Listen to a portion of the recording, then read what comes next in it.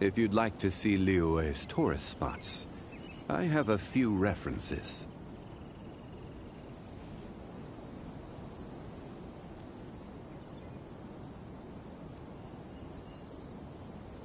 Osmanthus wine tastes the same as I remember.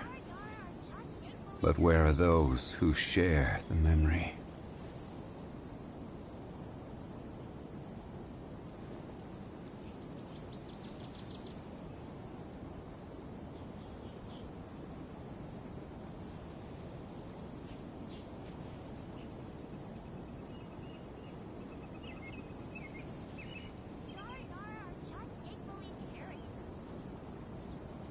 Boats are made for transferring commodities back and forth, and those that come across Liyue tend to stay a while.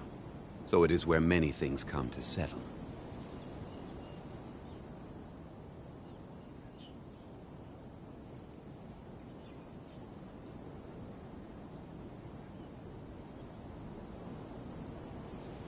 Osmanthus wine tastes the same as I remember. But where are those who share the memory?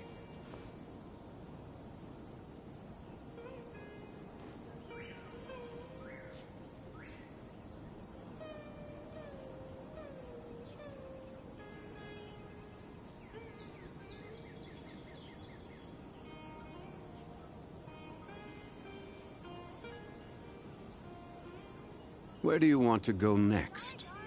If you'd like to see Liyue's tourist spots, I have a few references.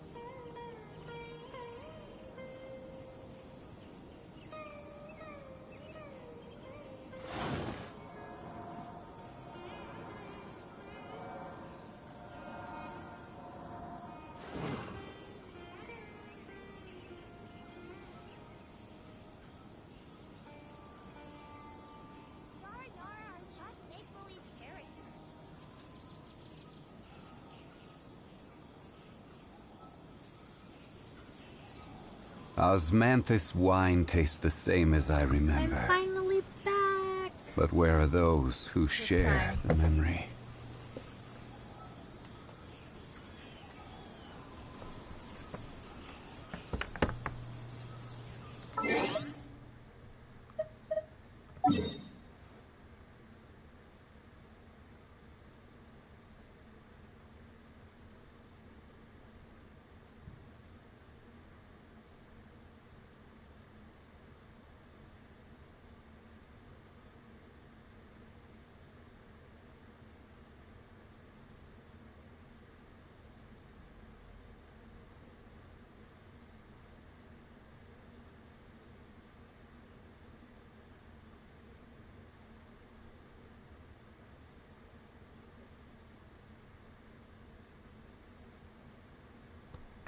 Okay.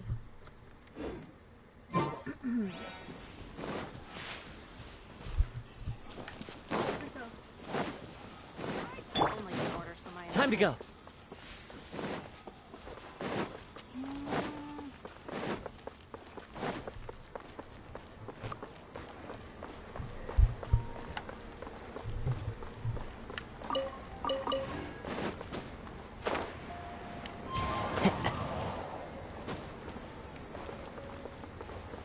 Catherine.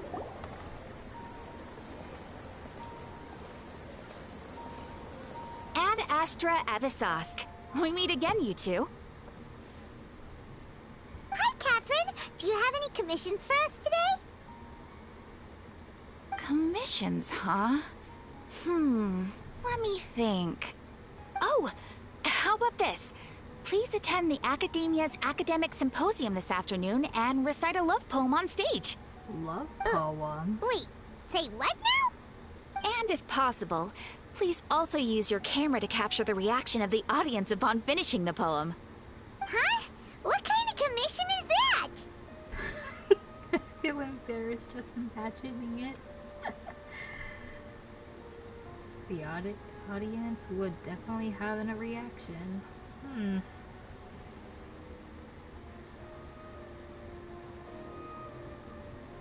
I see. It appears that you're not interested in this commission. In that case, please go to Port Ormos and convince the Eremites there to spend some time volunteering at the local orphanage. Hey, that's not any better. Isn't that just asking for a beating?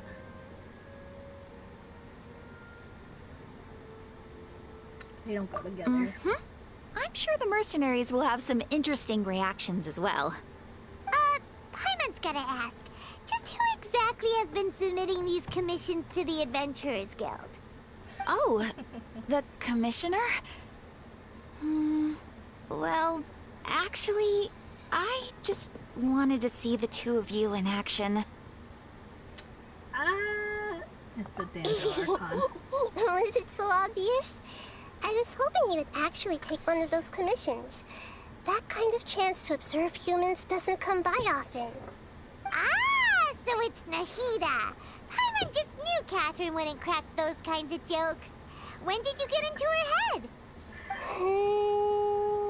From when she said, "Ad Astra ad Asask." So it's been you this whole missed time? us. Are you done resting up, Nahida? Yes. I've been sleeping ever since we parted ways, and I even had a really, really long dream. What did you dream about? It was another dream about the Sub-Zero's festival, except it was a happy one. In my dream, I was sitting in the middle of a flower terrace, and everyone in Sumeru City was holding hands as they danced in circles around me. They danced round and round, and everyone looked really happy. I also got to sit on a gigantic flower carriage. Ferris, the Knight of Flowers, raised me really, really high above the ground, and I was throwing an endless amount of Yalda candies at the children. You know, Nahida, maybe your dream is how the Sub-Zero's festival really should be. It's meant to be a joyous time where everyone gets together to celebrate your birthday.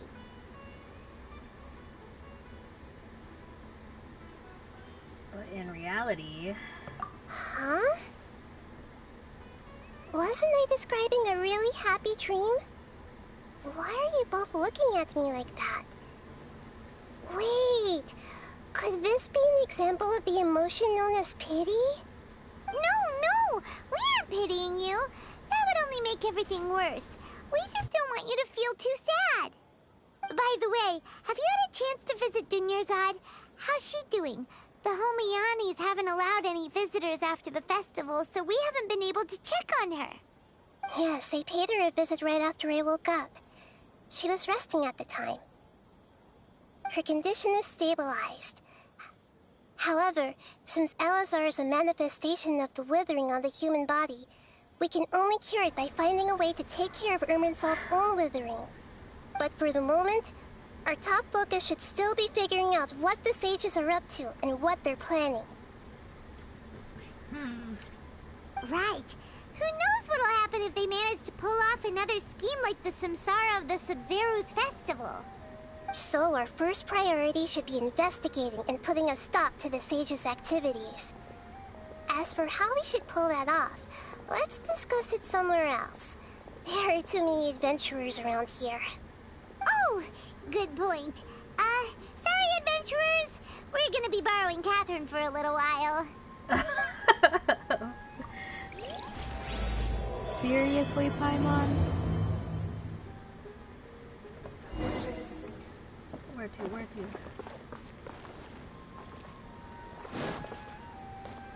Just Let's right next continue door. our chat here. Okay, so do you have any ideas on how we can investigate the sages, Nahida? Actually, I've already done a little bit of work on that. But for now, I want to hear your thoughts.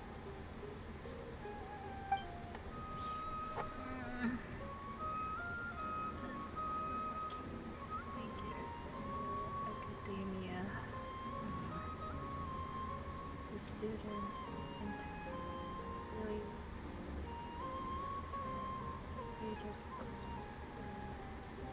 Can grab someone close to the stage and question them.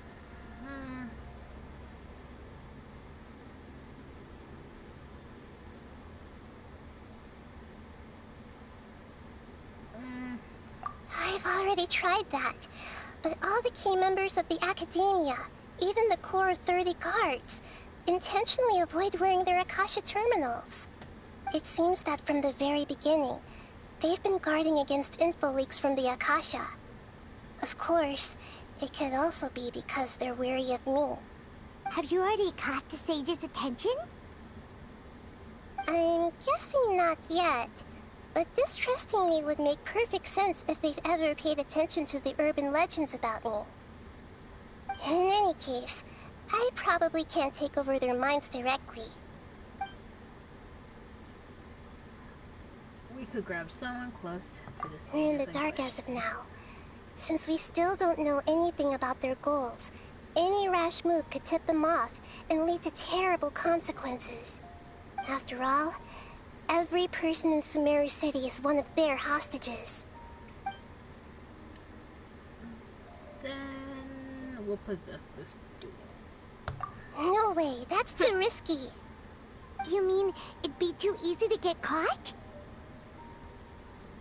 No, it's not that. We shouldn't involve innocent students in this. A single mistake could completely ruin their lives. Doing that would be ignoring the safety of my people for my own selfish goals. How is that any different from what the sages are doing? That's a good point. Spoken like the god of Sumeru. I can't think of anything else. Are we really out of ideas? Nahida, you're super smart, so you already have something in mind, right? Don't keep us in suspense. Spill the beans already. According to a popular theory from the Vahumana Darshan of the Academia, rejecting impractical motions at the beginning of a planning session will give more weight to the actual proposal. Okay, but aren't you the god of wisdom? You don't have to use that kind of gimmick to make us take your ideas seriously. Well, I've been thinking that if I can't directly possess the leaders, and if I can't get ordinary people involved, then I should find someone who's already involved, but hasn't decided to side with the sages. You're saying we should recruit a spy? That does sound like it could work. Oh, before coming back, we met someone named Alhaitham. He seems like he acts alone, and he likes doing stuff behind the Academia's back. They probably aren't in cahoots. Actually, I already have someone in mind. Do you still remember that female scholar named Setaria? Setaria. Paimon remembers now. Isn't she the one who's always trailing behind the Grand Sage of the Academia? We ran into her basically every time the Sub-Zero's festival repeated itself. You could even say we're old enemies by now. Paimon still remembers the smug and mean way she always spoke to Nilu. Nilu. I've always liked observing all kinds of people, and Setaria has always stood out from the crowd. She was born in the desert and was hailed as their greatest genius. Her academic gifts allowed her special admission into the Academia, and also gave her the opportunity to serve as the sage's assistant. Oh, Paimon didn't know she was from the desert. She must be pretty special then. Paimon feels like most of the desert dwellers around the city are working as mercenaries. The name Setaria means star. When she lived in the desert, she shone like the brightest star in the night sky.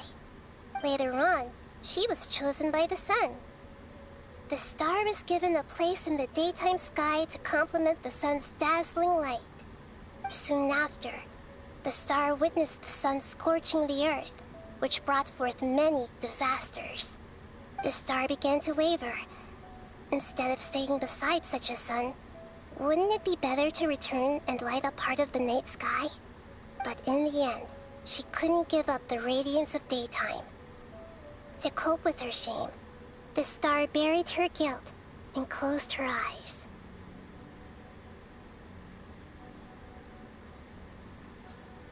This is no longer just a metaphor. From the sound of it, Setaria's just hung up on the research opportunities here. But she doesn't really support the Academia.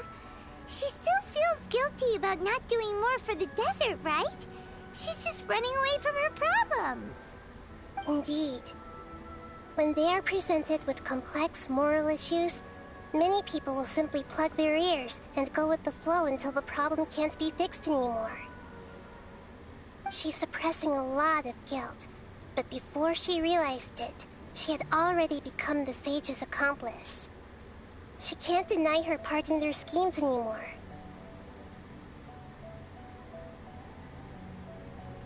Sounds exactly like the person we need. Right. We must somehow make her face her problems again. That way, not only can we get useful intel from her, but she can also use it as an opportunity to redeem herself.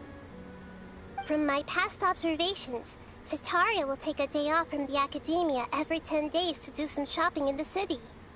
Tomorrow afternoon just happens to be a shopping day for her. That'll be our chance. Let's go To prepare, shopping. let's go check out some of her favorite spots and have a quick chat with a few of the vendors there.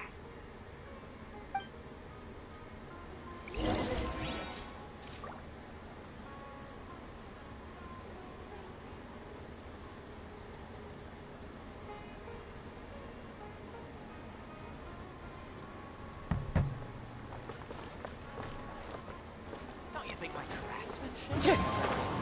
Higher price. Aw, I wanted to grab that. It's okay. This should be Cetaria's favorite fortune-telling spot. So should we ask the fortune teller about Cetaria? No, I already have enough information on Cetaria. The most important thing now is for you to pay attention to the vendor's talking style and key characteristics. Talking style and key characteristics? My poor lost lambs, have you become troubled over your fates? The divine voice of wisdom often echoes between mine ears. If thou be blessed today by the gods, I may be able to show you the way. Huh? Really? Nahida, you've been whispering things to her? Shh! My friend here has some doubts regarding her future. Can we get a fortune reading for her? Of course, of course. In that case...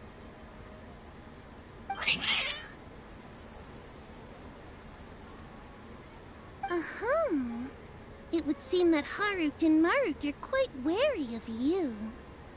Perhaps, at some time in the past, you have somehow offended the gods. Only mocking the god of Animo, questioning the lord of Geo's financial savviness, and brawling with the god of Electro. Do those count? Oh, nothing. Go on, pick an aspect for her to divine.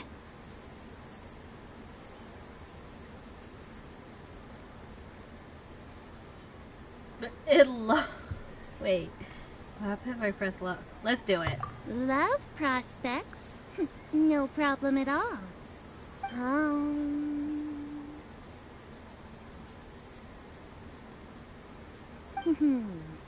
The gods have spoken. The truth shall be revealed. One who is fated to cross your path will appear on... Huh? So many people will fall for you. How could that be? Harut, Marut, did you two spoil my divination? I've never read a fortune so absurd.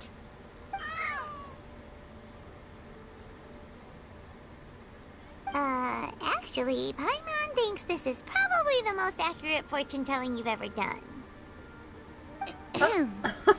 Wait. I admit that the orientation of today's celestial matrix is, suboptimal. As such, there will be no charge. Is that so? Well, that can't be helped. A lot of people. If you were to bring some food offerings for Harut and Marut on your next visit, perhaps they could help you reverse the wheels of fate.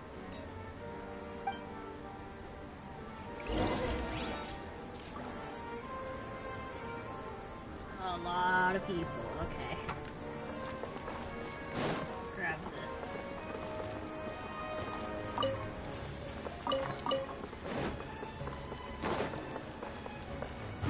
one with nature.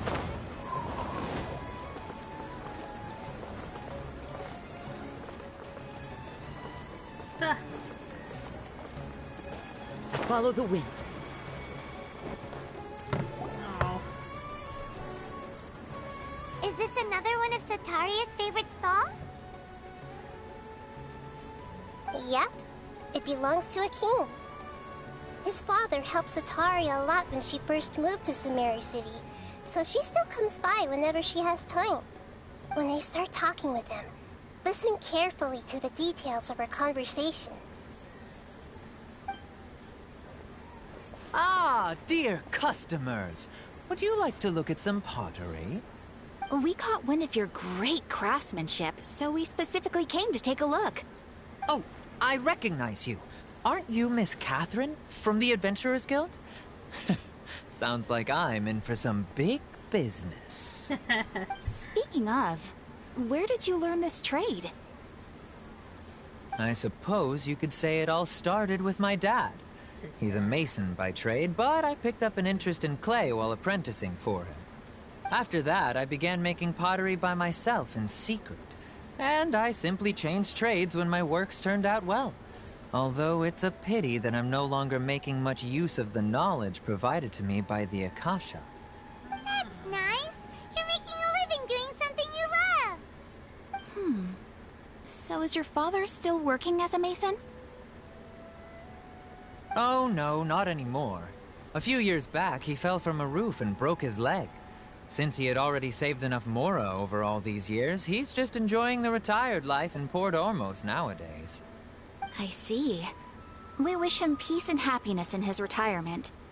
I'll have someone in charge of logistics at the guild come by another day for some goods. We'll leave you to it. Take care now. No problem. Rest easy, all our goods are sure to meet your every need. Bye. Mason.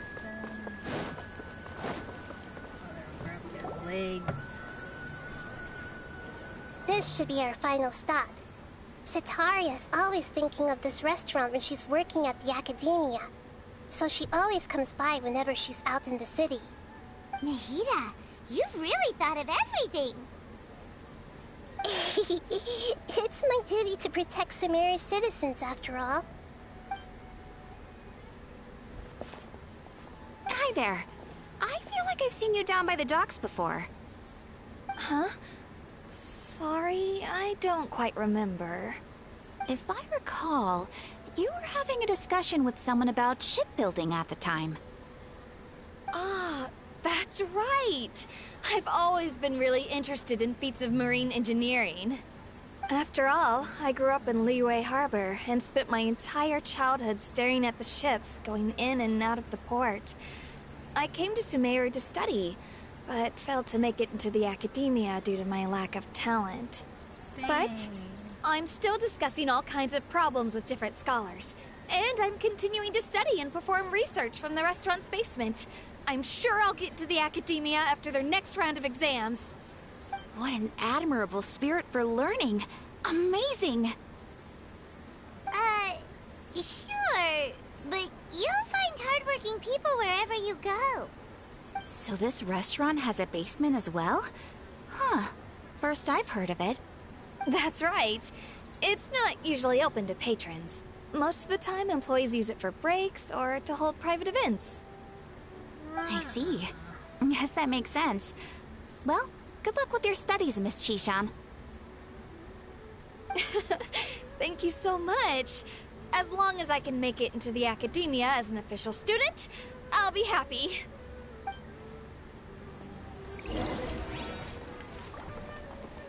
Hopefully she does. So, was that everybody?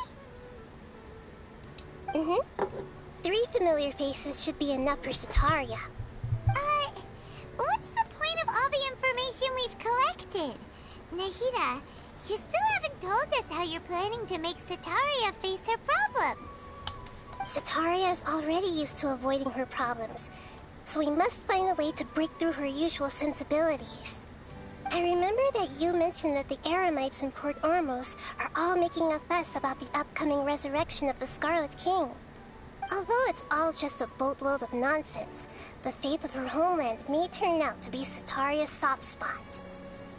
Oh, Paimon gets it now! You want to take advantage of the guilt Sataria feels about her homeland.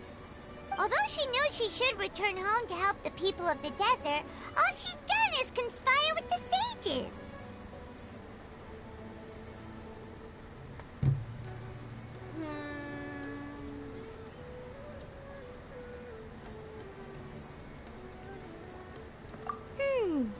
So, how do we set that up? Well, the Scarlet King is long gone, and Sataria is also too smart to fall for any simple tricks. If we simply engaged her under the guise of the Scarlet King's believers, she would definitely be wary of us, and we may not get anywhere. But if we were to borrow some of her close acquaintances to talk with her, her reaction would probably be very different. So, you mean you're going to possess those people we just talked to? Yep. Possess them through the Akasha. Imply that they've already converted to the faith of the Scarlet King, and then convey our made-up will of the Scarlet King. As long as everything goes smoothly, we'll get through to Sataria for sure. She'll never guess that we had anything to do with it. Ah, so that's how you're going to use all the info we collected on these people. It's so that you won't slip up and break form. Possessing them will only work if you can manage to pass off as them. Exactly. So, best of luck with impersonating them. Huh? Best of luck? But we don't know how to possess anyone. That's no problem at all. I'll just share all their senses with you once I've possessed them. As long as you're also wearing an Akasha terminal, the effect will basically be as if you've possessed them yourself. Huh. That is pretty convenient. But why does she have to do this? Can't you do it yourself? Although I've been observing humans for a while, I've never been good at imitating them. You're not wrong. It's always been painfully obvious whenever you try to pass as Catherine.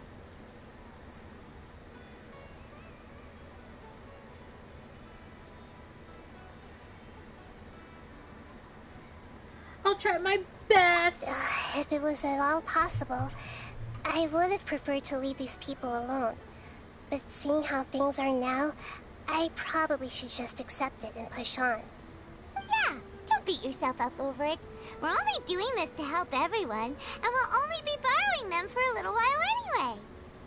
Alright, then let's give it a go tomorrow afternoon.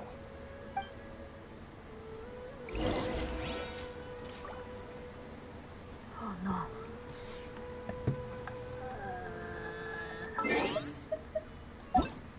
What time? 12. What time is it?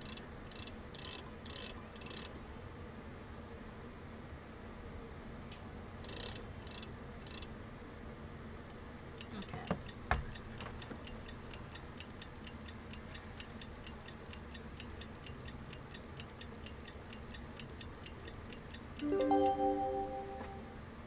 Scenery. Wonderful. Surely enough to convince anyone to become a wanderer.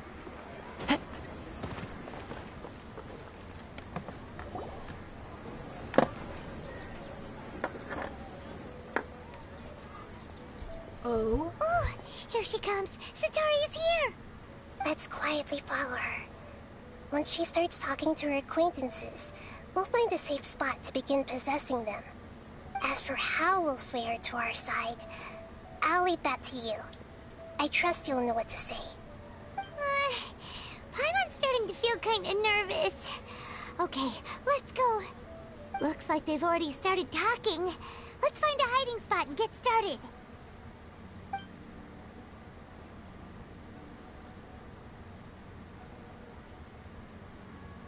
Is that really the best hiding spot?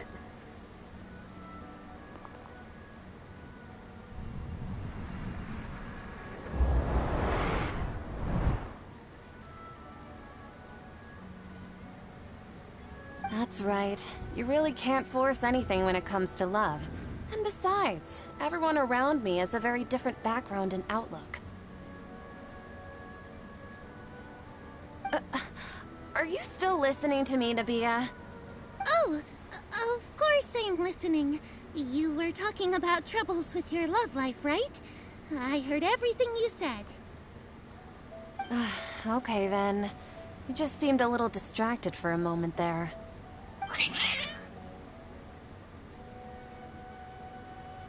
Strange. Your cats seem pretty worked up. Is something wrong? I always thought they were quiet, happy kitties.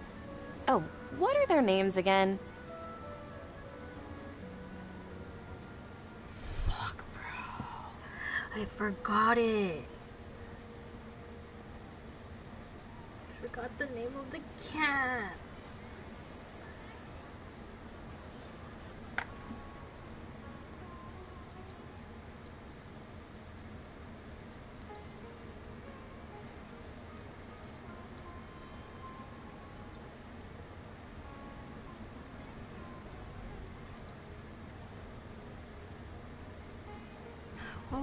What were the cats' names again?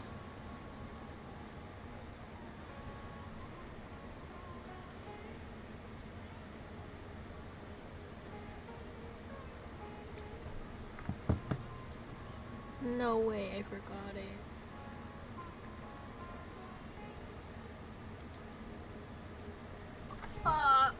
Yeah. That's right. They are just little darlings, aren't they? Harut and Marut. So, which fortune do you want me to read for you today? You must have come for another echo of the divine voice of wisdom. I'd like to get another reading on my love prospects, but to be perfectly honest with you, I feel like I've been a real mess recently. A mess? Well, could you do a reading on how long it'll take me to finish my current project at work? I really just want to get it over with. I hear you. No problem at all. The gods will reveal the truth.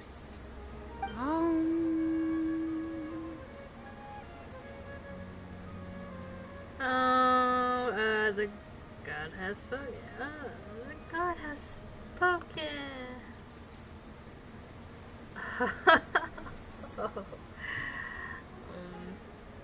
The gods are asking, Sitaria, why haven't you gone home? Why haven't I gone home? Do the gods really know everything I've been thinking about? Sitaria, why don't you just go home? It's a demand now instead of a question. The gods seem to be truly upset. I'm sorry. I know I failed the gods. Please pass on my most sincere apologies and ask for their divine forgiveness. And if I may ask, Nabia, is there a specific god who's speaking to you right now?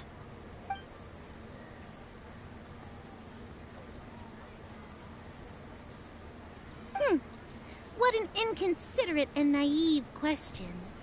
The god who is speaking to me is, of course, the wisest and mightiest of all, the Scarlet King. The Scarlet King? No wonder he would make such a demand of me. Oh, wait a second. The Scarlet King passed away a long time ago. Even though news of the Scarlet King's resurrection has been spreading like wildfire, it's all just a misinformation campaign from the academia. How can the Scarlet King still exist in real life? What insolence! I am the Scarlet King's most loyal believer. Do you wish to refute his voice of wisdom? Oh, no. As a child of the desert, I am only reveling in his power upon learning that his divine glory has touched even this city. I will think very carefully about his demand of me. I'm sorry. I must go now. Wait!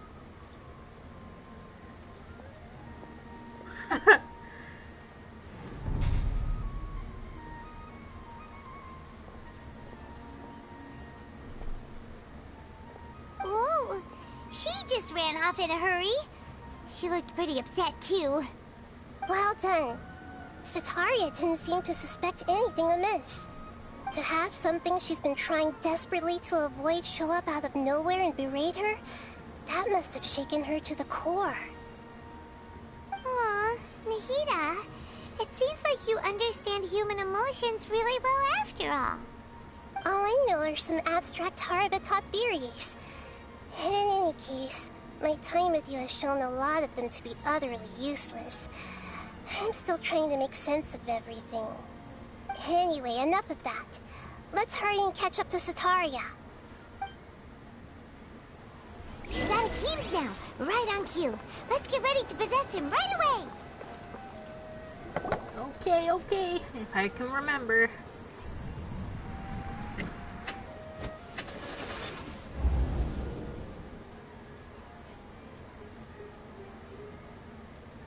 It's okay. I just got caught up in something. Oh, actually, didn't you ask me to help you look for work? What kind of work were you looking for again? Oh, right. Your old man's craft. How could I forget? Speaking of, how's he doing? Is he feeling any better?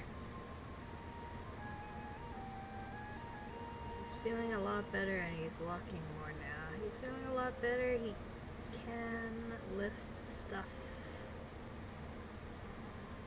now.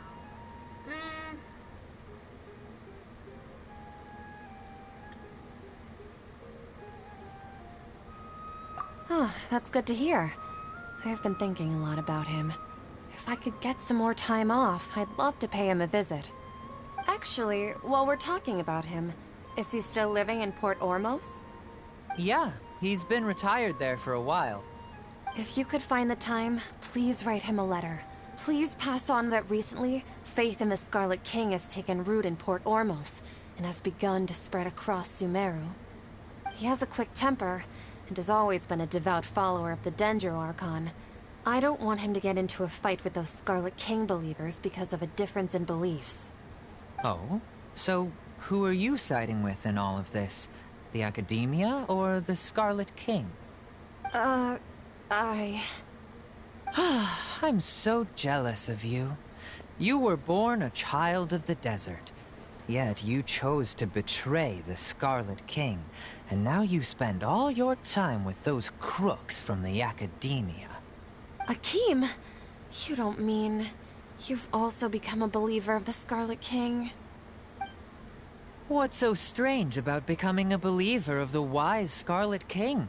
In fact, aren't you the strange one? The one who still can't pick a side? Can't pick a side? Me? Whoa! Paimon had no idea you'd be so good at this. Before I knew, I really started getting into the role. That was too harsh, was I? You really zeroed in on the issue and put it right in front of her. It might feel a bit overwhelming for Sataria. But once everything is over, I'll be sure to pay her a visit to her mind and explain everything. Anyway, let's keep going. Okay, next female. Come on! Sataria's already started talking with she...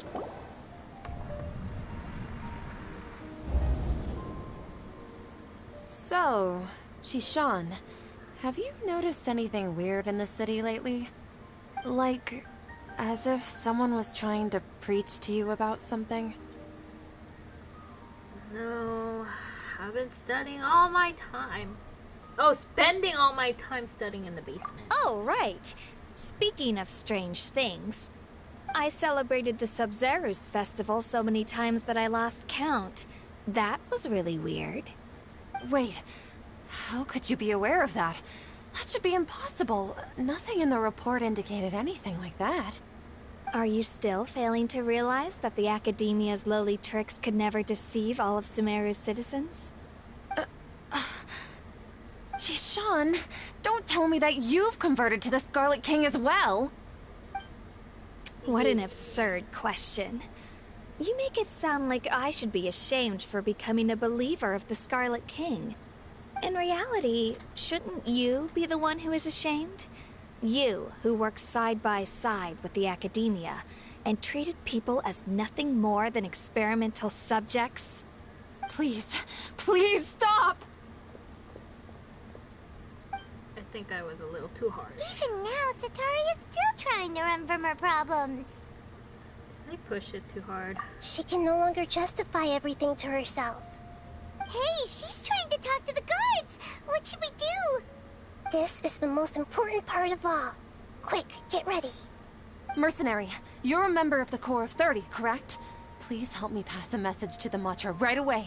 The situation in the city is getting out of control. Please, try to remain calm, miss. Tell me what's happening in the city. Heretics are infiltrating the city, and they've already converted many residents to their side. Heretics? What kind of heresy are you talking about? The Scarlet King! Many people I know have suddenly started believing in him, but he's long dead. It's impossible. Miss Sataria, nothing is impossible. You know my name? The Scarlet King is immortal, and all who defy him will one day pay the price. You must face the truth, Sataria. You tread a treacherous path, and the longer you ignore it, the tighter the Academia's grasp on you will become, and the deeper you will be ensnared. Child of the Scarlet King, never forget that the desert that belongs to you lies elsewhere. What's so strange about becoming a believer of the wise Scarlet King? In fact, aren't you the strange one? The one who still can't pick a side? What an absurd question. You make it sound like I should be ashamed for becoming a believer of the Scarlet King. Sataria, why haven't you gone home?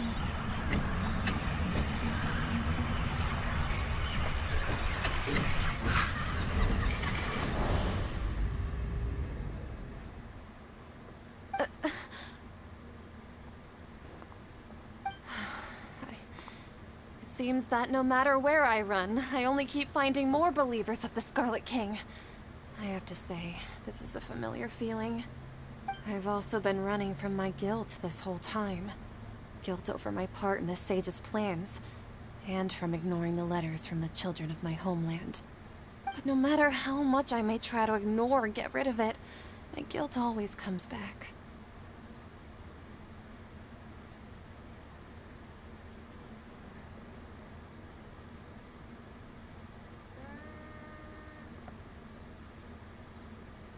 You won't necessarily lose your research opportunities by facing the truth. Besides, did you really want to conduct your research while carrying such heavy feelings of guilt? How do you know me so well? Are you truly just a believer of the Scarlet King? Or are you the god himself? That's not important. The important thing is to pass judgment on the Academia and its sages, and to correct their mistakes. If you could provide some assistance in this matter, perhaps it could serve as a form of atonement. I've actually never believed in the gods, but I've always believed in serendipity. Your appearance must be a fated opportunity for me to get out of this wretched situation. Please tell me, what can I do for you? Okay, we finally come in there. How much do you know about the Sage's current activities? I was just one of the designers for the masked dream harvest scheme, which is what happened around the Sub-Zeru's festival. But I know very little about the full scope of the overall project. I'd assume that only staff with the highest clearance would have access to those confidential documents. I've just been working to meet the Grand Sage's specified requirements. However, there's something that's been really bothering me. I heard that a scholar who was previously expelled has returned to the city, and even the sages are still quite wary of him.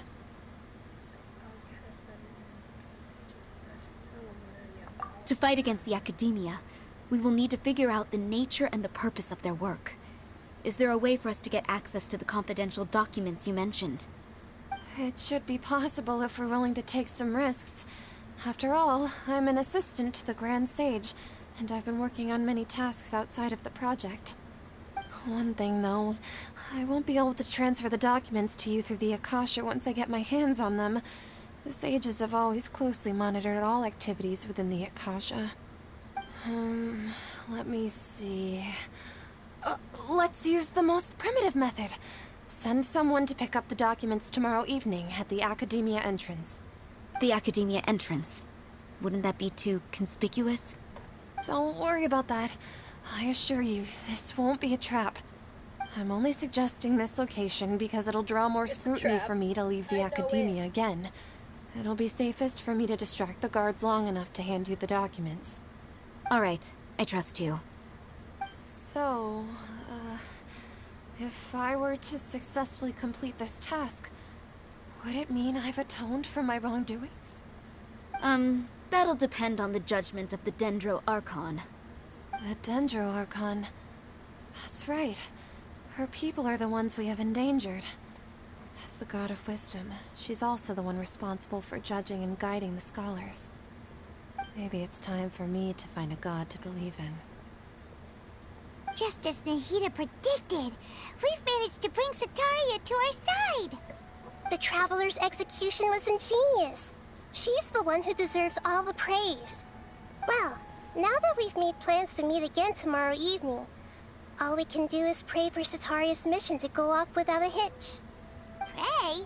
But if we're going to pray to the gods, aren't we just praying to you? God of Wisdom and Guardian of the Scholars? No.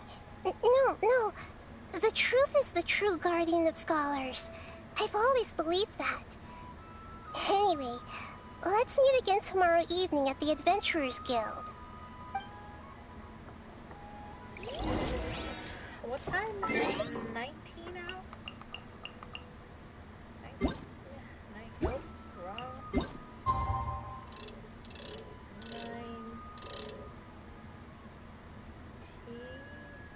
Oh.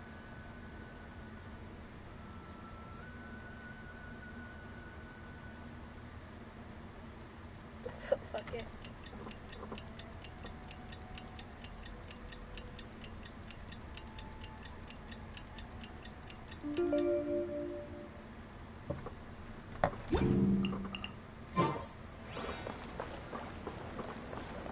Into the wind.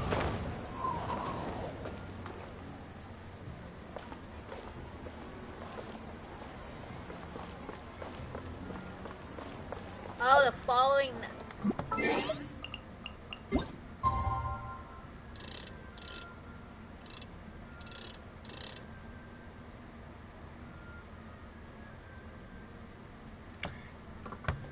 I didn't read that right.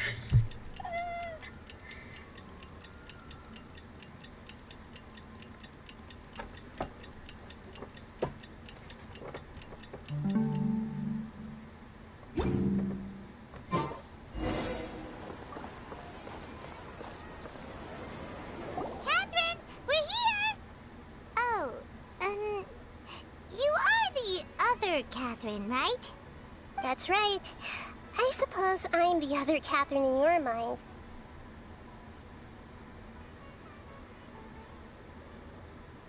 Can we just call you Nahida?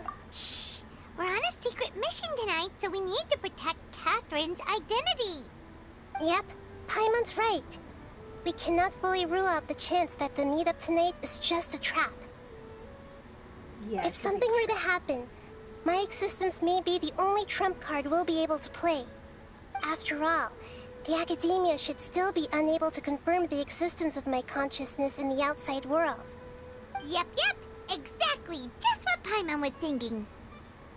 Anyway, enough about that. Let's just make sure to be on our guard. Speaking of which, don't you feel like something is off? Off? What do you feel is off? It's just a little too quiet around here. It's the middle of the night. Of course it's quiet. You're not getting paranoid, are you? No, I think she's right. It really is a lot quieter than usual. If you look around, there seems to be fewer people on the streets. I'm not sure if this is the case for the entire city, though. Huh. Maybe it's just a coincidence. Maybe Sataria figured out a way to not only distract the guards, but also to get everyone to go to sleep early, just so we can exchange the documents in peace. I also can't quite figure out why things feel a little off. But Now that we're here, let's go ahead and meet her as we planned.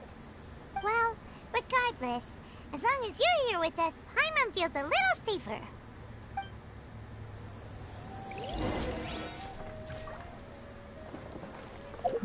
How far is it? It's not that far.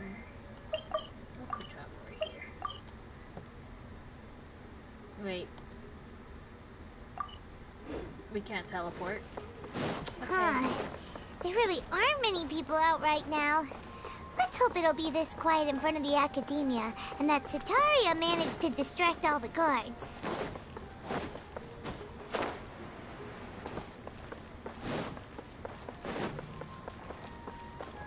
Is it okay?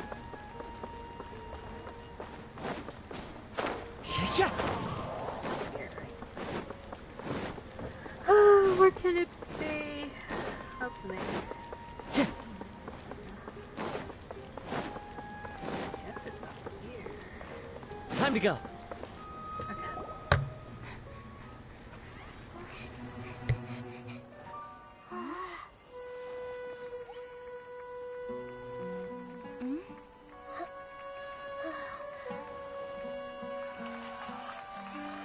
What are all these people doing here at this hour of the night? Ah, the triumphant hero returns at last. And to a rather spectacular welcome, even if I do say so myself. You're the outcast, expelled from the academia. Indeed I am. Although these days they tend to call me the Doctor.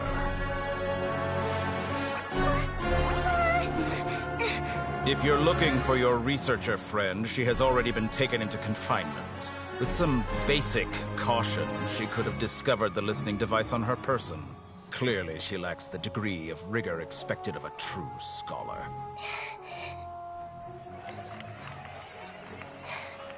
The people of Sumeru City. What have you done to them? I simply made some minor adjustments to their Akasha terminals. Now they can deposit information directly into the subconscious. As you can see, all these lovely people now believe this traveler is a hero who has just saved the world. My experiment is a success. And now it seems they can no longer hold back their sheer adoration. No, what should we do? These are all just regular people. Leave now. You need to get out of here. But that guy's a Fatui Harbinger. We can't just leave you here. Nor can I abandon the people of Sumeru.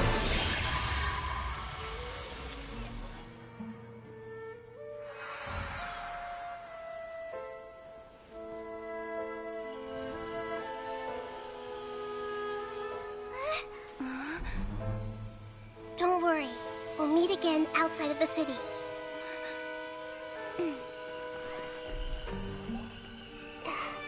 I see.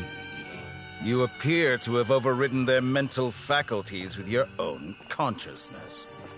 To possess such a powerful mind, you must be the god of wisdom.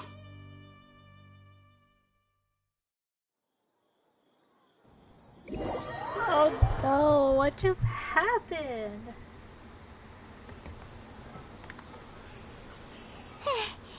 This should be far enough. Paimon needs to catch her breath first. Is Nahida going to be okay? We only made it out because of her. She can jump between minds, hopefully she'll be fine. I'm not sure. That guy was pretty terrifying. Paimon wasn't counting on running into a new Harbinger here, let alone such a high-ranking one. That guy was number 2. So scary. He called himself the Doctor. Remember, Tainari told us about him. Sataria did say that someone who once got expelled from the academia came back recently. And that even the sages are wary of him. Yep. Sounds like she must have been talking about the Doctor. You underestimate the scale of this problem. There's a number of parties involved.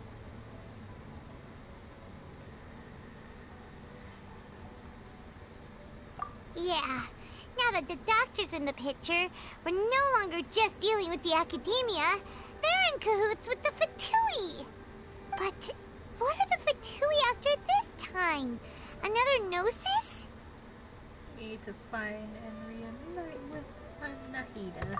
Yeah, things would be a lot easier with Nahida's help. Nahida said we'll meet again outside of the city. But we can't just keep waiting around, right? You mean... Oh, right! Wasn't he invited by the sages to work on some project when we were staying with him in the Avidia Forest?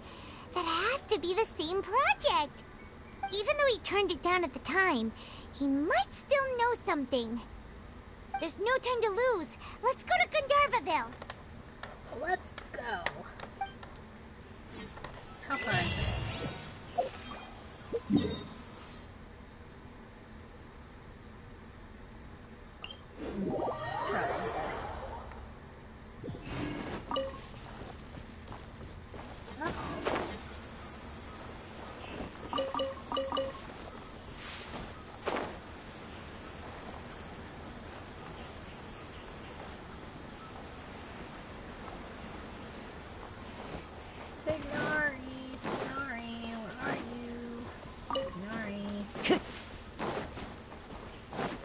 Time to go.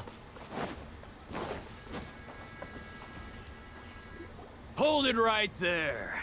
Oh, no. A blonde-haired traveler and a floating fairy. We've got you all right. Take a look around. You've fallen right into our trap. Are you mercenaries from the Corps of 30? Did you come here to arrest us? Corps of 30?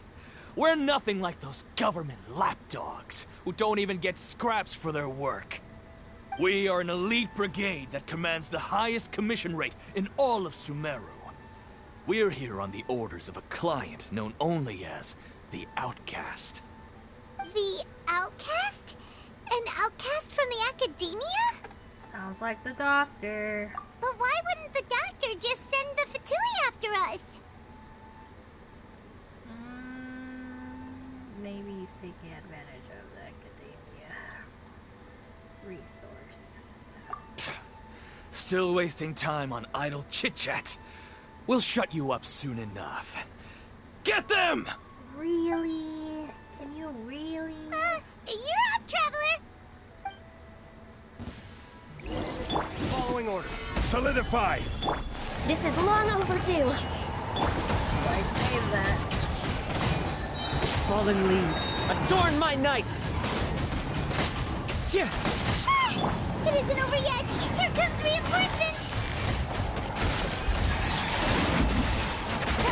You want this one? That was pretty rough. Is that what elite mercenaries are like? Probably won't be long before we see more of them. Yeah, looks like we'll have to keep our guards up. But this doctor guy seems like a pretty tough opponent. He knew exactly where to set up an ambush. Did he predict that we would try to find Tighnari? Going up against smart people is tough. Anyway, let's keep going. Smart, be smart too. Can we just travel this way? Yeah, that way.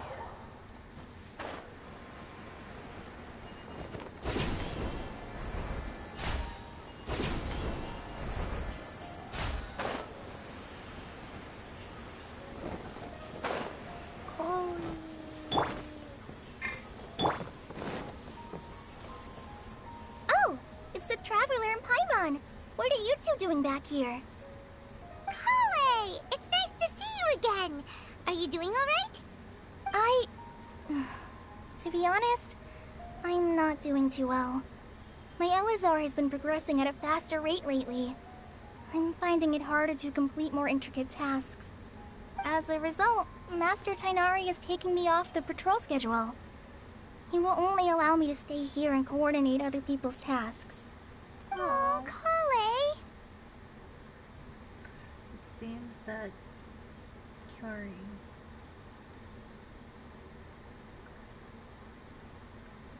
is our only chance. What?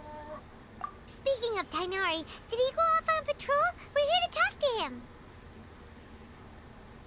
Oh, Master Tainari? He just left the Avidia Forest a little while ago. He was headed to Party's DI. Huh? He left? But isn't Tainari always saying that he never wants to leave the Avidia Forest? He even turned down the Sage's invitation. I thought it was weird too. Master Tainari always prioritizes his work as a forest watcher above everything. He almost never leaves his post. He left in a hurry this time, though. He didn't give a reason. No, I only found out that he left through a message he left behind. He also made sure to delegate all his tasks using a schedule. To leave in such a hurry? I'd guess he had something urgent to take care of. Master Tainari originally studied in the Amorta Darshan of the Academia, and Partis DI is something like the Amorta's research base. Many rare shrubs and grasses have been planted there for research. I know that before he became a forest watcher, Master Tainari once spent a long time conducting research at Partis DI. A research base, huh? Gotta wonder what kind of research Tainari just decided to work on all of a sudden. Oh, we don't have a lot of time, so let's go look for him at Party's DI.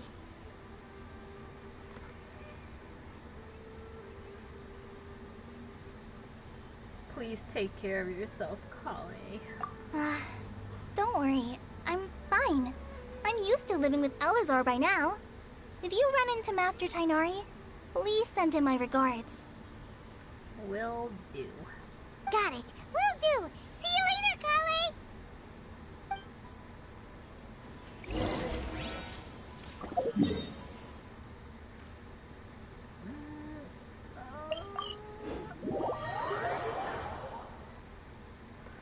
Catherine. Wait! Look who it is!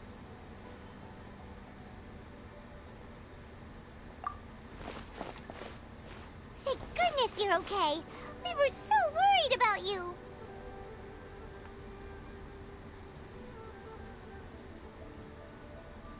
Hey! This was supposed to be a touching reunion, but you're ruining the moment! Actually, it's very smart of the Traveler to be wary of me right now. After all, the Doctor has shown that his technology can apparently even control human minds.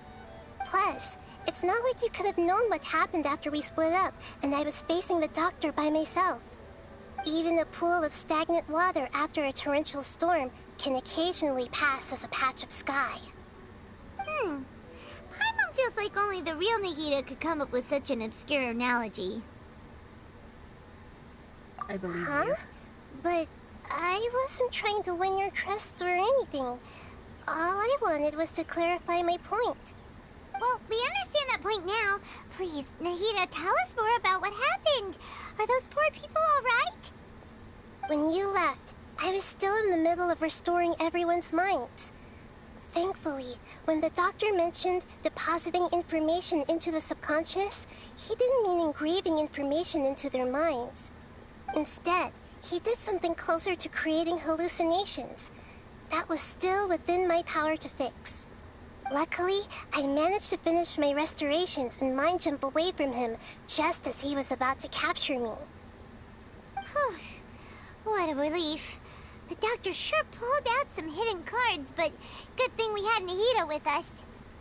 I wouldn't be relieved just yet. I gave away my true identity when I restored everyone's minds, which means we've lost another one of our trump cards. Also, the Doctor is already an expert at modifying Akasha terminals. Maybe it's only a matter of time until he captures my consciousness inside the Akasha. Would that mean you'd no longer be able to jump between minds? Then how do we stop him? He's still at the Academia, so it's possible he already started messing with the Akasha. Our position will only get worse within time. Ugh. It like he's toying with us. What a nasty piece of work.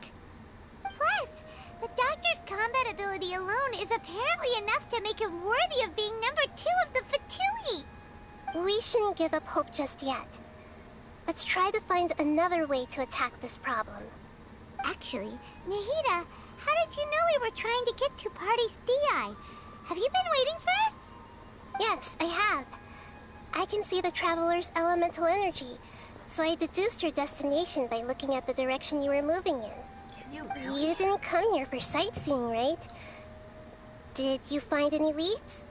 We're looking for a scholar we know. His name is Tainari, and the sages once tried to reach out to him. Why don't you come inside with us and see what we can find? Okay. Let's just hope we won't get him into trouble. Hopefully not. Tignari. Tinari. Tignari. Oh boy. I think I recognize that girl. Oh yeah. Traveler? It is you! Hi. Ah! The voice! It's Hypatia! Long time no see. Ah, what a pleasant surprise! It's so nice to see the two of you again. Who's this? She's a scholar we met in the Avidia Forest. When we last saw each other, she was still training in the... what's it called? Satyavada life? Oh, I see.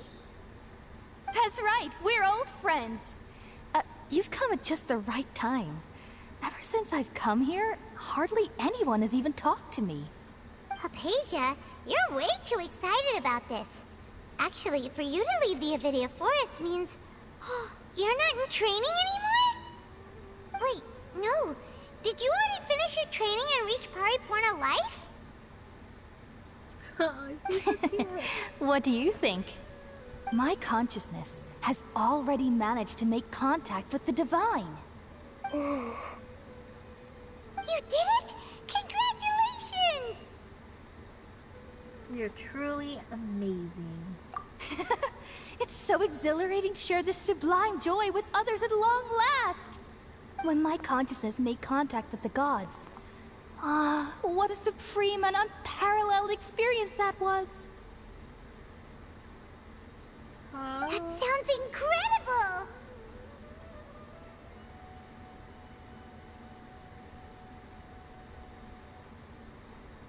Actually, we're here for Tignari. Oh, all right. Actually, please wait. I haven't forgotten my promise to you. Remember? I promised to help you understand what you saw from Irminsul once I gained deeper insights. My current self has not only gained true insight, but I can even help you establish a direct connection to the consciousness of the divine.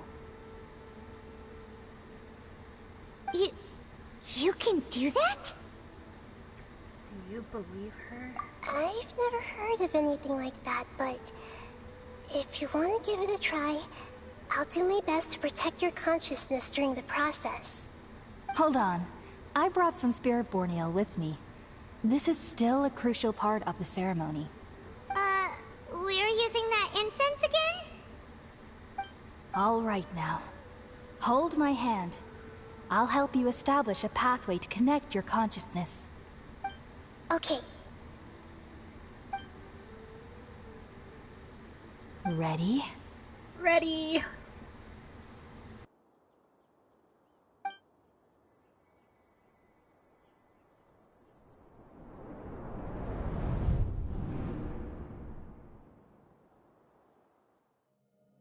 It took 3 betrayals for me to finally understand.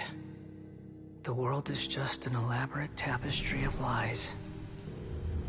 My fury will never be quelled. The first to betray me was a god. My creator. My mother. Valuing strength above all, she saw no worth in me and I was discarded. The second was a human. My family. My friend. Consumed by fear, he saw me as an abomination. The third was one exactly like me. A hope for the future. A fledgling barely out of the nest. Powerless before his mortality, he broke his promise to me. Humans, they can't be trusted. And the gods fill me with pure loathing. So I said good riddance. I denounced the world and laugh in its face. My chest will never again be defiled by worldly filth. I will scrub away every last trace of human emotion. Then it will be empty, a blank slate, and ready to receive a supreme gnosis, brimming with pure divinity.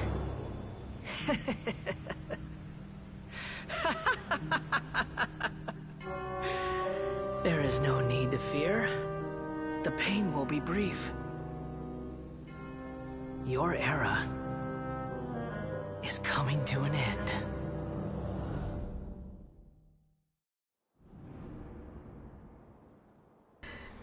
That's scary.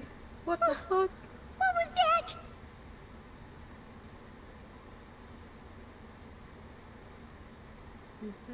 This is neither the greater. Did we actually just see the Balladeer's memories? Everything matches what we know about him. Yes. But how is he connected to the divine consciousness that Hypatia was talking about? You saw it, right? You felt it, right? Such a majestic god! Such a noble will! Such sublime emotion!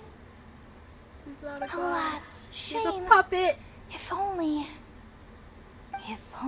that which beats within my chest wasn't a filthy mortal heart. Oh, great and merciful God! Please grant me forgiveness and salvation! Do you understand now? I'm afraid this is no periportal life, but rather... Ah! You... Why are you so mean to me? Why is everyone hiding from me? I found divine wisdom. Shouldn't I receive praise and honor? Haven't I uncovered that light in the darkness? She okay? Hypatia? That's how I always thought everything should be. Wait. Have I... already lost my mind?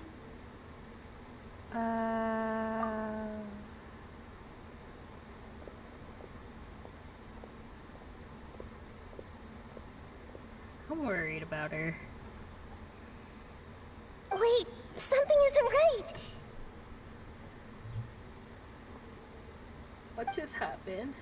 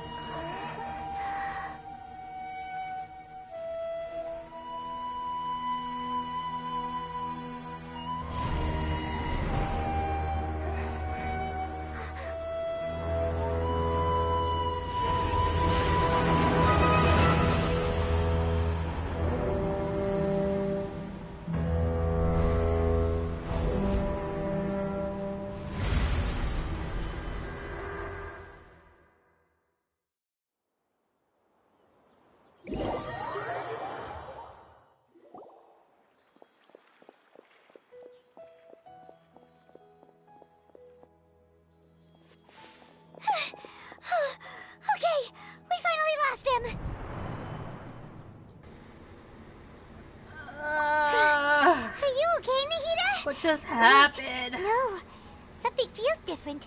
You're back! Oh, the Traveler's back? What just happened? Nahida was controlling your body for a while. It seemed like she jumped over to you as an emergency measure right before the Catherine puppet was destroyed. After that, Kainari heard the commotion and came over. Destroyed. He helped us defeat the mercenaries and then he ran with us all the way here. This time she didn't just transfer her mind into my body. What? You swapped places? You mean your consciousness also went into Nahida's body? Wait, then where is Nahida's consciousness? Where is she now? I never imagined that an individual's consciousness could be transferred around like this. Had I not seen it with my own eyes, I would have never believed it. I don't think this can be achieved with current human technology. Also, while we were running, the consciousness in your body told me to pass on a message. She said, "The doctor has found a way to trap my consciousness, so I can't journey with you anymore. But even in a moonless night, a shower of starlight can still drown out illusions and lies." Oh no! Nahida's trapped in the sanctuary of Suristhana for good this time. Was that message all she left for us? It's pretty vague. It's in a code that only we know. We can't let the doctor figure out what we're up to. Oh, that makes sense. Since the doctor captured her, she won't be able to say anything without him knowing. She's being extra careful. Even in a moonless night, a shower of starlight can still drown out illusions and lies. Huh. Paimon knows the moon illusions and lies are from the alchemical divination at the Sub-Zeru's festival. Didn't Nahida use a starlight analogy before? It had something to do with Sataria.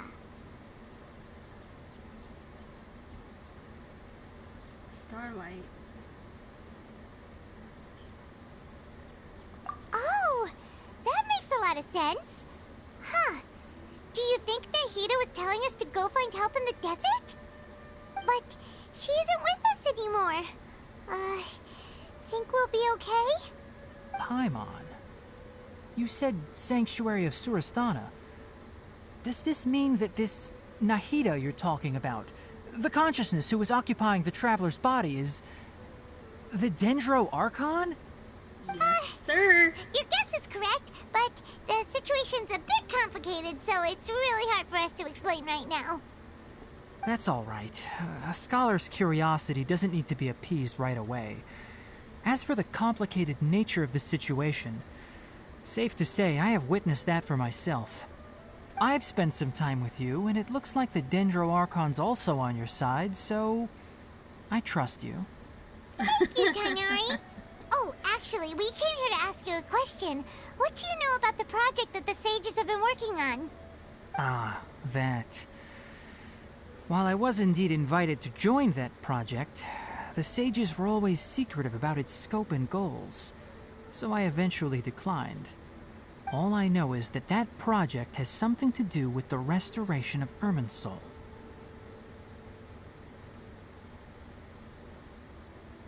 I think I know what the project is about. Huh? Did you see something when you were in Nahida's body? The academia is turning the body into a god. What? Yeah. Do you have any evidence?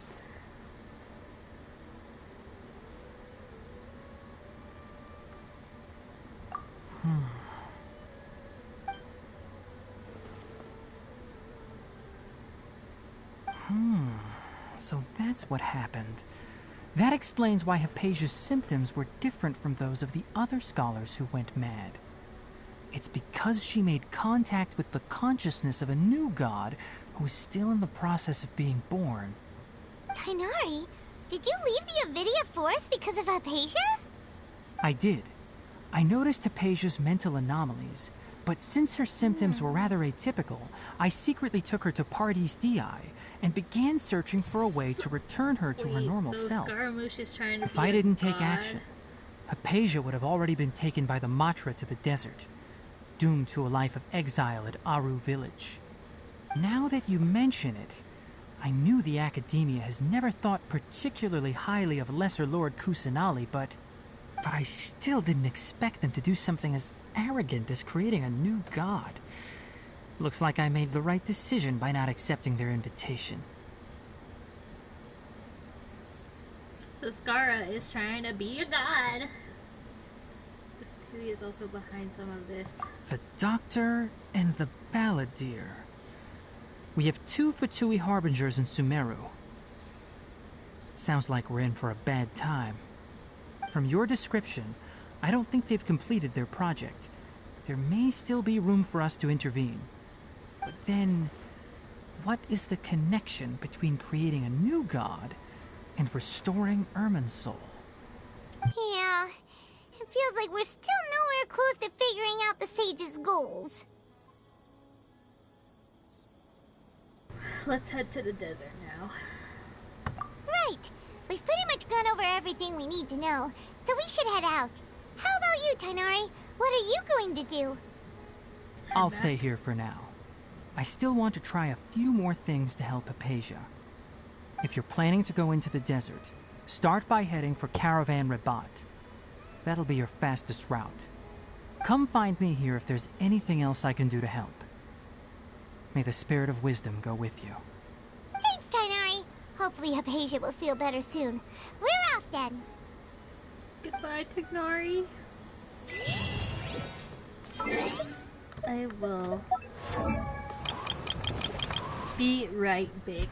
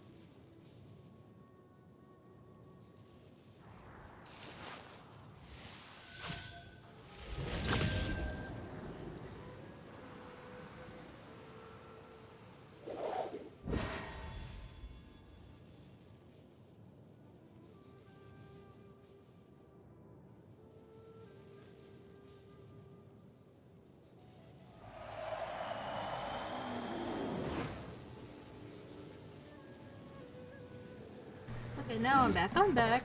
Let's see, now where do we go? Okay, so we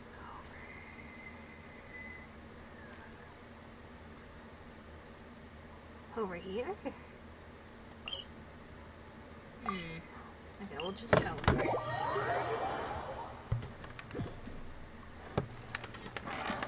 Remove this.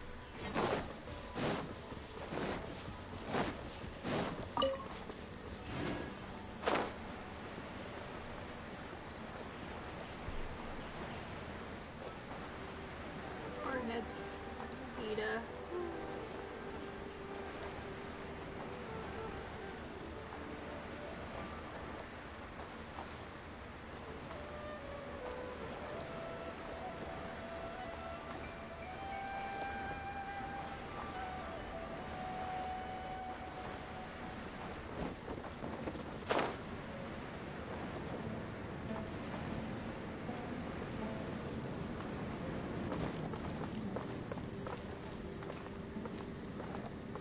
Are you talking to the researcher? Because things are so, ergo they are such.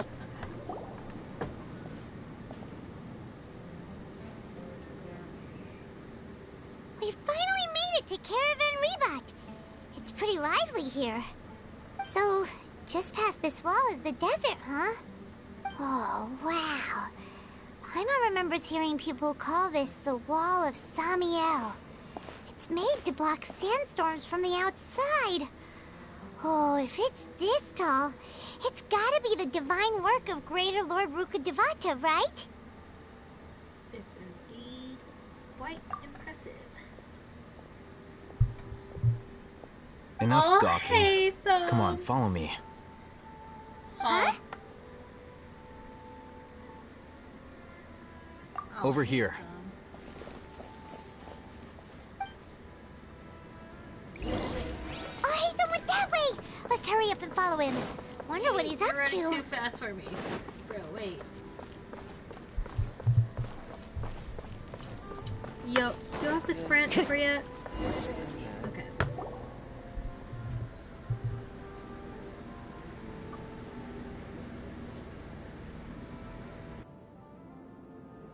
What the? Where did she go? We disappeared. How did we lose them? They were just here a second ago. More Eremite mercenaries? Who are they working for this time? Anyway, Traveler, it seems like we were being followed again. You were too careless. You should have noticed those hopeless amateurs trailing you a long time ago. Could have taken them without you. Thanks, I'll hate them. There's no need to thank me. I've never cared to keep track of personal favors. All I did was correct a mistake I happened to come across. It's a habit I developed at the Academia. You really gave Paimon a scare, Alhaitham. We never thought we'd run into you here. Last time we met at Port Ormos, didn't you say you were going back to the Academia? Wait, don't tell Paimon that you're here to take us back on their orders. Oh, so you've already landed yourselves on the Academia's hit list. I can't say that I didn't expect it. However, had I wished to turn you over to the Academia, don't you think you'd already be the Eremites' honored guests by now? Oh, right. You do have a point. Did you participate in the Sage's big project? I have no interest in running errands for that project. As a scholar, I've always belonged to the camp that promotes researcher autonomy. And these days, you're more fascinating than anything the Sages can offer. So you were actually looking for me? Not quite. To tell you the truth, I'm still investigating the Divine Knowledge Capsule. Unfortunately, I've run into some difficulties. Everyone says the capsule originated in the desert and was eventually moved to Port Ormos. If I am to get to the bottom of this, I must understand how the capsule first came to be. Which brings me back to you, and why you're so interesting. The leader of Ain al-Ahmar used the Divine Knowledge Capsule right in front of you. And upon seeing him, your expression became perplexed, and you were lost in thought for quite some time. To have that kind of reaction, I think you must have realized something. Are you interested at all in sharing what you've been hiding from me? Me hiding, Al-Haytham,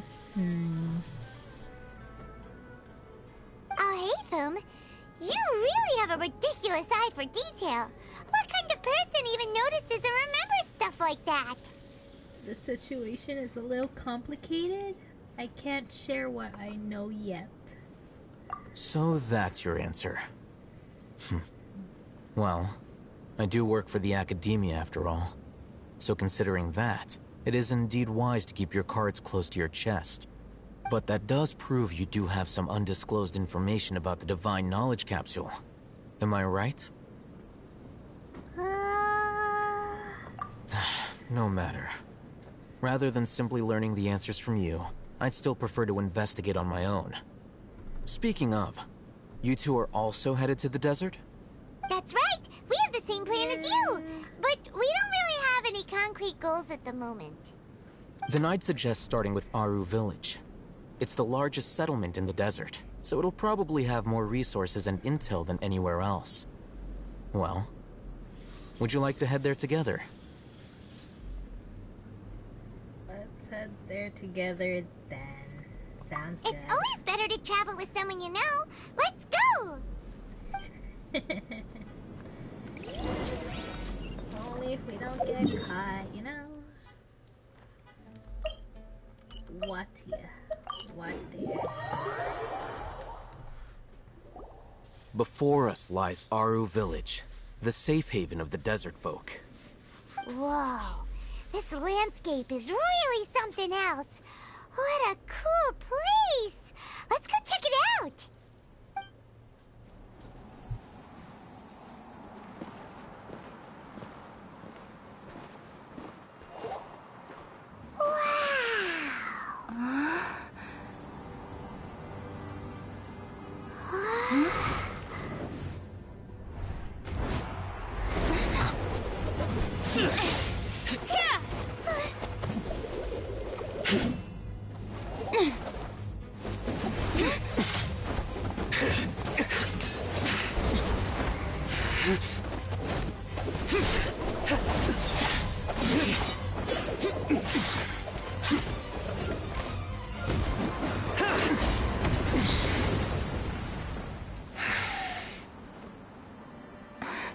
Cyno.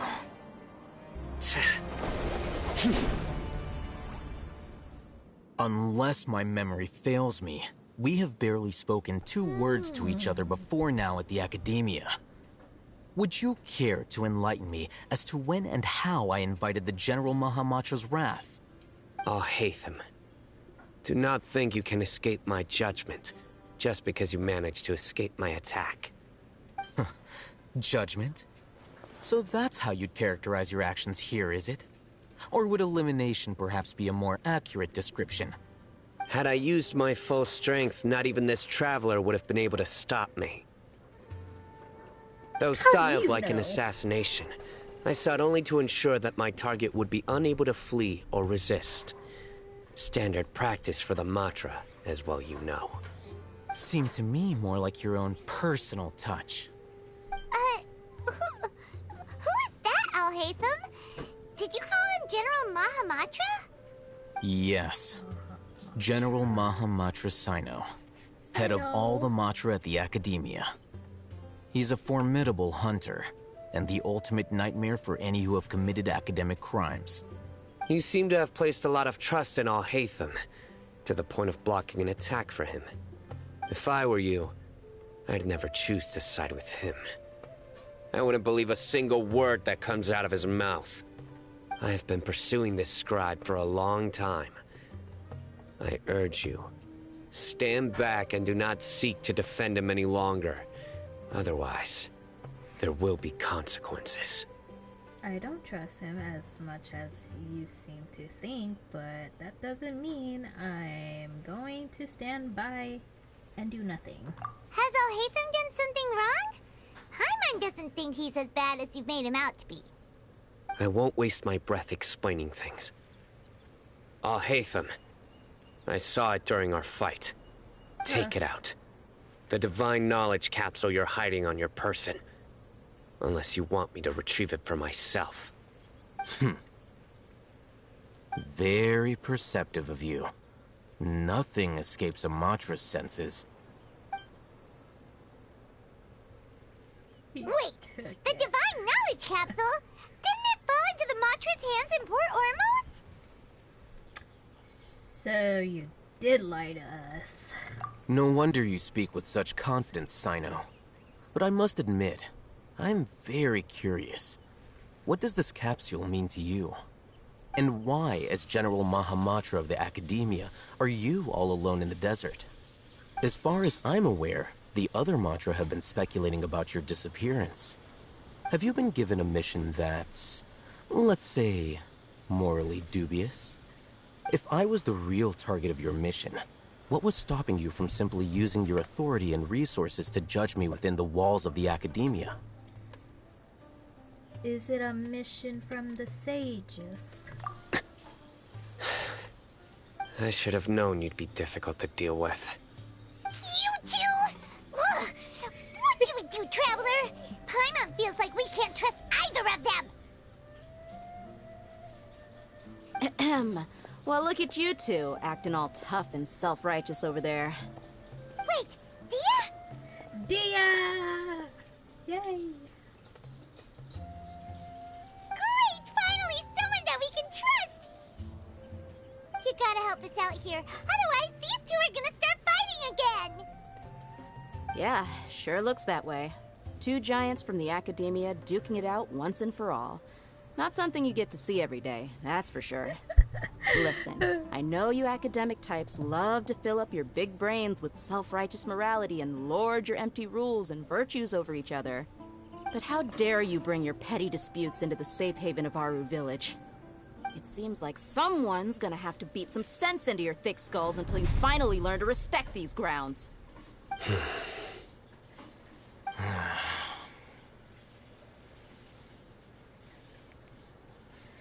Neither of them can afford to be distracted by Dahlia. They're still looking for an opportunity to attack. Hey, did either of you hear a word I just said? Whoosh. Whoa, what's going on?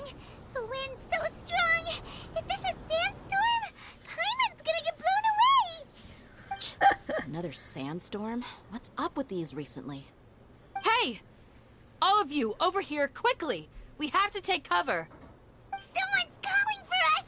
Oh, this wind is too strong! Let's get over there! That sounded like Candace. Come on, you two! Jeez, are all of you Academia folks such hard work? Move it! All right, stop yelling.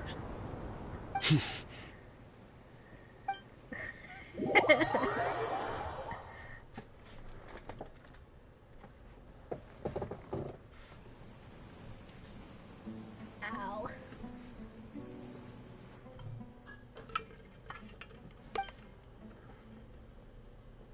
Dang, he's staring at him pretty hard.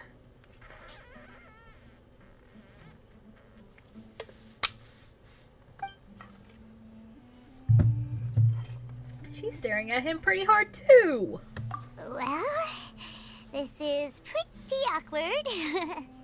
Hey, wanna play sardines with three people who wanna tear each other limb from limb? Sure, why not? Sounds fun. The air is so thick and heavy. Paimon can hardly keep floating anymore. My sincere apologies, everyone. This is the home of our village chief. I will have to ask you to make do with this small room until the sandstorm dies down. Please, let me introduce myself. I am Candace, protector of Aru Village. Our savior has come at last! Nice to meet you, Candace. The name's Paimon. Thank you so much for helping us. You have my gratitude. There's no need to thank me. It's only right to help each other when the weather gets rough. Wow, she's so gentle and caring, like a nice older sister. Unlike those guys over there. All right. Now that we're all better acquainted, we should return to the topic at hand. As a guardian charged with the responsibility to protect my fellow villagers from harm, I was observing your conflict from afar, even before the sandstorm started. And now that you have set foot within our village itself, it is all the more my responsibility to make absolutely sure that you pose no threat whatsoever to us. So please, have an honest and sincere conversation with one another, and put your hostile feelings to rest. If anyone dares to start anything again while they are under this roof, I will not hesitate to send them out for some quality time with the creatures of the sandstorm. Oh, on second thought, Paimon may have misjudged Candace's character. And that goes for you too, Miss Dia. Do I make myself clear? All right, we got it, Candace. That's what I like to hear. So, which of you will begin? I was supposed to be a mediator, but I might have gotten a little too involved just now. Anyway, one of those two should probably start talking. Wait, that was you trying to be a mediator? I have nothing to hide, so there's no shame in explaining myself. While Alhaitham wasn't wrong about the other Matra not knowing my whereabouts, it's not because I've been assigned a morally dubious mission. Rather, I've chosen to exile myself. Huh? Exile yourself? A little while ago, I discovered that there was data missing in the Academia's project planning and development files. What little they did report clearly did not match the project's actual progress. As General Mahamatra, I had the responsibility and authority to request an audit. However, to my surprise, the person responsible for the erroneous data was none other than Grand Sage Azar himself. I tried to investigate the issue myself before submitting a formal audit request, but I soon found that all leads and potential pieces of incriminating evidence were carefully concealed from me. I began to realize that they were cautious of me from the very beginning. Unsurprisingly, the Grand Sage rejected my audit request as soon as the submission reached his desk. He even said to me, "The power of the General Mahamatra is granted by the sages. You have no right to judge us." So they really are up to no good. I realized then that to the Grand Sage, the Matra are nothing more than tools for the sages to assert and maintain their control over knowledge. The vows that we took, the principles that we strive to uphold, they are meaningless to the academia of today. So you then decided to exile yourself. I believed it would be wise to flee the academia before the sages had a chance to take action against me. This way, they can no longer see nor predict my actions. I will never give up on this investigation. There's no need for someone else to give me power or authority. Once I find the truth, I will administer judgment by my own name. Cyno seems to have the same goal as us. We're all investigating the sages. Plus, now that he's no longer the General Mahamatra, he somehow feels a lot less scary. It's still too early to trust him completely. What if the whole story was just made up? Well, Cyno, if that's your story, then why did you see Alhaitham as a target? When I was investigating the matter in the academia, I overheard a conversation between Alhaitham and a sage. The sages asked you to investigate a blonde-haired traveler. Do you dispute this, Alhaitham? What? Are you serious? Like many parts of the project, this assignment was undocumented. Now throw in your suspicious behavior with the Divine Knowledge Capsule, and I think we deserve an explanation. From the very beginning, Alhaitham was... The sages were watching me from the very beginning? Yes. I was indeed tasked with investigating the Traveler. Why did you After say all, something? the promised reward was so great that hardly any scholar could have refused. The sage told me, once you've completed this assignment, I can give you a glimpse of divine knowledge. A most enticing offer. Unfortunately, those academics don't know me at all. Their words contained one key piece of information, namely that divine knowledge indeed exists. That gave me all I needed to know. From my perspective, the sages are far from trustworthy. Think about it. Isn't it a little strange they're so willing to share divine knowledge with anyone, even as a reward? So, I began my own investigation following the lead of the divine knowledge capsule. In the end, I realized my wisdom in committing to this rather than collaborating with the sages. Had I been less guarded, I probably would have ended up like that Ain al-Ahmar mercenary, incapable of remaining sane for long enough to hold a conversation. You mean that the sages originally planned to dispose of you, using one of those capsules that drive people insane? What about your encounter with me? Did you join force with me just so you could investigate me? I'd already given up on the assignment by then. I only told the Academia I was waiting in Port Ormos for you to appear so they wouldn't suspect anything. So it came as quite a surprise when I encountered my erstwhile target while investigating the Divine Knowledge Capsule. Criminals do love to talk about coincidences. Even though I ran into the Traveler by chance, I had no intention of providing assistance to the Academia. Also, you should remember, you were the ones who decided to follow me and strike up a conversation after I left that tavern. Now that you mention it, things did go like that. Is that enough to prove his innocence? That's true. Al-Haytham helped us out at Caravan Rebat as well. Maybe he's telling the truth. I'm willing to apologize, if that's worth anything to you. I took the Divine Knowledge Capsule behind your back because I judged its existence to be a significant risk. I felt that it would be best for no one to interact with it before it had been properly studied. After all, curiosity often proves to be the most dangerous thing in this land. You should be well aware, Scribe Al-Haytham, that curiosity can also lead you to danger and suspicion. Answer me this. Did the sages share any information about their project with you?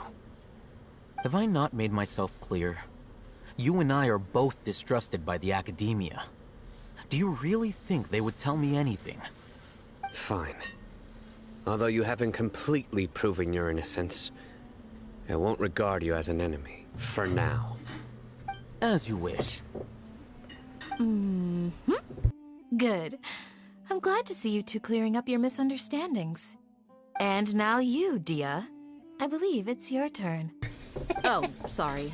Whatever the boys were talking about must have been so boring that I spaced out. Dang. My situation is pretty straightforward. My employer, Dunyarzad of the Homayani family, is friends with the Traveler and is currently recovering from her illness at home. I had nothing going on, so I decided to return to Aru village for a visit. I was actually looking forward to a pretty exciting time getting back together with everyone here. But then I saw these two random guys in the middle of a pointless argument. It ticked me off, and things went downhill from there. Is that all? Well, I will admit that definitely sounds like your style. In that case, welcome back, Dia. That's more like it. I missed you all so much, Candace. What was that? Whoa! What was that sound? No need to worry. Now that you're no longer at each other's throats, please make yourselves at home. I'll take a quick trip outside to clear out some of those creatures in the sandstorm. Creatures? In the sandstorm? Are you sure you don't want some backup? Fighting in a sandstorm is not for the faint-hearted. Anyone without extensive training in these conditions is at a disadvantage. You needn't worry. Yeah, just leave him to Candace. Don't worry, she's as tough as they come.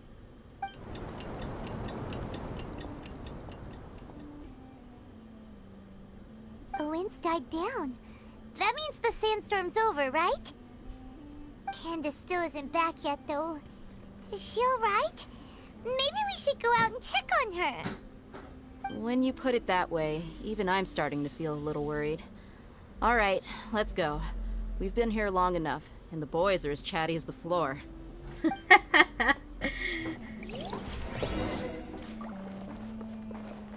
Is there anything interesting in here?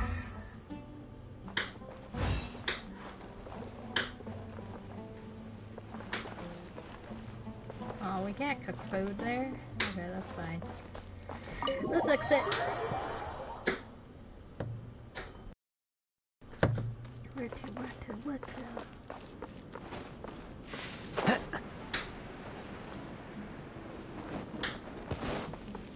Back there again? Oh, there's the... Oh god, no. Not these guys. Oh, Candace, you're still fighting? You've been out here dealing with these creatures the entire time? Yes. They just keep coming in waves. I've lost count of how many I've defeated. Before I realized it, even the sandstorm had stopped.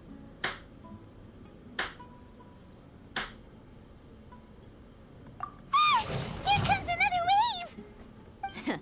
Leave this round to us. I got interrupted earlier, but now I have something to take my anger out on. It's been quite a while since I've seen the Flame Mane in action. I'll leave these to you then. I'll be sure to put on a good show. Let's go!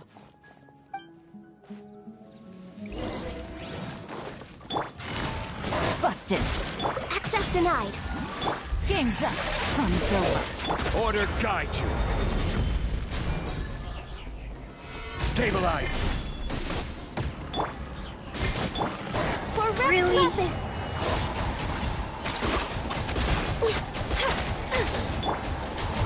Quietly now. Here comes another wave! When are they ever gonna let up? The creatures stopped appearing. Was that the last of them? Did you just do a back? What we fought just now was probably the aftermath of the sandstorm. So we should be safe for the time being. Well fought, everyone. No injuries, I hope. Huh? Who are you? Ah, my apologies. I haven't had a chance to greet you yet. I had my hands full taking care of the village's elderly and children. I am the chief of Aru village. Everyone usually calls me Uncle Anpu. It's a pleasure to meet you. Sorry for all the trouble. Sir, I am also originally from the desert, but I have not been back for some time now. May I ask if such sandstorms are common? I can't say they've always been common, but recently the storms have become increasingly severe and frequent. Besides sandstorms, we also occasionally get earthquakes. According to an investigator who stayed in the village a while ago, these unusual natural phenomena are related to the withering of Irminsul. Another effect of Irminsul's withering. So, Irminsul's withering causes withering zones in the forest, and sandstorms and earthquakes here in the desert? Everything in the natural world is inextricably connected to Irminsul. These regional symptoms can indeed be a reflection of Irminsul's present state. Everyone in Aru village needs to take good care of themselves. Speaking of which, why haven't I seen a single village keeper since I got here? Village keeper? Who are they? Village guards like Candace? Does your curiosity know no bounds? Village Keeper is how Aru village refers to mad scholars exiled here by the academia. Most of them are scholars who lost their sanity after a period of training in the Avidia forest. The academia believes that their crazed mutterings may have a negative effect on the psyches of other scholars. So, they're forcibly exiled to the desert. Though if you ask me, it's all a boatload of nonsense. Tignari's also brought this up before. Was also nearly exiled to the desert. Alas, that's exactly what we've been trying to investigate. One by one, the village keepers have been mysteriously disappearing without a trace. But no one in the village has ever seen them leave. If you're planning to stay around the village for the next few days, I'd appreciate it if you could keep an eye out for them. I've had encounters with those people in the past. I'll see what I can do to help. The Magi are the ones responsible for their exile. Now that you're no longer with them, are you trying to alleviate your guilt and atone for your past sins? I'm fascinated by how you think. Mock me if you will, but if you are guilty, I will eliminate you, regardless of my position or identity. Oh, you're the former General Mahamatra. You must be an expert in these kinds of investigations. Thank you for your help. I'll help too. Is it because you're reminded of Hypatia? Oh, these poor scholars. First they lose their sanity, now this! We need to help get them back home, safe and sound. But, is it really a good idea to tag along with Cyno? You seem like you really don't trust him. That way, this is a great opportunity to watch him. It'll be fine. Dia and the others are here too. I'll be grateful for the assistance. No doubt you will do a better job than some of my former subordinates. Let's start by finding a spot to share what we know so far. Alrighty.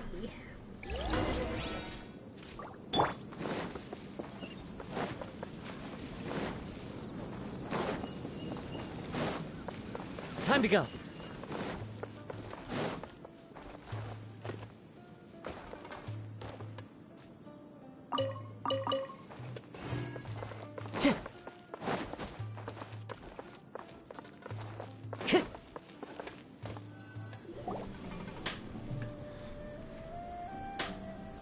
Although I've sent myself into exile, I'm still doing essentially the same things as before. Do you still have any questions for me before we start our investigation? Why do they refer to the Mad Scholars as Villager Keeper? One of my former subordinates told me that this title has its origins in a strange incident. The Academia has long exiled Mad Scholars to Aru Village. A mysterious phenomenon exists here. When Mad Scholars first arrive, they are as incoherent and deranged as before. But after spending some time here, they invariably begin to calm down. Initially, the people of Aru Village greatly resented having to take in the Mad Scholars. But a strange incident one night changed that. Aru Village was struck by the strongest earthquake in living memory. Seeing buildings on the verge of collapse all around him, the then chief of the village was preparing to take everyone to safety. Suddenly, he noticed a Mad Scholar crouching in a corner, caressing the ground with his hands. A soft, green light radiated from him, like a divine glow against the backdrop of night. Despite the powerful tremors that ripped through the ground that night, all the houses remained upright, almost as if they had grown roots reaching deep into the ground. In the end, not a single building collapsed, and no one was hurt. After that, the people of Aru Village treated the Mad Scholars with greater kindness, and began to refer to them as the Village Keepers. The soft green light? A Mad Scholar protecting Aru Village? What do you make of it, Traveler? It must have been Nahida's power. Only she could be capable of that. Paimon thinks so too. Actually, Cyno, Do you know if any of the mad scholars continued to wear their Akasha terminals at Aru Village? In theory, they would continue wearing them so the academia could still monitor their activities. With that said, the main Akasha system would no longer have any interaction with them. Oh, no wonder! Everything makes sense then! Add in the fact that they calmed down, it was probably Nahida who calmed them. If you are able to draw a conclusion from this one story alone, then it appears you possess much more information than I do. So, what do you make of the story?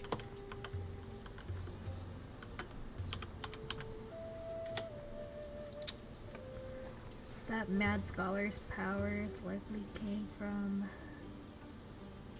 Lesser Lord Kashanala.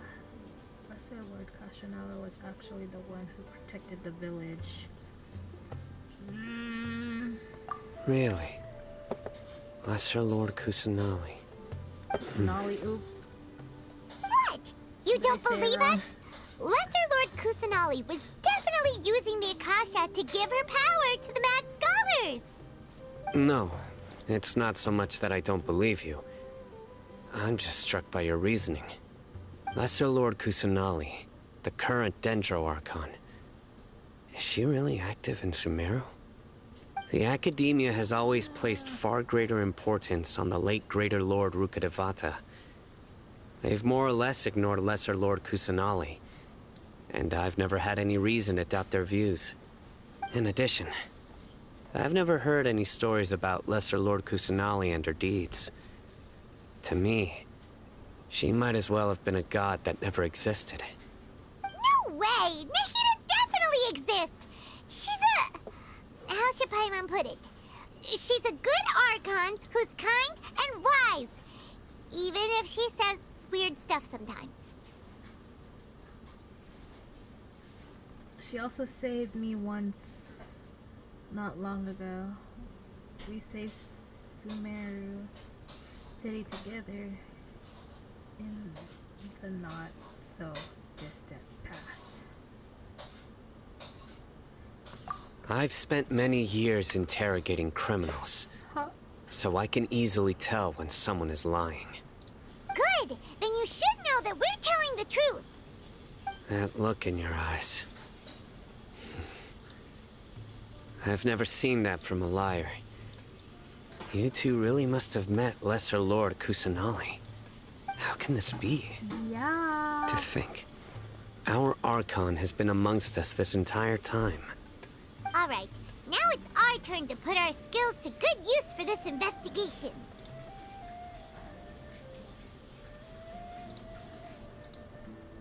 You betcha. But easier said than done, especially since we don't have any leads. Maybe we can start by knocking on some doors. Excuse me, are you here to help me find... Who are you? Why are you so rude? By the sounds of it, a resident of this village. My name is Isak. You'll help me find my grandpa, right? Is your grandpa a mad scholar? Hey, don't say that. Grandpa is just Grandpa. Why do you have to call him that? It's not like he's a bad person or anything. The person you're referring to is not a local, yet you are. Why do you call him Grandpa? Grandpa is just Grandpa. He's my family. I heard everything you said to the village chief. Please, you gotta take me with you. I want to find my grandpa. I swear I'll help. I won't be a nuisance. Ah, so you're the one who was eavesdropping on us around the village chief's house. I was planning to go out and take care of whoever it was, but I had a vague feeling that they didn't harbor any ill intent. Whoa. Haven wasn't kidding about Matra having sharp senses. Cyno, he's just a kid. All he wants is to find his grandpa. Let's find a way to help him. Sorry. I was only listening in because I wanted to know where Grandpa went. Honest. If you don't believe me, you can ask Miss Candace. Please help him, Cyno. All right. But first, let's confirm the facts with Candace. Okay. Candace. Oh, we're going inside. Oh, my head hurts.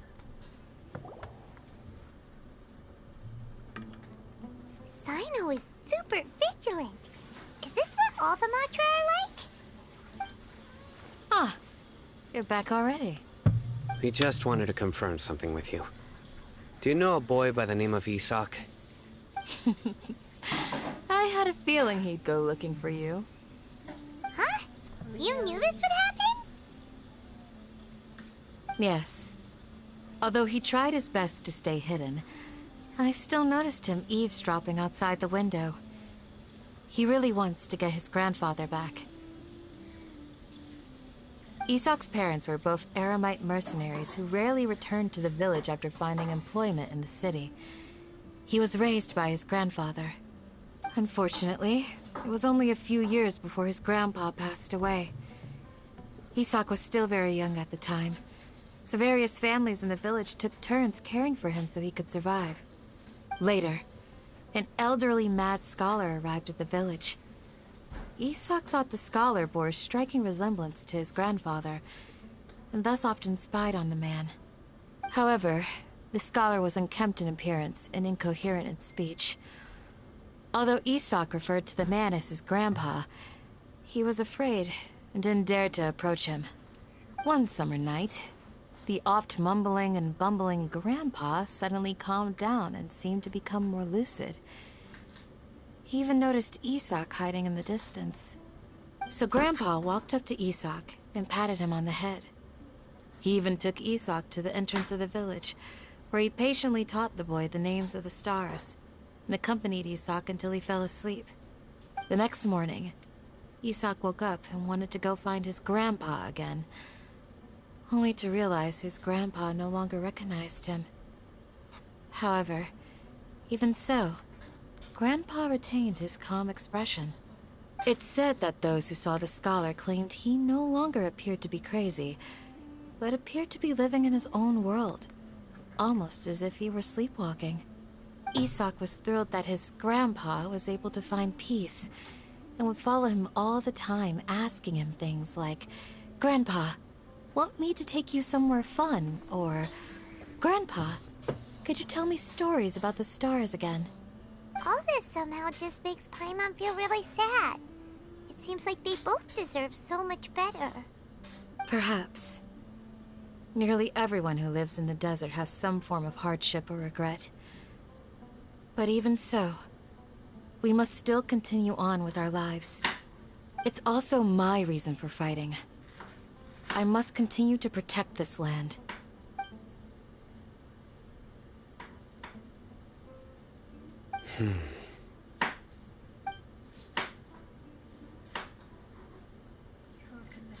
Maybe the people have always had a considerate god watching over them. Huh? What did you say, Cyno? No, nothing. As long as Isak keeps his word and doesn't get in our way, we can take him along. Perhaps you are more compassionate than I gave you credit for. Please accept my thanks on Isak's behalf, Cyno. We'll take good care of him. If he's actually traveling. Hey, Isak! Oh, it's you guys! We've cleared everything up. Let's go find your grandpa. Really? Wow! Thank you so much! Your grandpa will be found safe and sound. Yeah! Alright. Let's ask the local residents some questions first. Okay.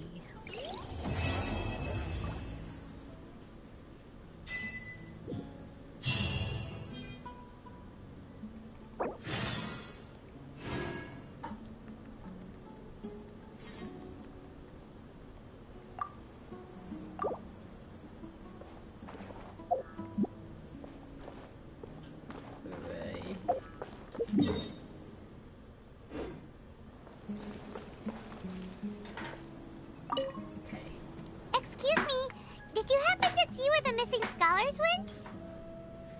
You mean the village keepers? Oh, let me think. When I was eating dinner the other day, I saw one of them by the side of the road, muttering away and eating mushrooms and tree roots. They shouldn't go around eating that kind of stuff. Okay. Did you notice anything else? Anything else? No, I think that's all I have to tell you. Sorry. Okay, bye. Thanks for the information.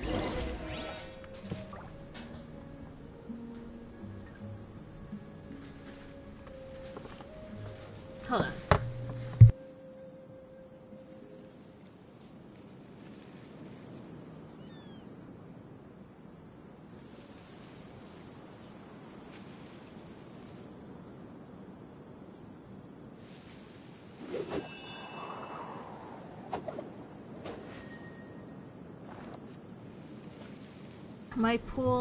My 10 pool got me a weapon, lol knows. Oh, I lost.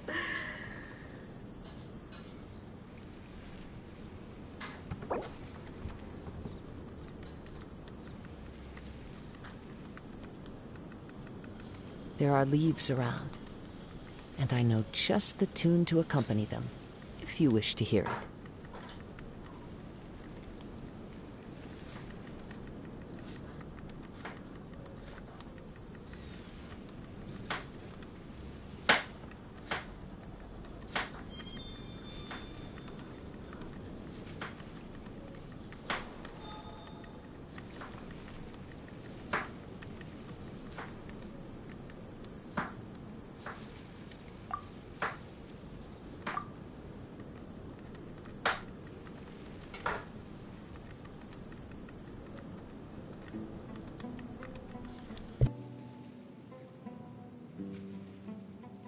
This scenery is wonderful. Surely enough to convince anyone to become a wanderer.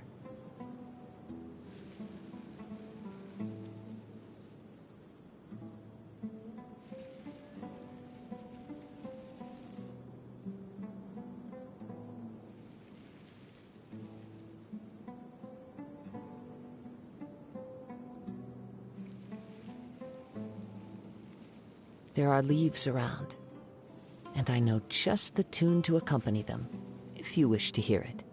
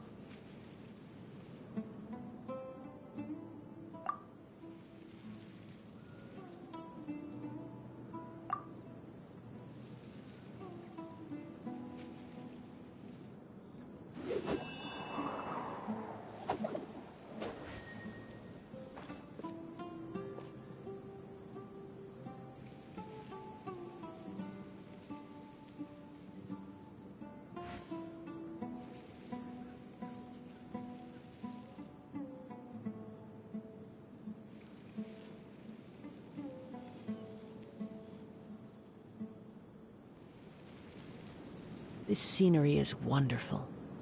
Surely enough to convince anyone to become a wanderer.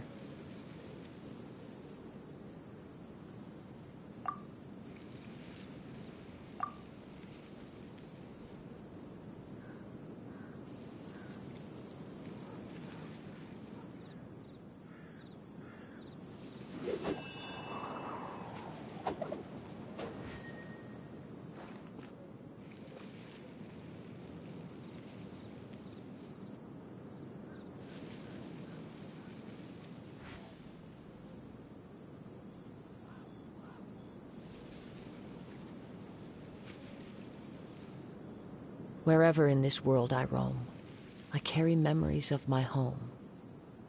This blade, it is the last link I have to the land of my birth.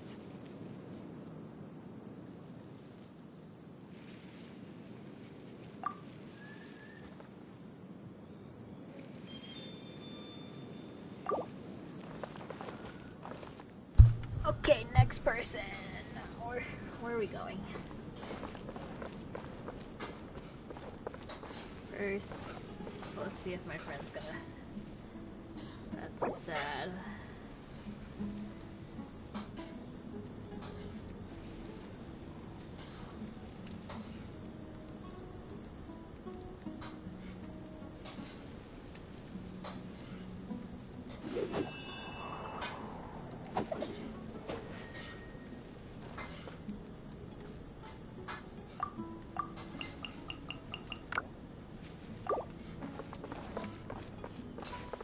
Let's continue.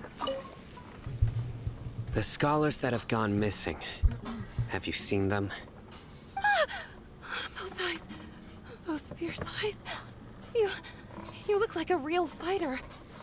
He is a real Don't fighter. change the subject. Right. You were asking about the the mad scholars. I think it's been a few days since I last saw them. I usually go to bed pretty early, so I'm not too familiar with what goes on at night. But honestly, I feel quite sympathetic towards them. Even though they act a little strange, they've helped me in the past. If it weren't for them, my house would have collapsed long ago. Do you also think Grandpa and the others are good people? Grandpa? Oh, hello there. It's little Isak. You mean that nice man who looks like your grandpa's long-lost twin, right? He was actually the one who protected my house. I saw it with my own eyes. He happened to be staying near my house that day and was doing something with his hands on the ground. It still feels pretty surreal now that I think back on it. Did someone teach them how to do that? Well, whatever the case, I'll always be thankful to him and whoever taught him to look out for others. I'm pretty sure that if I ever went mad, I wouldn't be able to do anything like that. Gotcha. Thank you. Aww.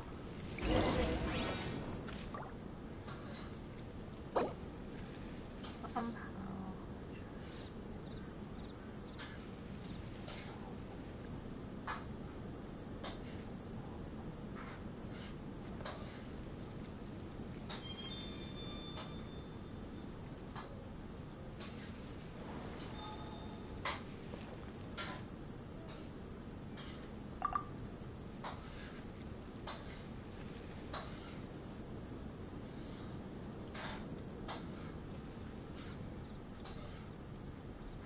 There are leaves around, and I know just the tune to accompany them, if you wish to hear it.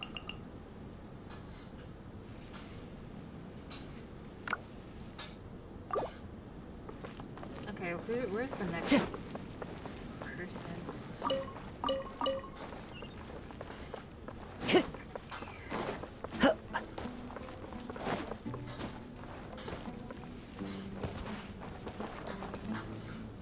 Hello, kind sir. Sir, have you seen my grandpa recently? You know, the one who likes to sit and space out near the village entrance. Oh, well, if it isn't Isak. Oh, your grandpa, huh? It's been a while.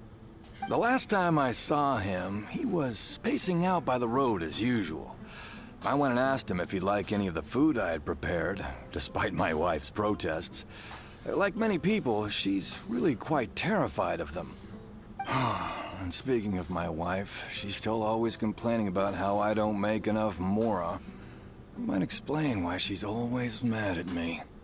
Oh, thank you. Thank you for taking care of him. It was nothing. You're looking for him, right? Did he go for a walk and get lost? Yeah. That's no good. Well, once you found him, come by my place again and I'll cook a little something for the both of you. I've known you since you were very young. So as far as I'm concerned, you're family. Please feel free to come by anytime. Wow, what a nice guy! Okay, thank you, sir. Huh?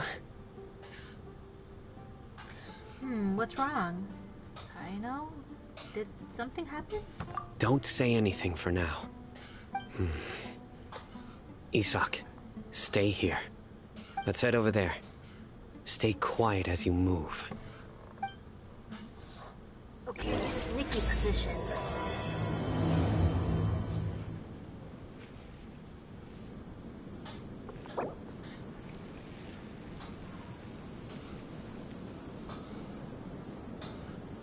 It's okay. Don't worry. Join the Aramites. Desert I can go to now. Thank you. And sorry.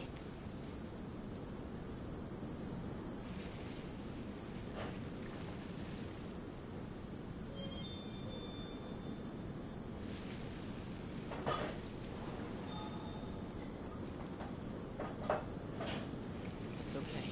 Don't worry. Join the Aramites and embrace a wonderful new life.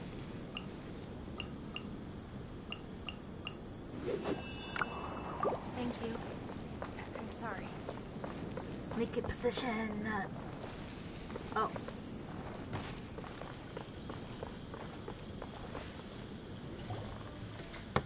Listen, see if you can make out what they're saying. Have you heard? The mighty Scarlet King, the sovereign of our faith, will soon return to this world. Yes, of course I have. The Scarlet King is the one and only true ruler of this land. I've never believed in any other gods. Still, you say he's coming back, but it sure doesn't feel like life's about to change around here anytime soon. What's your proof? Haven't you noticed? The village has been getting more deranged scholars than ever. Delavar was saying that many people also went insane just before the fall of the Scarlet King's civilization in ancient times. We don't quite know why, but it seems like there's some sort of connection between insanity and the Scarlet King. Isn't it a sign of the Scarlet King's power that all the mad scholars have disappeared? If you ask me, they must have been chosen as the final sacrifice for the Scarlet King's resurrection. Huh. Now that you say it, that does make some sense. Does this mean our lives are finally going to take a turn for the better? Exactly. Those city folks will get what's coming to them. Now, repeat everything you've just said from the very beginning.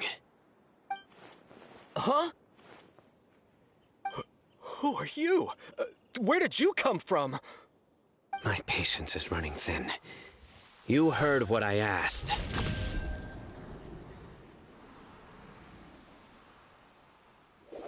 Yeah! Bro, this guy's something else. Just look at his eyes. One wrong move, and he's gonna flay us alive. Let's not get on his bad side, okay? I am no match for this guy. Oh, okay, good sir. What is it you would like to know? Tell me about the Scarlet King's resurrection. Well, I only know a few things from hearsay. I went for a drink the other day and heard others talking about a rumor that the madmen will disappear and that the Scarlet King will return to this land. I'm not making this up, I swear! Hey, go on, keep talking. It's true. It's all true, sir. We desert folk have had more than enough of those people at the academia. They keep sending us all their mad scholars and won't let us have a good life.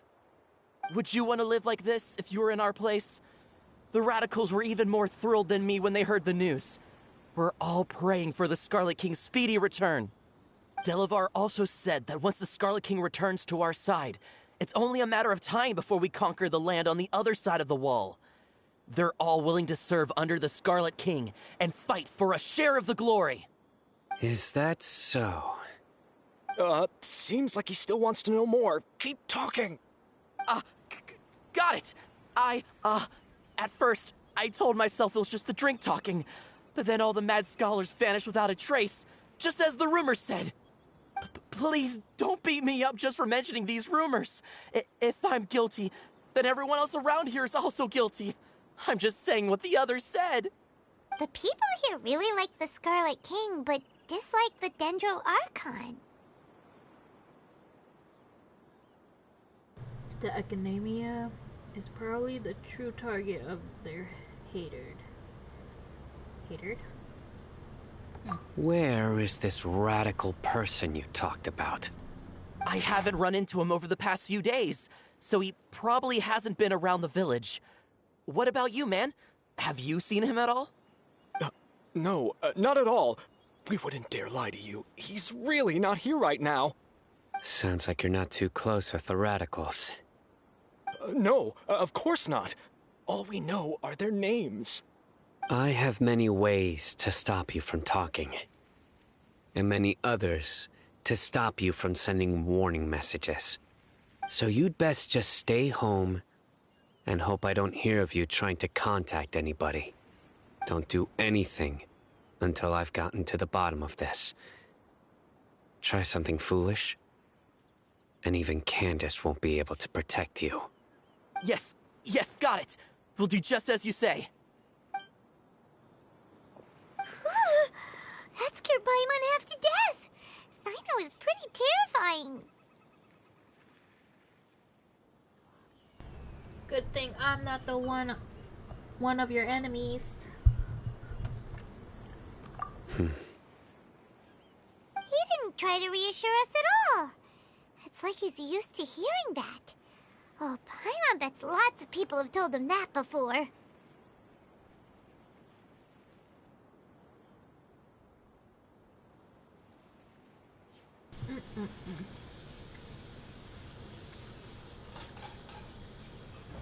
All the more reason for you to not get on his bad side. I heard that. Sorry.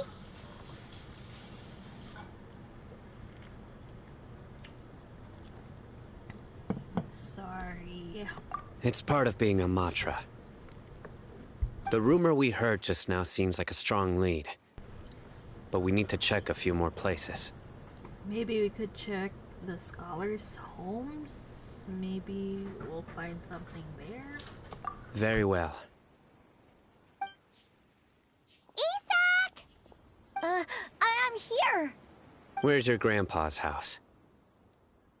Well, I can take you there. Just follow me.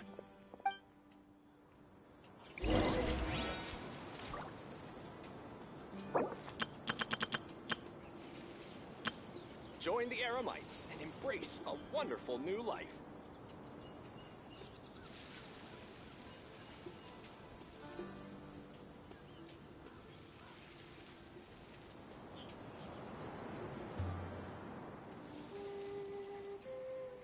I hope I can be as cool as Candace.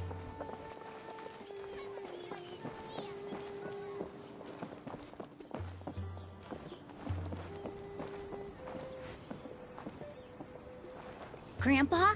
Oh, he likes to be alone. Sometimes he stares at the sky in a daze, and other times he just pokes at the ground with his fingers. Every now and then, he yells out at the top of his lungs, so a lot of people are really scared of him. But he's a good person, really. I know he is. I swear, he's just like my real grandpa.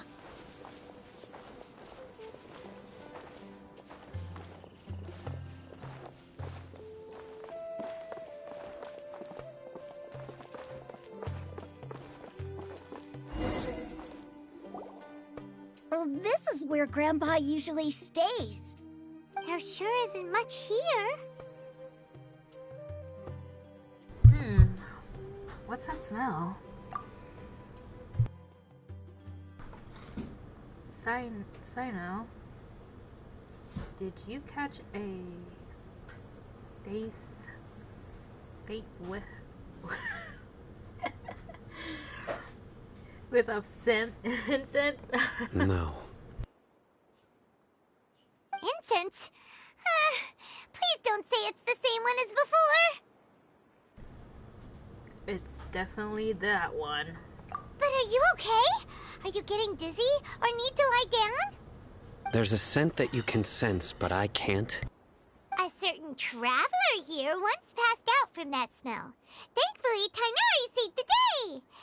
And then he gave us a long lecture to explain all about how it worked. So, you know Tighnari? Huh? You know him too? Are you two friends?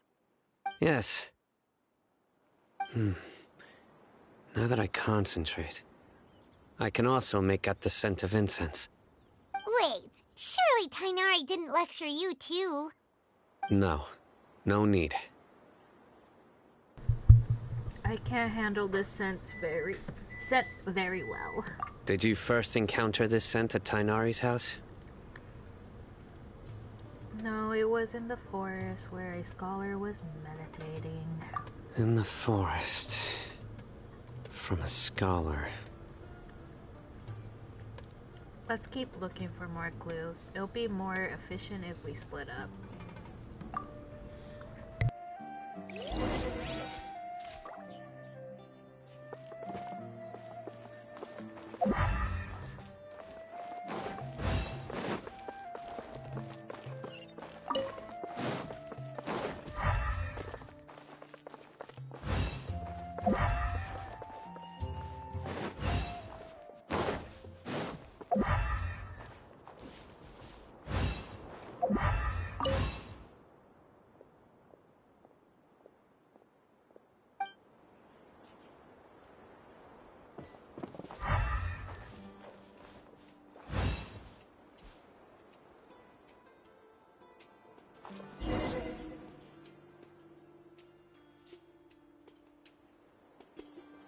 What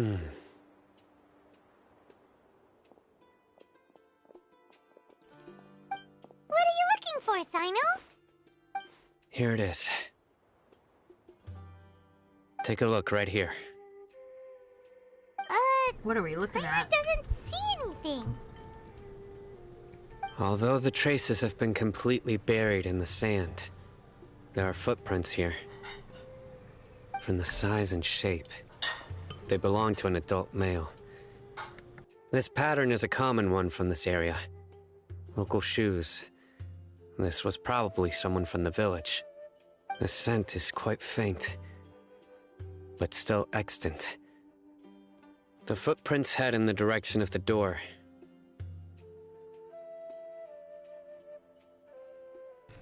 You mean someone has been here?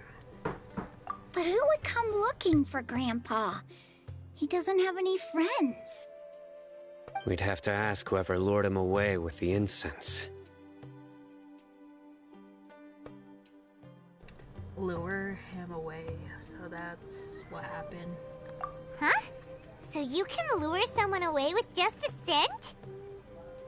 You get lured away by food all the time. You fall for that kind of thing all the time, Paimon. Hey! What's wrong with liking good food? Everyone's got something they love in life. Exactly. Most scholars are fond of incense, since the smell supposedly helps them clear their minds and discover new knowledge. Even deep within the clutches of madness, they still yearn for their knowledge-seeking days, and will follow the scent whenever it presents itself. No, Grandpa. So, someone's taking advantage of their weakness? Huh. Still, why would anyone want to abduct all the scholars? Is it to reincarnate King Deshret? I don't know how to say that name. Are the rumors really true? That's the only lead we have so far. Could the disappearance of all the mad scholars have something to do with the radicals? It's highly likely. Please, you have to save my Grandpa. Grandpa's never done anything wrong. Please help him. Sounds like we'd better help get him back. Don't you worry, Isak. We won't let whoever took him get away with it. Let's head to Aru Village and inform Candace and the others about what we learned here. After that, we'll set off to find the scholars.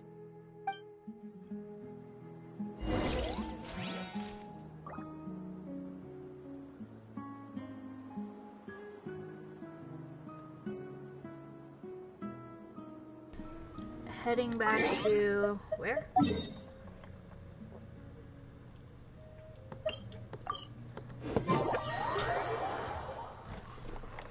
Back to Candace. Right. The darker fabric definitely looks a lot better. That'd be my choice, too. We're back, Candace! We've got a lot to tell you. Ah, welcome back. Sounds like everyone's friends already. Oh, Dia's here too! You bet. So, everything goes smoothly? Reasonably. Alhaitham didn't go with you? We haven't seen him at all. Huh. I saw him around the village entrance earlier and figured he was investigating with you. I guess he must have gone off on his own. Did you find out anything useful?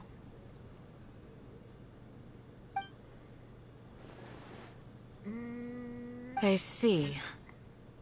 So someone used a kind of incense to lead the exiled scholars away from the village.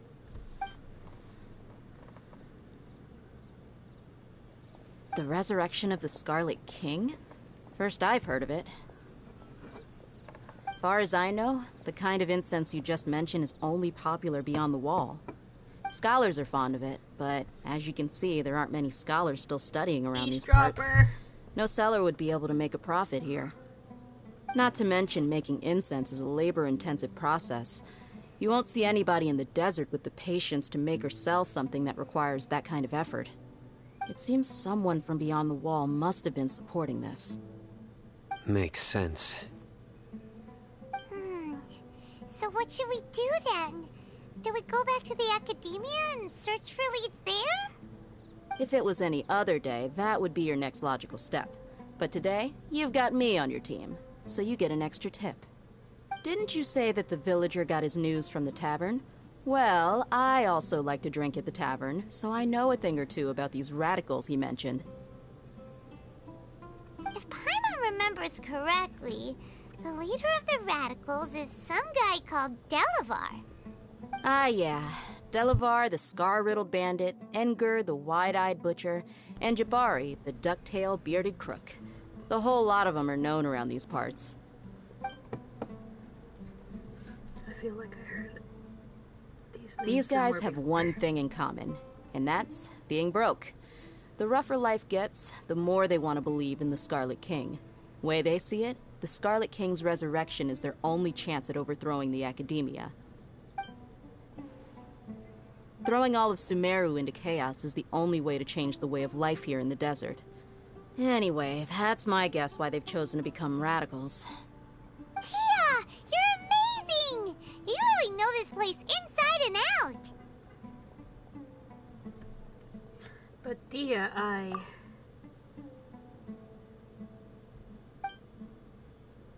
Tia's winking at me. Maybe I should stay quiet now. No merc can afford to slack off on gathering intelligence. Every mora I've spent in the tavern has been a valuable investment. Let's head out. Now hold on, you're staying right here, Cyno. Why?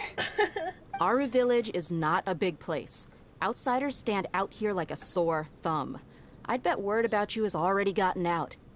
The desert is unforgiving, so the way of life here is also a lot tougher than on the outside of the wall. You survive on making connections out here. Compared to you, mercs like me are just third-rate amateurs. I've got no actual fighting skills to speak of. But that also makes it a whole lot easier for me to gain the locals' trust.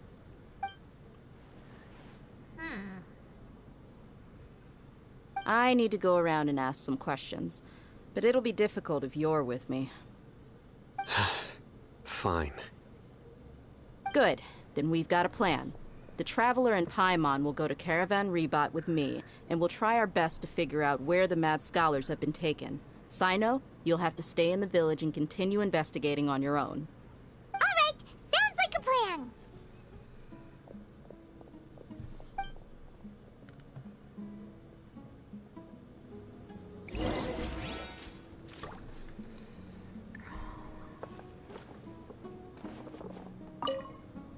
Cyno, please don't take offense.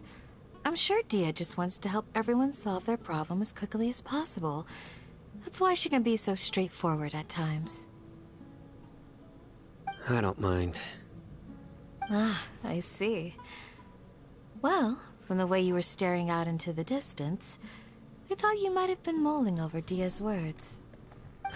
No, I'm used to being treated that way. It's natural to fear strength. I take no objection to it.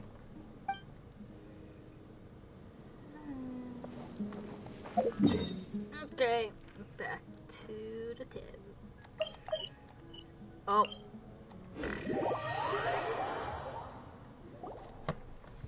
Well, here we are again. Sounds like you're starting to get familiar with the area. Paimon's amazed Somewhat. every time we see the wall of Samiel. How can a wall this tall even exist? It's almost unreal. I know what you mean. I had the same question every time I walked this way when I was a kid. It's like a big Also, tree. why is this high wall here? And can a wall really block sandstorms? It was only after I grew up that I realized the wall of Samiel isn't just there to keep out the sandstorms. It serves a more important purpose, keeping out people like us. Sumeru is run by wise and mighty sages. To them, us desert dwellers are nothing but tools that can be used and discarded at their whim. We're cheap labor, like livestock, but easier to control. Nothing more. Even if a child from the desert got the chance to obtain an Akasha terminal, almost all their requests for knowledge would be denied. The academia believes we're underserving. Geniuses like Sataria are 1 in a million. The other children never get a single chance to try and rewrite their fate, even though the academia knows very well that we're humans, just as they are. That's terrible. I would tear down this wall with my own hands if I could.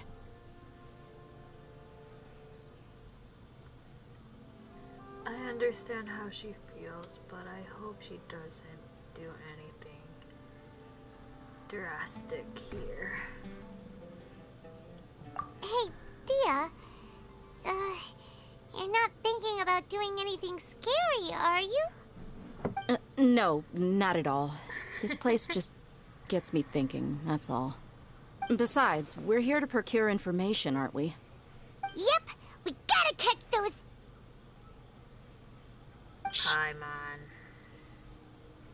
Caravan Rebot is crawling with people, so be careful what you say. We don't want anyone to find out what we're here for.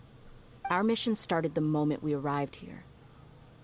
Let's go check out the tavern. Maybe we'll find someone I know.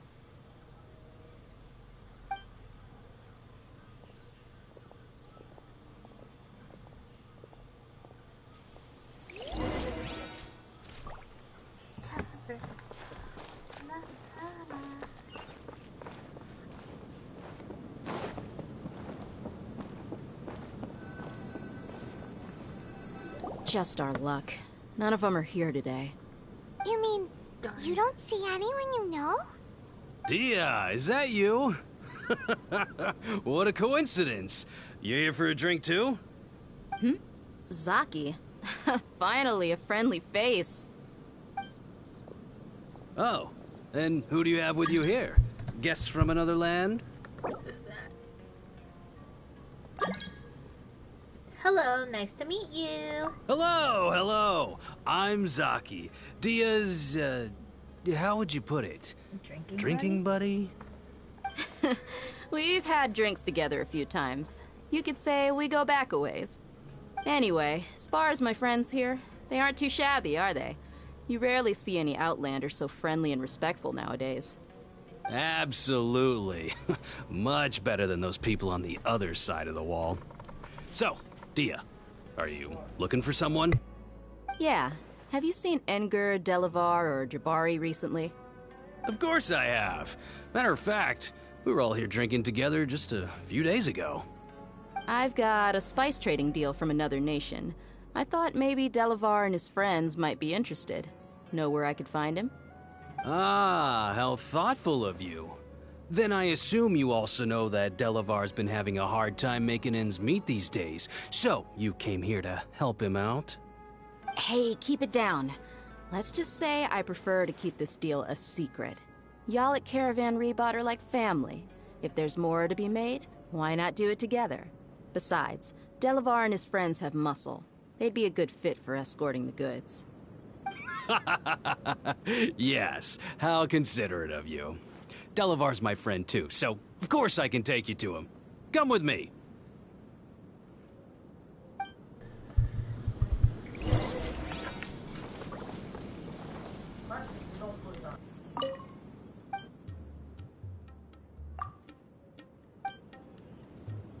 I thought this person would sell food. Never mind.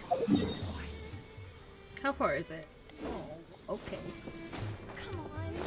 We're running on foot. Take it easy.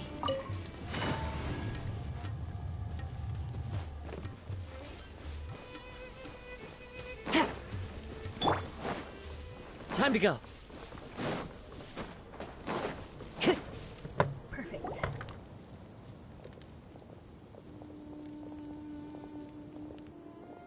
Are we there yet?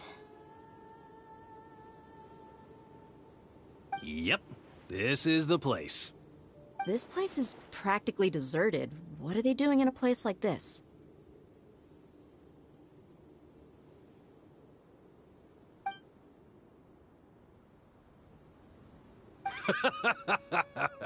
Why don't you take a guess? Go on, a wild stab in the dark. You're like lambs to the slaughter.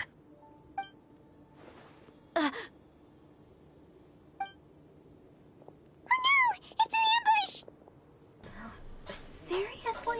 We got ambushed again? What's this all about, Zaki? Come on, Dia. You really think we didn't hear about what you said back in Aru village? The boys have kept a close eye on you from the moment you set foot there. Not only do I know that you're looking for Delavar, I also know that you've teamed up with people from the Academia to look for the missing scholars. So, you've been watching us from the very beginning? Uh-oh. Paimon knew leaving Cyno behind was a mistake!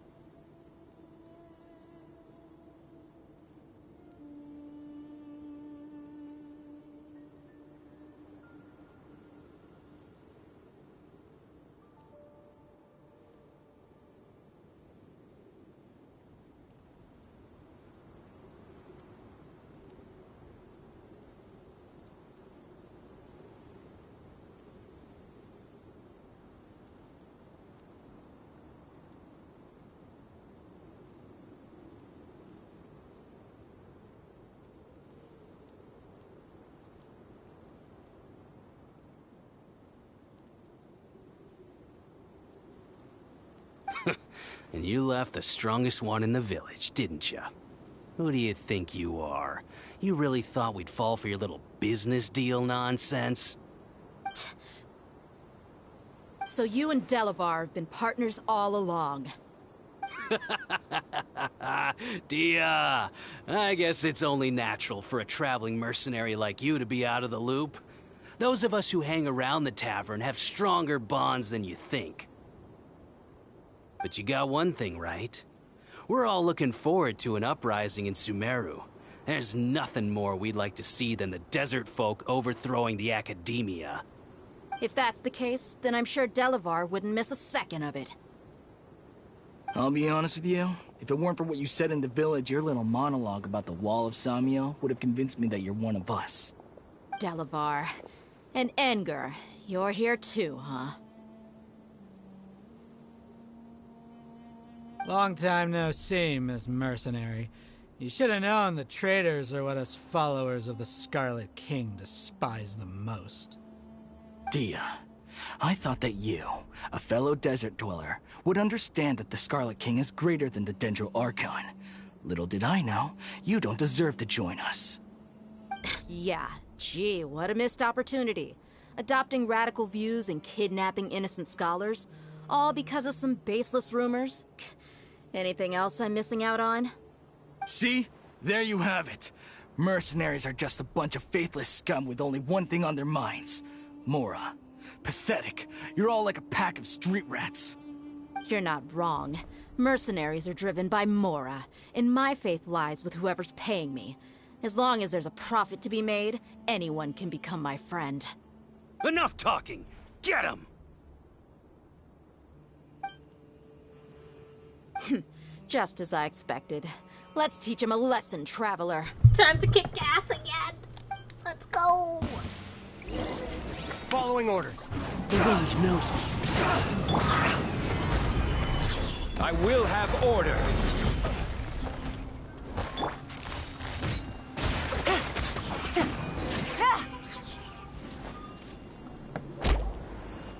Impossible!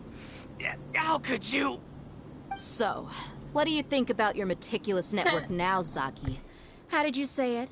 It's only natural for a traveling mercenary like me to be out of the loop. I'm guessing your informant told you that I'm just an incompetent merc with no real fighting skills, correct? I mean, that is what I said after all. And of course you would believe everything he reported. The only thing you know about me is that I'm a mercenary, but you've never seen me in action. Even though you heard we went to handle monsters together, you believed that Candace was the only one doing all the real fighting. That so-called Flame Mane is just a fraud. She admitted it herself. She just uses her connections to gain the trust of others. That's what you thought, right? Ugh. You lied in the village because you figured that we'd have people watching you. And you were stupid enough to fall for it. I figured as much the first time we drank together. You all thought you were so smart. Pathetic. Okay, that should be all of them. Whoa! So you've been planning this since we were in Aru Village? No task can be done without preparation. I just happened to notice a couple suspicious-looking people while you were out investigating. Oh, but instead of catching them right away, you let them report back. Those two who were snooping around were just a couple small fries. If we want to get the real catch, we have to be patient and give it some time.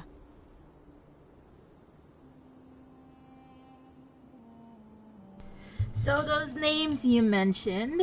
Oh, you mean the funny names she mentioned back in Uncle Ampu's house?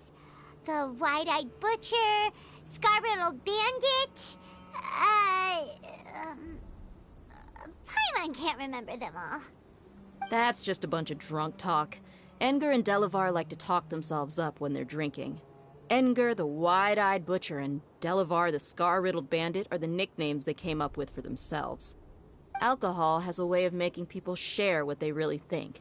So Edgar and Delavar are always rambling in the tavern about how the Scarlet King is a superior deity. What about Zaki? He's just a numbskull who fell right into our trap. Zaki was probably the best hidden of them all. My initial plan was to find Delavar first, and then try to track him down.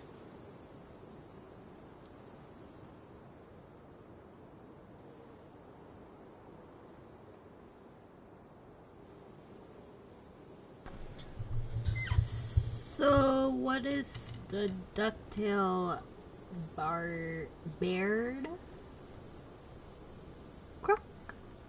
That's what you wanted to ask when we were at Uncle Anpu's house, right?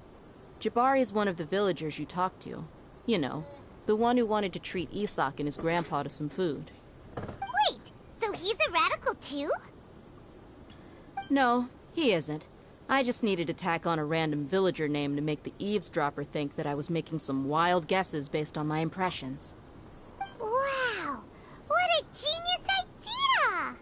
Well, that's an expert mercenary for ya. Ah, you're too kind. It was straight from the usual playbook, if I'm honest. So, that thing you were saying before, is it really true? Hmm? About what? About how mercenaries only care about Mora, and that anyone's a friend as long as there's a profit. Does that bother you? I don't think you're that kind of person. What makes you so sure? Because even without an employer, you're still helping us out. Dia, do you dislike the Dendro Archon like the other desert folk? You two are pretty sharp. No, I don't have anything against the Dendro Archon. I've heard a lot of nice things about the Lesser Lord from Dunyarzad. I can understand her devotion and gratitude. Dunyarzad's just an ordinary person. There's no way a god would be so involved in the lives of everyday people, unless they were truly compassionate. I've begun to realize that the sages are behind everything that's happened recently. The radicals' blind belief in the Scarlet King, making the Dendro Archon out to be an enemy. It's all the Academia's trickery. But I see through it all. And unlike them, I can never be hostile towards anyone who's never done anything wrong. Dia. Anyway, looks like we're done with business here. Traveler, lend me a hand. Let's tie him up and bring him to the village. Yes, ma'am.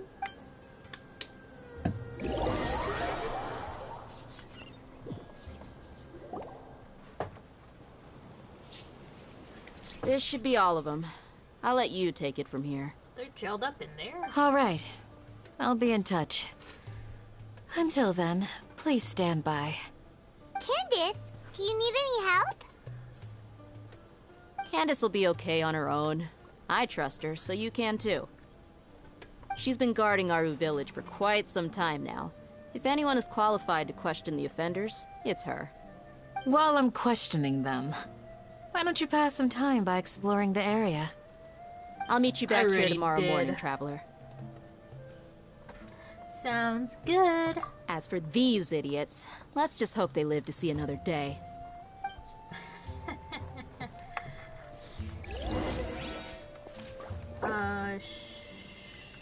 Okay, should I? Well...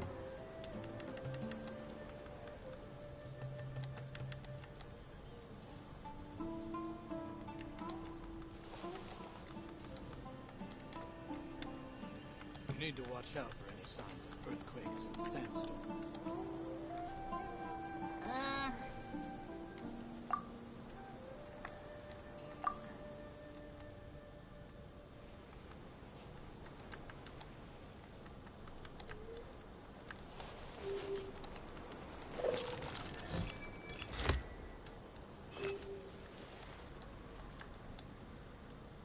You need to watch out for any signs of earthquakes and sandstorms.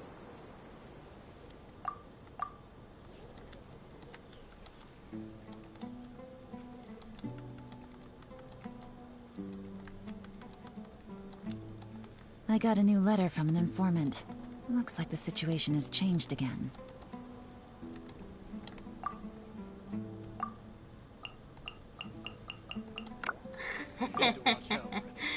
Okay,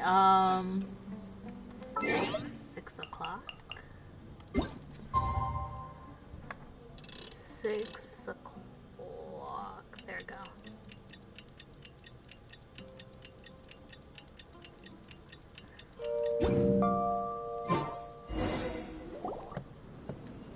Hey, Dia! Right on time. Did we learn anything from the criminals? We'll know any moment now. Paimon's been wondering. You seem to know Candace pretty well. Have you been friends for a long time? We've known each other for some time now. She's a pretty interesting person. Even though she's an extremely strong warrior, she never misuses her powers against others. Oh, Paimon knows what you mean. Like a lot of martial artists say, never take the fight outside the ring. Yep, I guess you can put it that way. It takes strong convictions to be as dedicated as she is, and shoulder that kind of responsibility. Us mercs, on the other hand, we pretty much live from one day to the next. Well, Paimon thinks you're great too. Really? Thanks for that.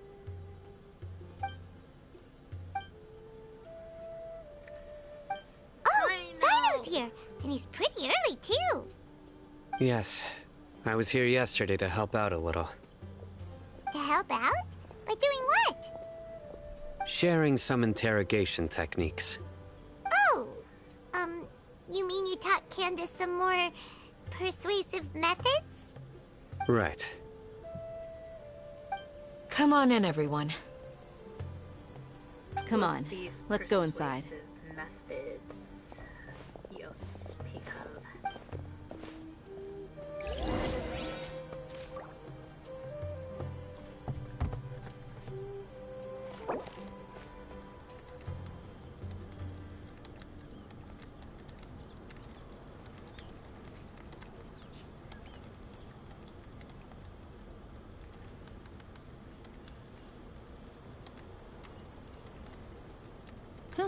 Good roll. All right, maybe I'll take one more day off and knock out the rest of the work once I'm feeling up to it.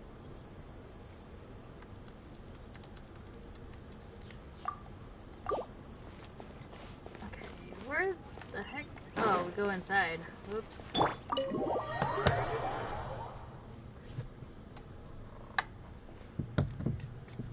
Candace, where? Whoa, you look furious.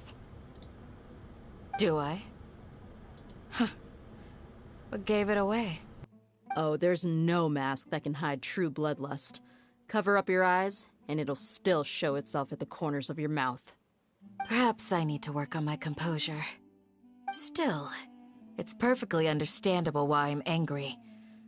I'm sure everyone present would agree. Yes, ma'am. Please, don't beat us anymore. We're gonna die. Well, looks like Cyno taught her well.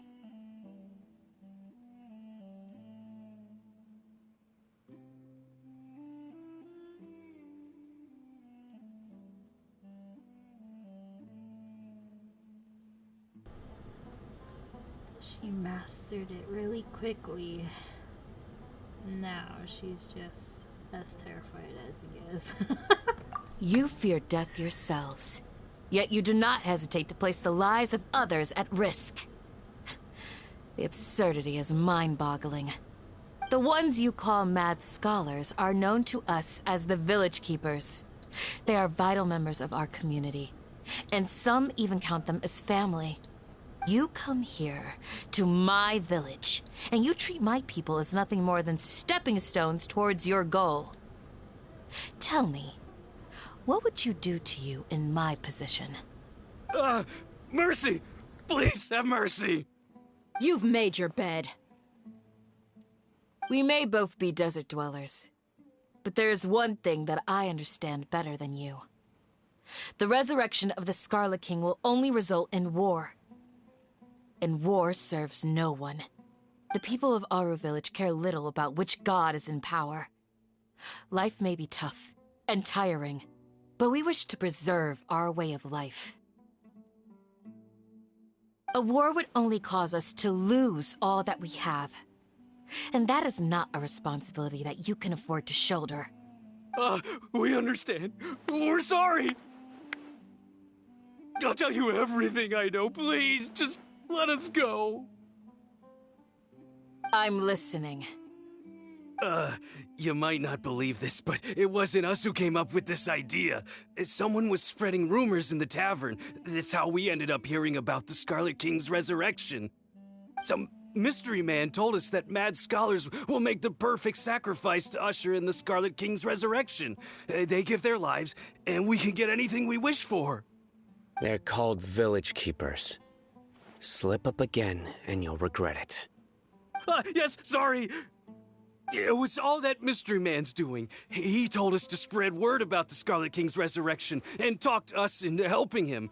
In return, he said he'll help facilitate the resurrection process.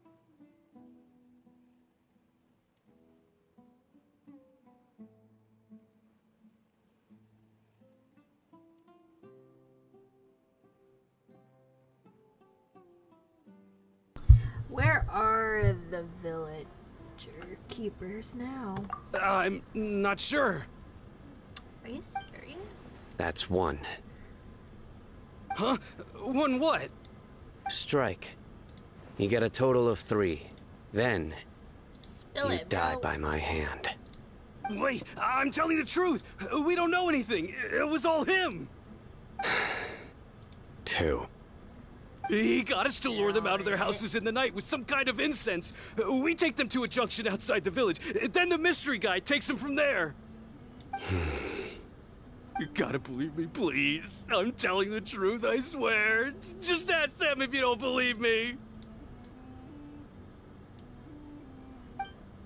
That was indeed the truth.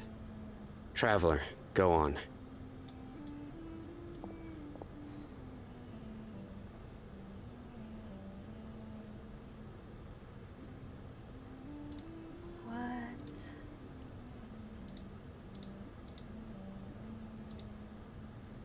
In here? Oh, it is in here. Oh. Did not know that.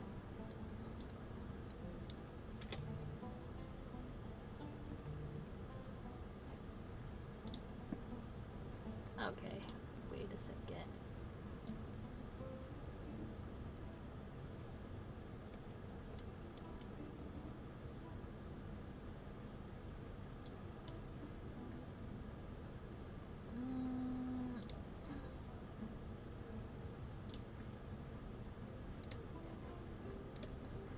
How to clear things out.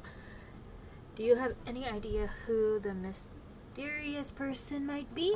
You have to believe me. If I knew that, I would have told you his name right away. I'm not risking another beating to keep his secrets. No way.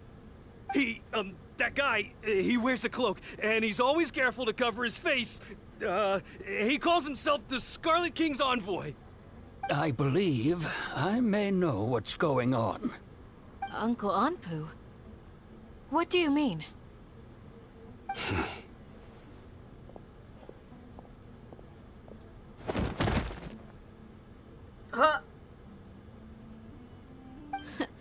Smooth. Okay, speak. If my suspicions are correct, this mystery man they speak of could be from the Academia. Some time ago, people from the Academia attempted to take the village keepers away. I refused, insisting that they are part of our community. It strikes me now that this secretive character shares the same goal they had. Which means it's highly likely that the Academia was purposely spreading a false rumor to trick the radicals into delivering the village keepers right into their hands. They were the ones who brought them here to begin with. Now they're trying to take them back? We aren't gonna let that happen. Not the Academia again. In Sumeria Sumeru City,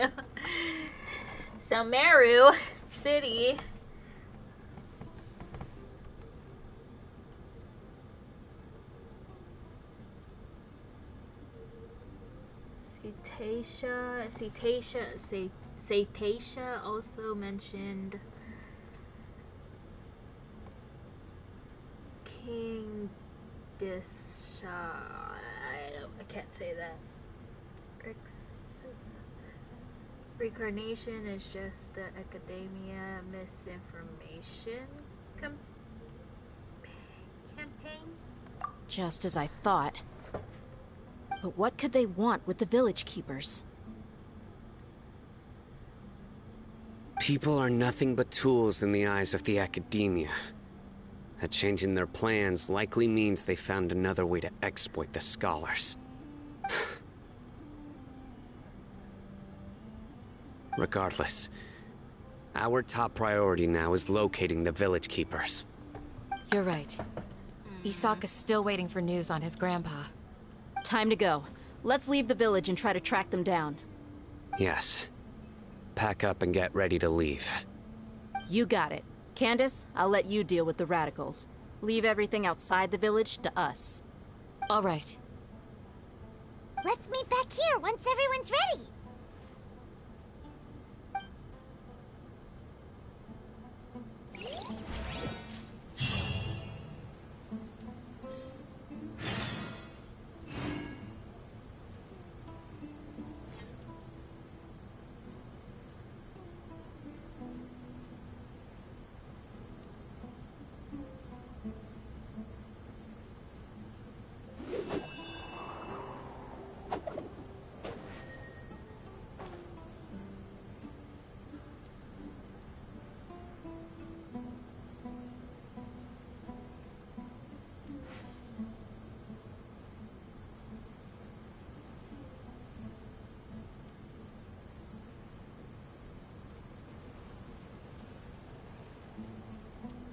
This scenery is wonderful.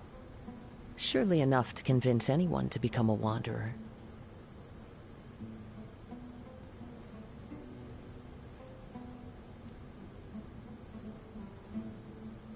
What just happened?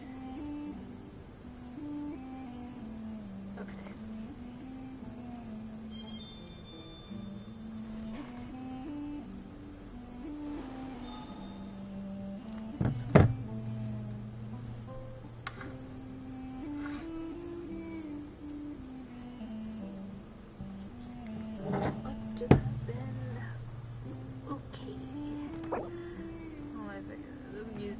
so good. Yes, it is.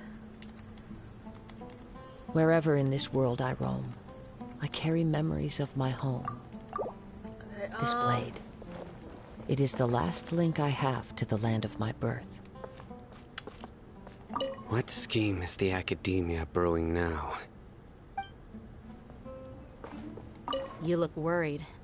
Thinking about the village keepers? Yes. I'd look for them myself if I could. As members of our village, each one of them is very important to me. You have a strong sense of belonging here.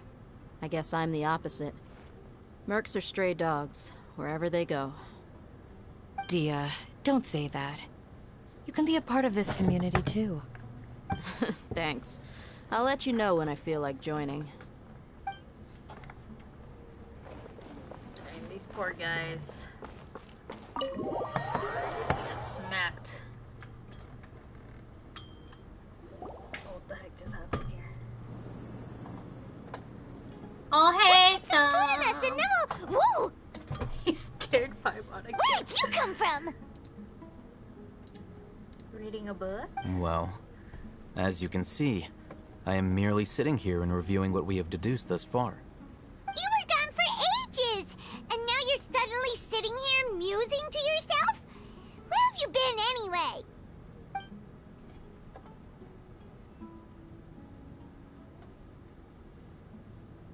He's so focused.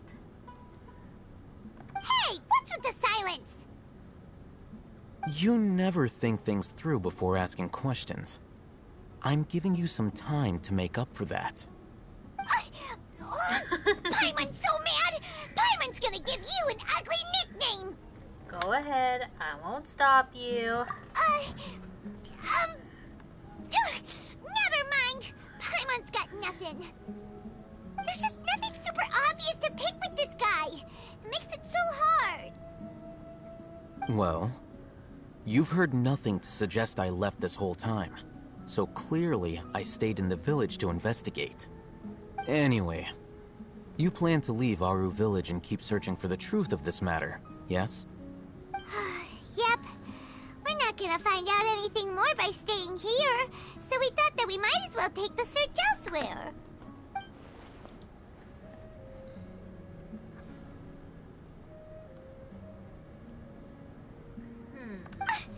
Enough with the silent treatment!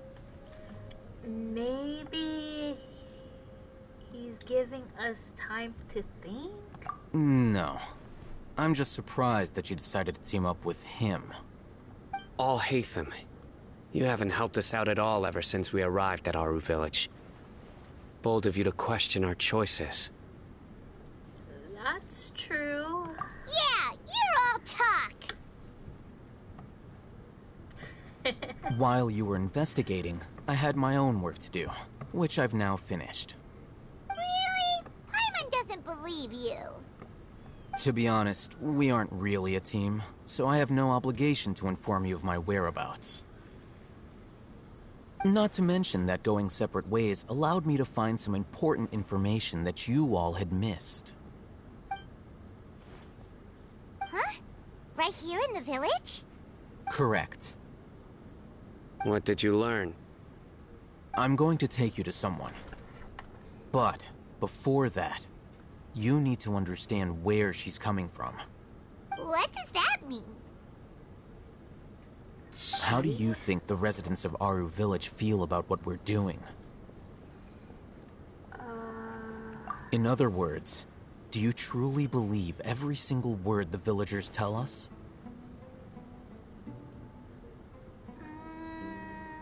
You mean, some of them lied to us?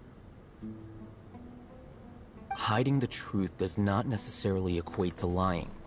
Again, these people have their reasons. Remember what Candace said? Most people in Aru village don't necessarily care which deity is in charge of Sumeru.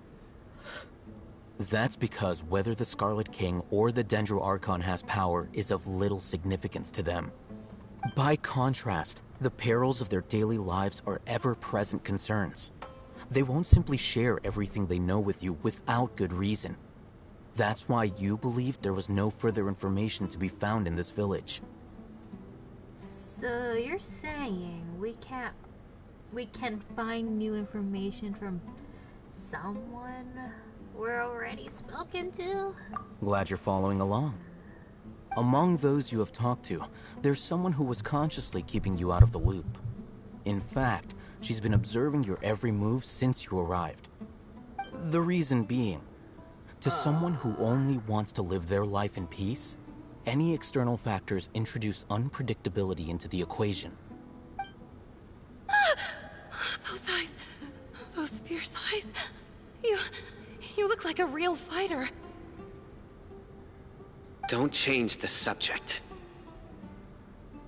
It's quite obvious that she's intimidated by Cyno's authority and strength. Right.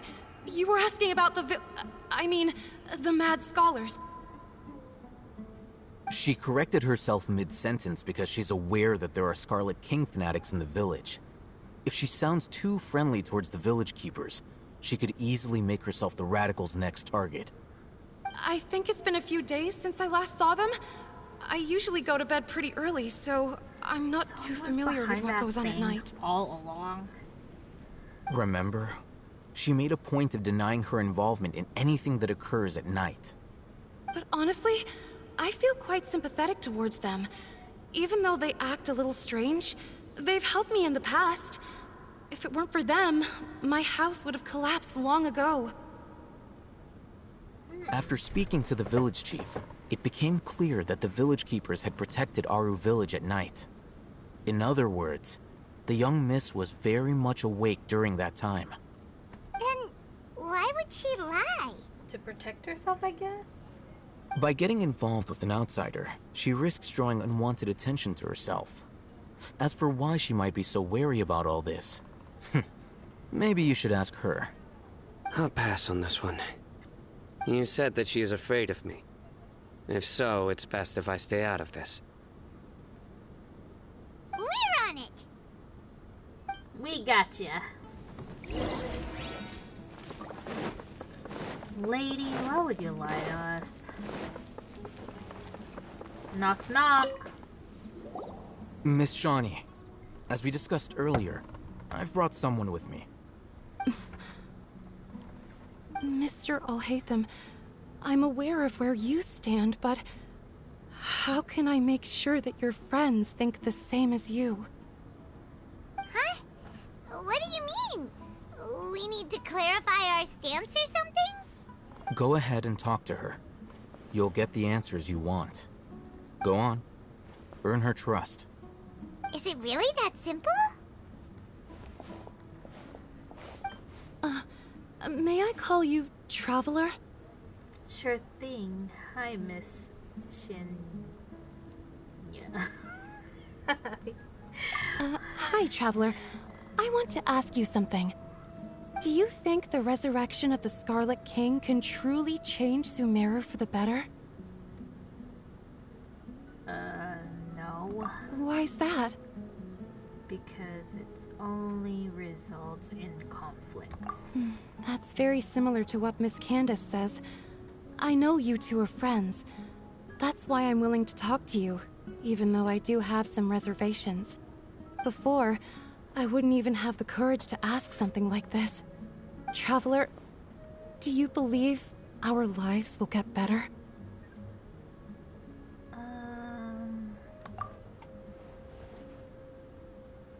I can't promise anything, but I'll do the best I can. Yeah!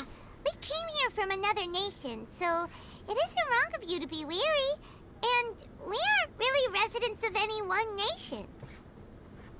But even so, we've met lots of people from different places, and we've always fought for what we believed in. We have friends in Sumeru, and we want to help them. That's why we decided to stay here for a while. Yup. I want to trust you. My apologies for posing my questions like that. To be honest, I didn't expect you to come back for more information. Alhaitham told us you have your reasons. It's okay. We understand. The fact is that I'm Only one side of my family is desert folk. I don't really fit in anywhere in Sumeru. Some believe in the Dendro Archon, while others believe in the Scarlet King. I don't belong to either side, and neither side would want me.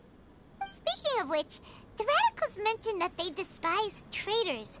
Do they just think that anyone who's different from them is a traitor? Yeah. Some people can be so narrow-minded when it comes to bloodline and beliefs. It makes no difference what I say or how I behave. I'll always be suspected of having ulterior motives. Slowly, I just stopped talking to people. I pretended not to hear or see anything. All I want is to live my life in peace. And then it happened. The village keepers who had helped me disappeared with no explanation, and I didn't dare breathe a word about it to anyone. Until now. You can tell them. I'm sure she'll keep your secret. All right. I'll tell you what I told Alhaitham. I actually have a sharper sense of hearing than most. Sometimes, I hear strange crying sounds in the night. There are ghosts? Perhaps. I'm not sure. It's faint, but it's definitely the sound of crying. It comes from far away in the distance, and always carries very raw emotion. It used to be louder and more frequent, but ever since you arrived in the village, it doesn't seem to happen as often, and when it does, it's much quieter. I have to focus really hard to make it out. I confirmed this with the guards on night duty. They also have someone with a good ear, and he's heard similar sounds at night. But, because we're in the middle of a desert, he would rather believe that they are the cries of beasts than ghosts. Could you make out where the sound were coming from? There's really nothing around these parts, except for an old hospital not far from the village. I think they used to use it for treating Elazar, but it's been abandoned for years. We need to check out the hospital. Yeah, let's go! Let's go. Hospital?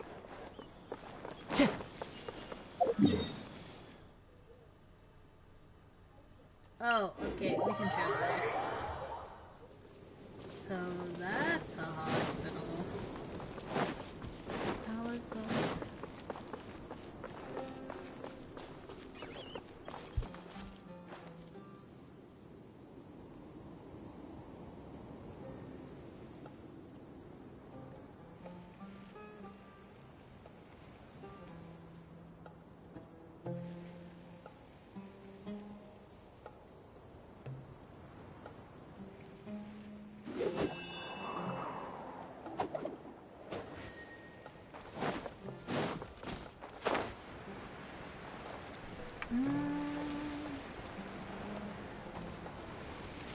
Oh, is this the place? It's in terrible shape. And the monsters! Watch out! This is long overdue. Solidify! Order guide you. Into the wind. Gotcha. Seriously? Things are about to get dicey. Clouds hide, and the birds come. The wind knows me. I will have order.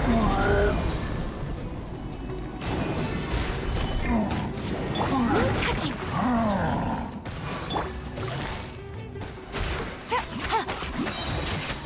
Here comes the catch.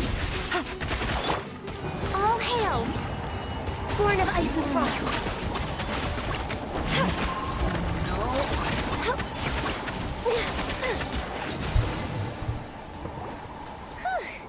They were easier to deal with than Paimon had expected. What were you even expecting? Super strong bandits? Or monsters taller than buildings dropping out of the sky? Or, something like that. He looks super serious. We gotta stay on our A game too. This is the one.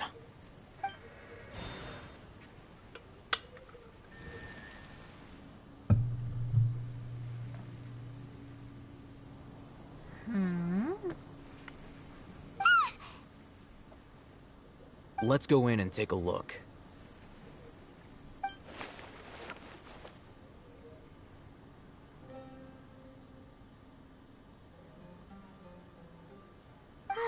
Hey, Hatham, we haven't found squat. Are you sure we aren't wasting our time here? Patience. Shawnee says she only hears the crying at night. We have time to burn. Until then, I'm taking a break. He's gonna meditate? And just like that, he sits down. Oh. Wait, he even brought a book to read? What are you reading? Let Paimon see. Okay, sure. Huh? The natural position, which is the positional propensity of an entity in natural motion, in contrast with an object in forced motion? Huh? When free from external influences, every entity displays the tendency to follow its natural trajectory? So, you got that? Oh, Paimon gives up. You keep reading your book. See ya. How is he so relaxed? Look at him, reading an impossible book in a creepy place like this. You know, it wouldn't kill you to read a book once in a while either. Maybe it's time to spare your wings. Oh, spread your wings and become learned. Hey, Paimon's your Tibet travel guide. Paimon knows plenty of useful stuff already. And anyway, it's not Paimon's fault that the books people read in Sumeru are so complicated. Okay, Paimon's the best.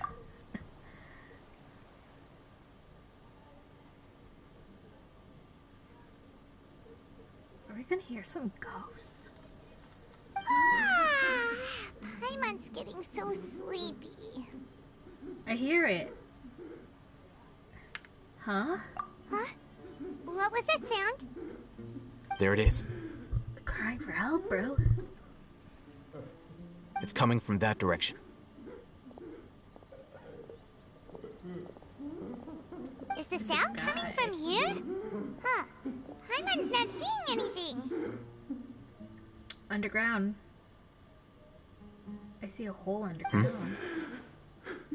It's from below. But there's no way we can get down there. Something is off about the interior here.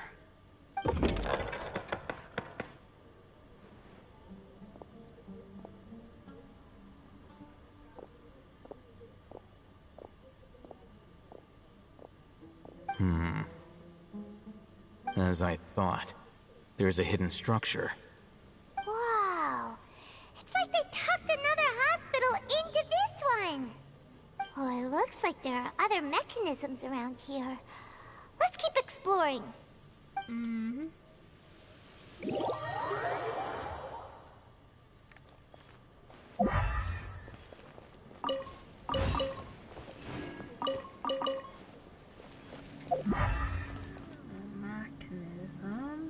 Mechanism over there.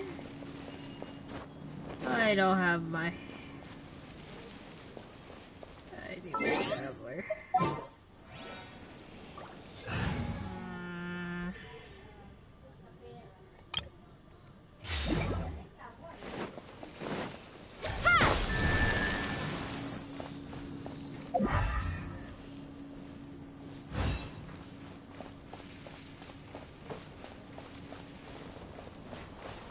Could there be one up here? One with nature. And we gotta beat some scorpions. Spring force! Order guide you. Stabilize. Busted. Things are about to get dicey. I just used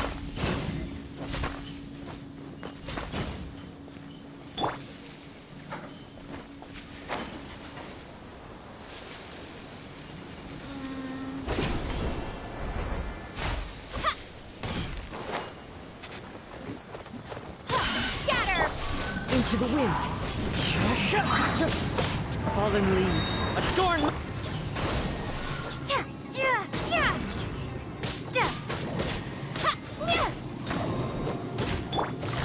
Gotcha. Ha! Germinate!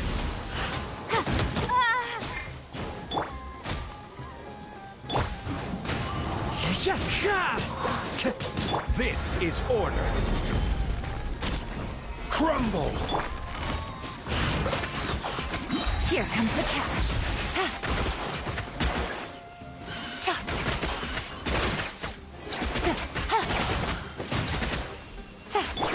The wind knows me. Propagate! Ha!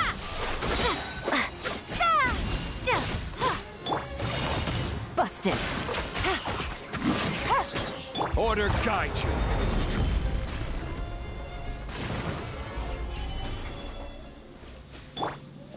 Propagate! Did that work?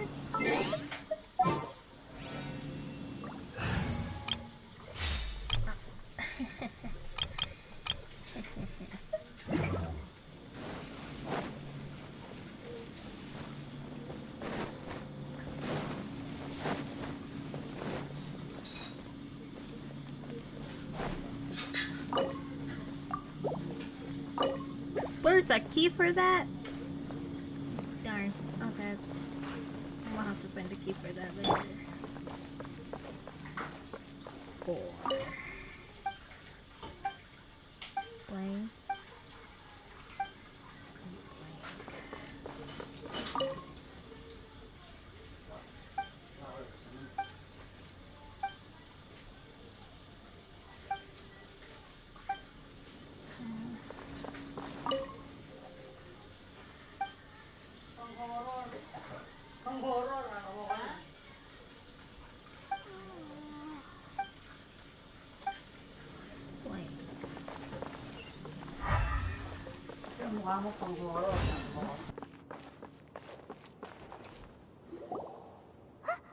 Look!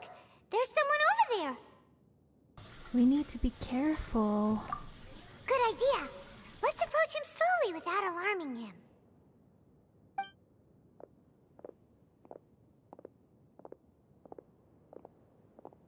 Wait.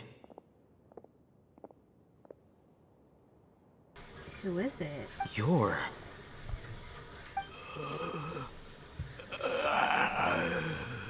A zombie? He can't speak, and his eyes are unfocused. But he looks too young to be anyone's grandfather. Also, why is he the only one here? Didn't expect to see him here. You know him? He's Razak, a senior of mine at the Academia. He's a scholar too? Is he the kind that holds up in a forest and mumbles stuff about training? No. And that's the problem. Razak was never involved in any of those things. He never trained in the forest, let alone reach Satyavada life. So how did he become like this? Leaving that question aside for the moment, him being here alone means that we might be too late. Looks like they've already taken everyone away. For whatever reason, they left Razak here. Perhaps they simply didn't have time to come back for him. There are drag marks on the ground. They're clearer by the doorway. Someone was forcefully drawing a cart that was loaded with something heavy. Loaded with people? It looked like blood. That is one possibility. It looks like they were in a hurry, as if they were afraid of being caught. In their haste, they failed to notice Razak hiding in a corner. The symptoms are identical. Looks like we found living proof. Huh? Why do you say that? Allow me to jog your memory. Recall your time at Port Ormos. Don't you think his symptoms look familiar? Yes.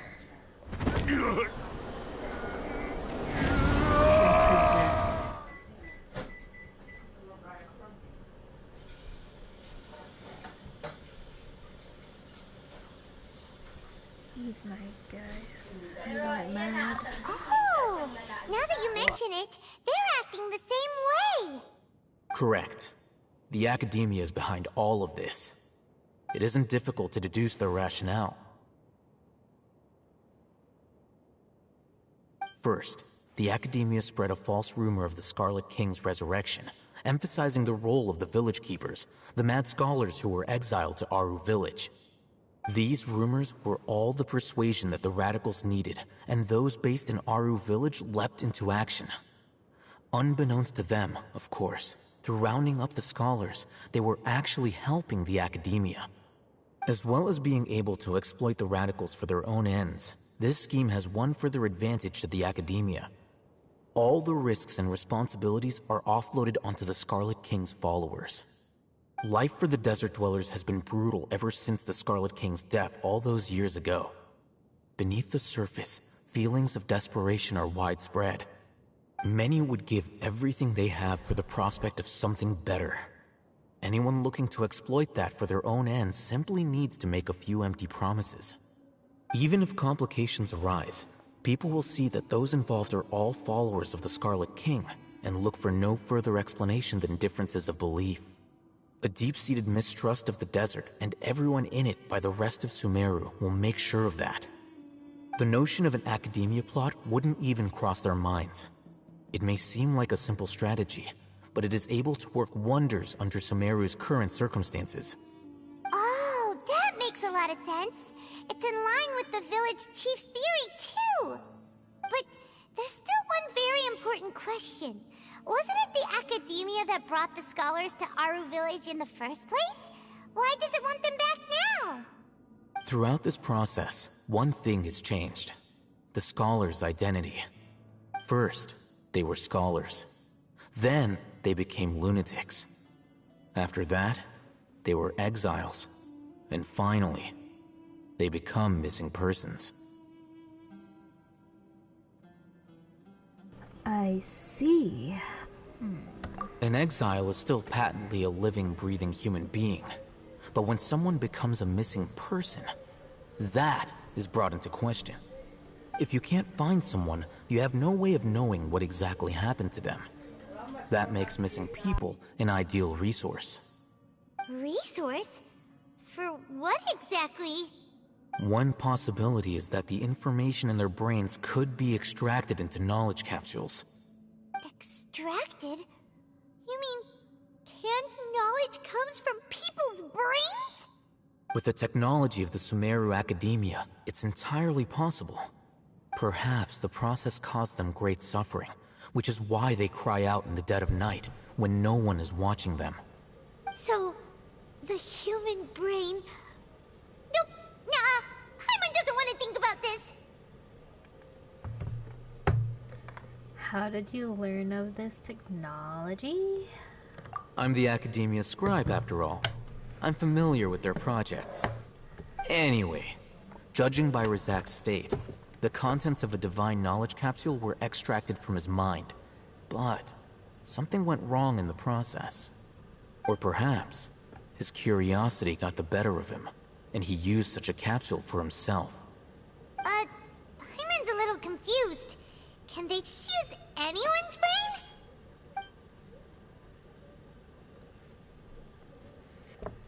Oh, that can't be right. Oh, fuck. Tui, the volunteer, the doctor. The look on your face tells me you've realized the answer. I do.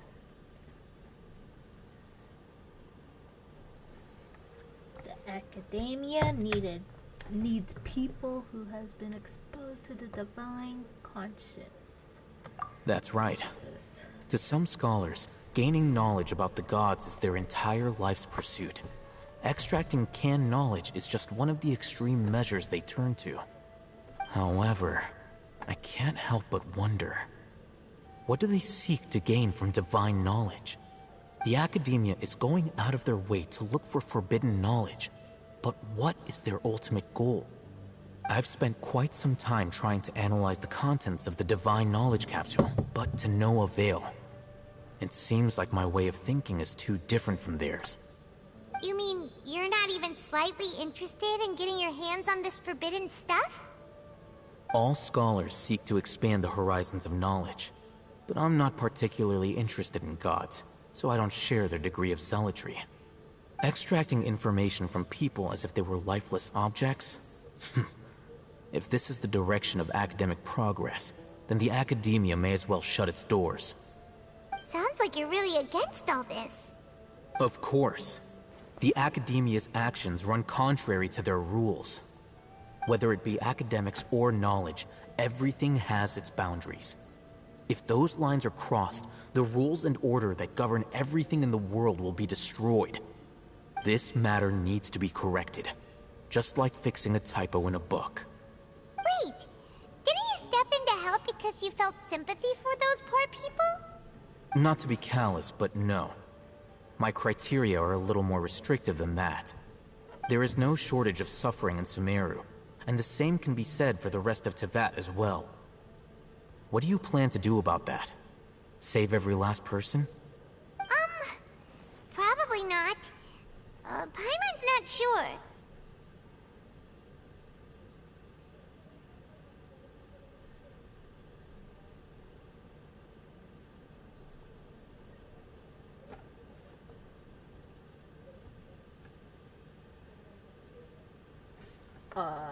Your motives are more specific. Specific and personal. You can say that. Simply put, I don't blindly place my faith into strength or heroism. I do what I want. The divine knowledge capsule is something I want to investigate in full. That doesn't mean I'm willing to take action for the sake of a few strangers.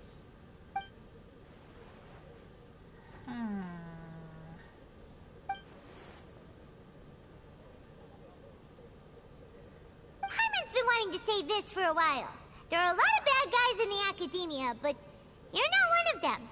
You're their weirdo. You're probably right. Though I must say, I quite enjoy this feeling of being the odd one out. Uniqueness is also an asset, is it not? Wow, that's a great way to think about it. Paimon's really impressed. If only Miss Shani had a similar mindset, her life would definitely be a lot easier. I'm just a more likable person than her in general. There's nothing more to it than that.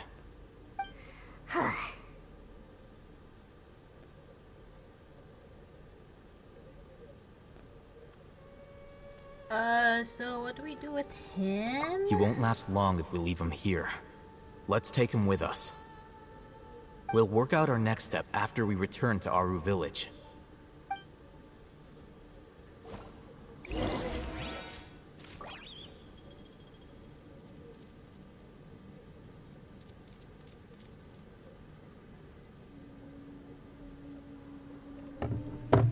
This scenery is...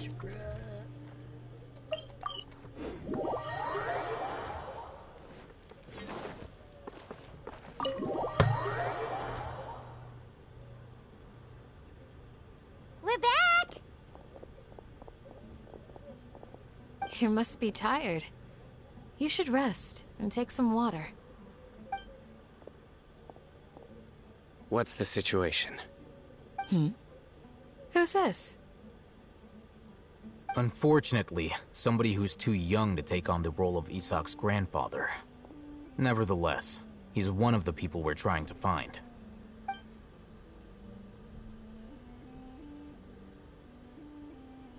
So, at one point in time, the abandoned Elazar Hospital served as the Academia's site for extracting divine canned knowledge. Yep, pretty much. Their plan must have been implemented at some point before we arrived at Aru Village. since divine cant and knowledge has been in circulation for a while now. Yet, they fled once we were headed to the village, almost as if they knew we were on their trail. Why is that? Yeah, why is that? We may have a mole in our midst. One of us could be secretly revealing our whereabouts to the Academia. Huh? Are our friendships that shallow? Looks like none of you have realized wherein lies the issue. Care to share your thoughts? Cyno, you're the reason why they can predict our movements. Wait, what's that supposed to mean? Choose your next words very carefully. It is simply a logical inference. I have my reasons. So what you're saying is... Cyno's the mole. Interesting. And here I thought you were the most suspicious one, Alhaitham, since you were always acting alone. I know. You have a point. But I realized something as we were returning from the hospital. Cyno isn't like any of us. What are you trying to say? Do you still remember who you are, General Mahamatra? As a Matra, you are no doubt privy to certain kinds of information. Before you can take action against someone, you are required to have all the facts available, including the less than savory details. Simply put, the Academia has traditionally allowed you access to a wealth of sensitive information. Knowing their modus operandi, wouldn't you expect them to take precautions against you? If you want to raise a vicious wolf, you need to make sure that you can avoid its bite. The Academia is monitoring me? It's not that simple. Damn. The Academia has eyes all over Sumeru, but they have a special protocol for dealing with you. Every so often comes a Nyagarbaha Day. On this day, the Academia enters new information into the Akasha through knowledge capsules. I remember seeing the thick notebook next to the control panel once. Its contents were all about the General Mahamatra, his activities throughout the day, preferred methods of enacting judgment, everything. You're saying that the Academia entered my information into the Akasha too? But what's the point in doing that? My actions aren't important enough to be added into the Akasha. The Akasha is capable of computation. The Akasha's algorithms are entirely capable of predicting your movements using the data entered. When you would depart, the route you would follow, your destination. It knew all of this. It predicted my every move. The Academia has been watching you longer than you think. Damn. So that's how it is. Cyno adheres to his principles so strongly that he's actually a thorn in their side. Tenacity of will and steadfast faith are worthless to the Academia. They need scholars who are easily pliable and mindlessly go after anything they can profit from. Cyno, don't take it to heart. This just proves how much of a trustworthy ally you are. They escaped because of me. Don't blame yourself. It's not like any of us would have known. Exactly. I have an idea. If they predicted my movements, then I might be able to guess where they went. Whoa, you bounced back fast. There is always an opportunity for safety after danger passes. Oh, so that's how it is! Paimon gets it now. If the Academia is trying to avoid Cyno, then the safest place would be... One step behind him. Yep, that's right! They'll want to proceed in the direction opposite of where I'm going. You're getting smarter, Paimon. I must go. There's also something I want to investigate. Let's go, guys! After him! Please, wait! I want to go too! It's too dangerous, kid. You want to go too? If so, you have to promise you'll stay safe.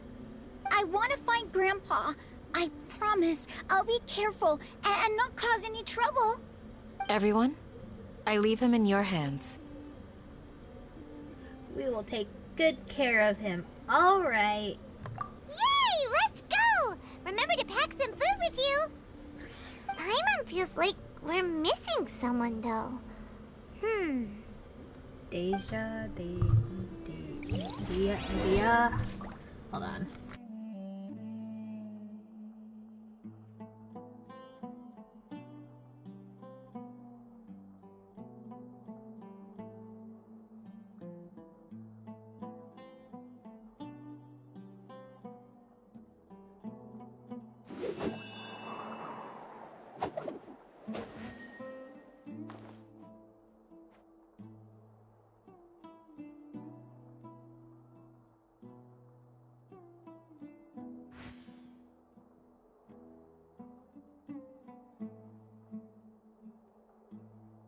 There are leaves around, and I know just the tune to accompany them, if you wish to hear it.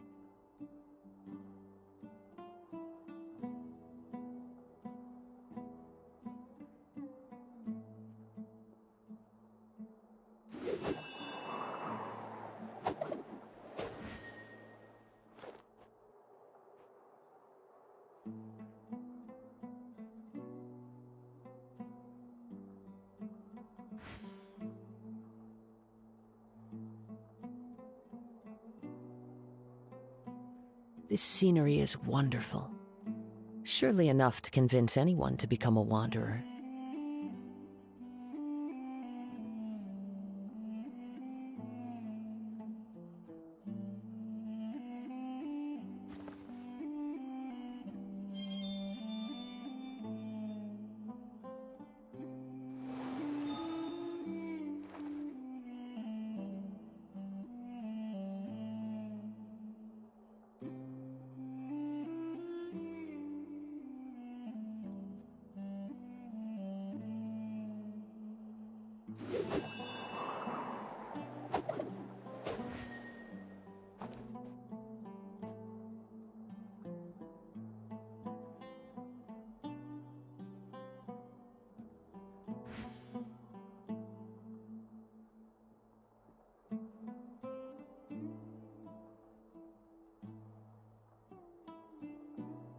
Wherever in this world I roam, I carry memories of my home. This blade, it is the last link I have to the land of my birth.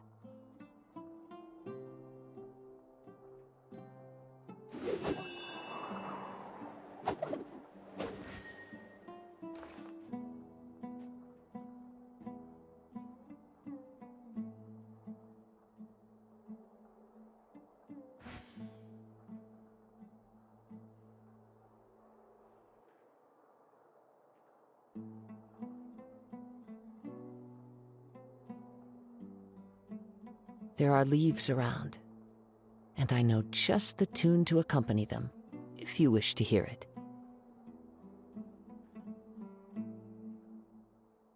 Okay, where are we? Time to go.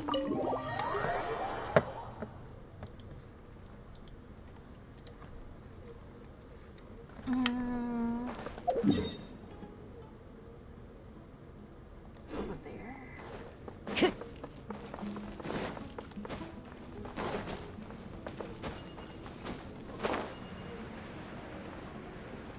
Please make it.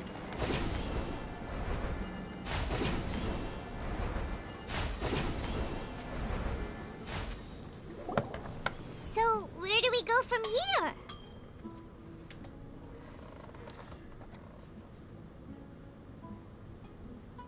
Cyno, do you remember the route you took? Yes. After leaving the village, we should head straight toward the desert.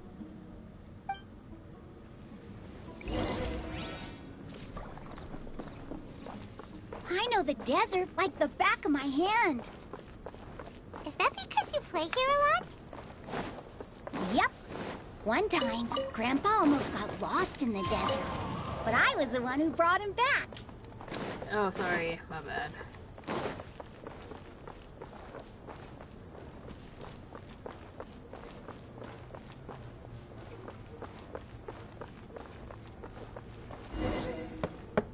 There's something here. What's this? It's buried in the sand. Looks like we'll need to roll up our sleeves and do some work. And Paimon thought running around everywhere was already enough work. Oh shit, hold on.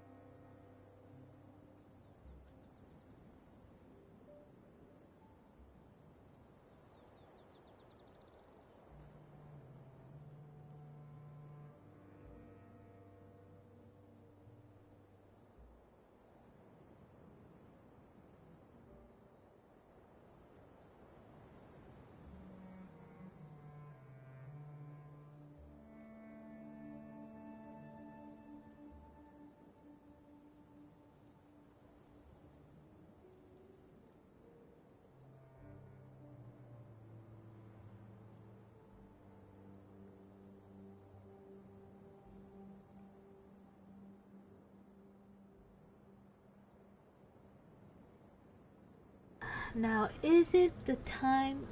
isn't the time for complaining, Paimon. Okay. So, we have to dig it out? Whatever's down there looks like it's buried really deep.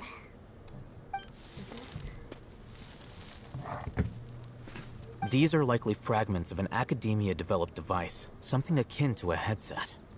Looks like there were more than one village keeper. They must have been escorted this way, because there are device fragments scattered around here. Let's split up and search the area. Chances are that we'll find other things nearby. Start digging in the sand?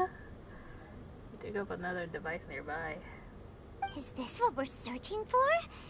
It looks kind of scary. This is definitely a device used to extract divine knowledge. How did it end up buried in the sand? That can't have been part of the plan. They must have been attacked along the way. Wait, what? Grandpa, I hope you're okay. Don't worry, your grandpa's gonna be fine. Razak didn't display any signs of starvation or dehydration, which means that they left fairly recently. We should be able to catch up. One more thing. Given that the device had been entirely covered by sand, I believe the attack must have happened prior to the sandstorm. I agree. Let's keep going. They can't have gone far. That's correct, Cyno. Let's go. Ugh, but running on sand is so tiring. But you're flying, aren't you, Paimon? Is flying over sand tiring too? Ugh, of course it is. How's flying like tiring, bro? I think it's fun to fly. Voices, over there. It sounds like an argument. Whoa, you have really good ears. Don't get any closer. They'll notice us. Dia's talking with the Eremites? Very interesting. Let's listen in. If you had informed me sooner, there'd be plenty of room for us to... You're one of us. We would never lie. Scholars. You don't know as much as I do. Need me to...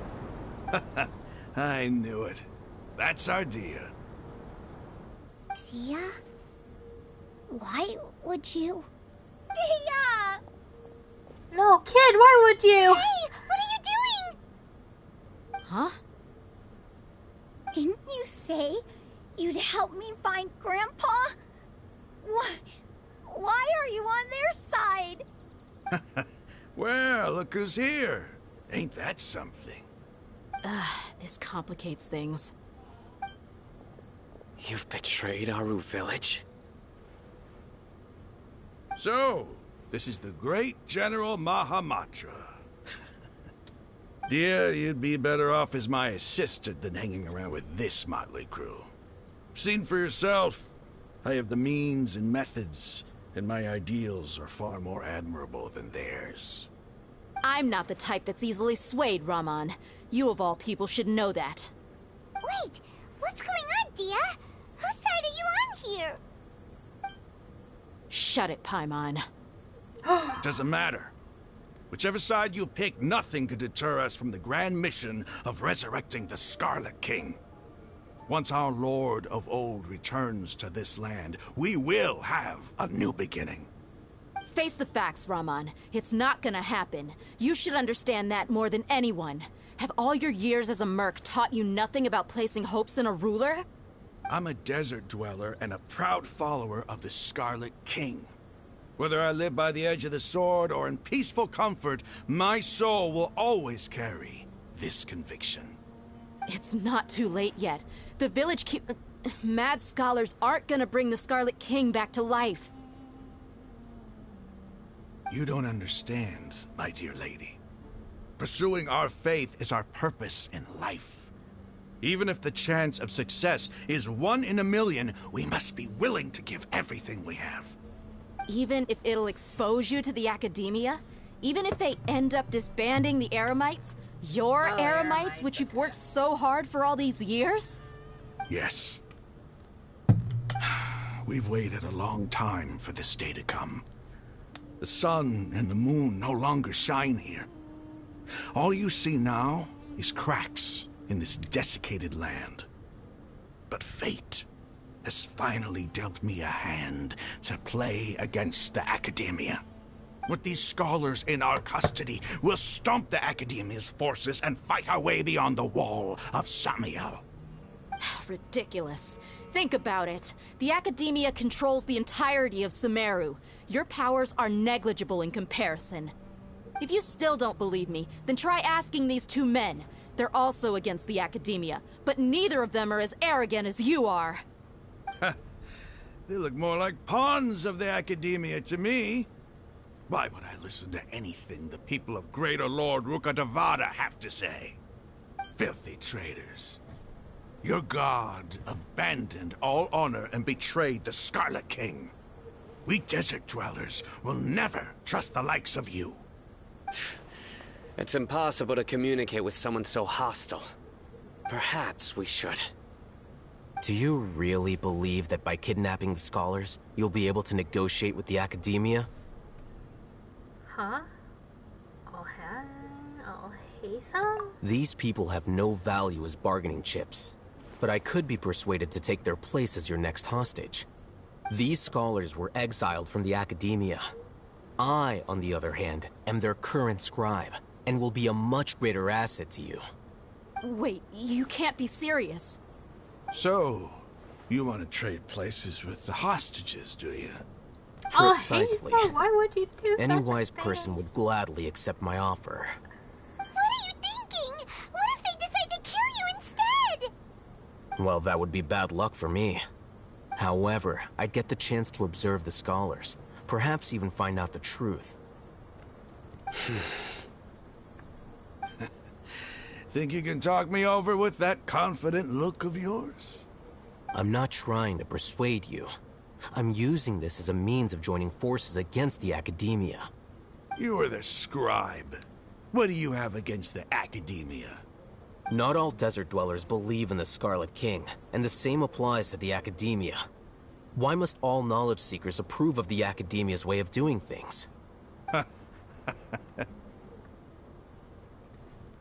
You Academia scum. Every last one of you is nothing but a hypocrite, just like everyone else on the other side of that wall. I've made myself clear enough. I won't listen to another word from the Dendro Archon's people. Not so fast. I'll hate them. Do you stand by everything you just said? I never make empty promises. You know you're making a dangerous decision, right? I do. Good. Raman, hear me out. These people are my friends. Maybe you can't take the followers of the Dendro Archon at their word, but what about me? Do you trust me? We've known each other for years. Of course I do. In that case, I'm willing to vouch for their honesty with my right arm. Come on, Rahman, don't be a coward. If you're serious about taking on the Academia, you need to steel yourself. You can't be afraid. Huh. An arm from the Flame Mane. You've piqued my interest. But what if you refuse to oblige? What should I do then? No one's a fool here, Dia. We're mercs. And mercs don't tend to live long unless they have their wits about them. You're not wrong, but this is different. I promised my friends that we'd bring back the Village Keepers together. Let's do it right here, then. Give me your right arm as proof of your resolve. Don't listen to him! He's not even trying to negotiate! He just wants to make things more difficult! That's fine. Are you crazy? We came here to save lives. One arm for that many people is still a pretty good deal, if you ask me. Rahman, I'm holding up my end of the deal here. You'd better not let me down. Sure. Go ahead and cut off her right arm. Oh god, no. Is she insane? No! Dia! What are you gonna do? Think of something! You don't have to go this far. That's not for you to decide. Do it! Dia!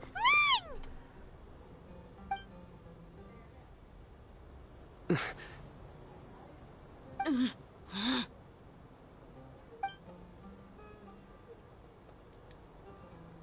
What just... Stop!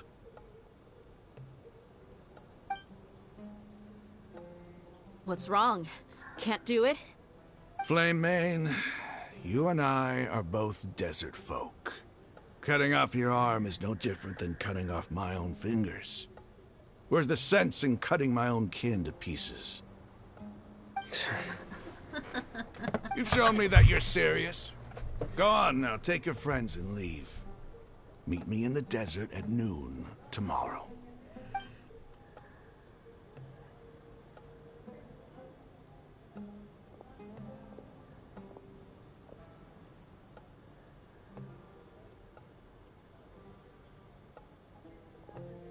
I thought they were actually gonna cut it. Phew. I was really counting on him not going through with it. Dia! That was crazy! Have you all lost your minds? What if he'd actually cut your arm off? Then I just have to hold my claymore with my left arm. Don't do that ever again. Okay, I'm sorry. But sometimes when you're out on a limb, you gotta double down to seal the deal, you know? Don't ever make a promise like that again. I can deal with the likes of them. If it came down to it, you would not lose to them either. I don't doubt it, Cyno. But this is about more than me and them. There's a lot more where they came from. Even if we got rid of one bunch of radicals, there are others out there. Wiping them out would do more harm than good. As you wish. I'm sorry, Dia. I should have stayed put and listened. I should have trusted you. It's okay. I promised you I'd help find your grandpa, so I'll do whatever it takes. Whatever it takes? You just might be scholar material. Huh? Are you serious? The Eremites once said that I was a lunatic. Perhaps a little madness is essential to be successful in research. Why does it feel like he's using his praise for me as an excuse to brag about himself? I think he was just stating the truth. That's just how he is. Okay, let's get moving. We should head back to the village and rest up. Today was just a trial run. Noon tomorrow is gonna be the hard part.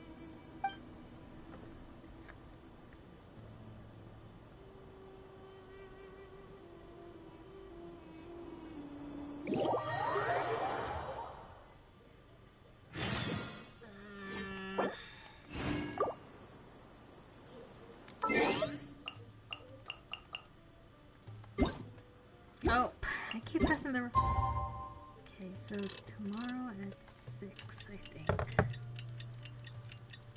Noon?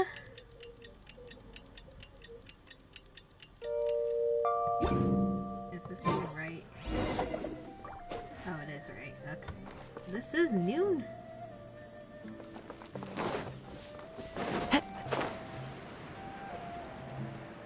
Looks like morning.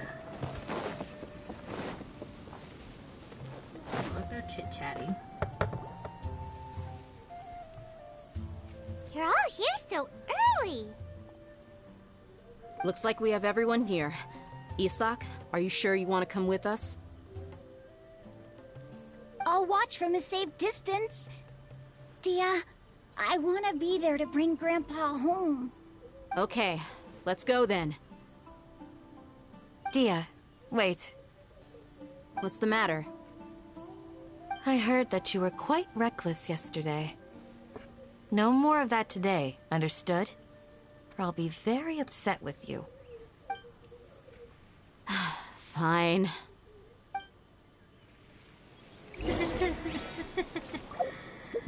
How far is this?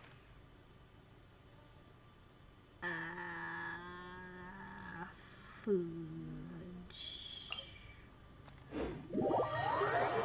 Teleport here. Let's go that way.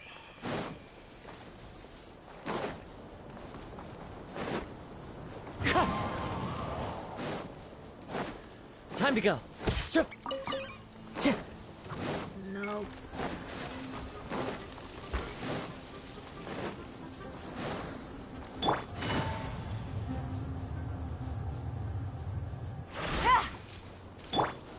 Time to go.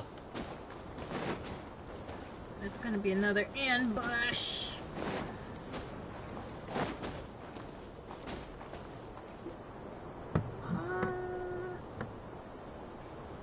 I see it. Huh.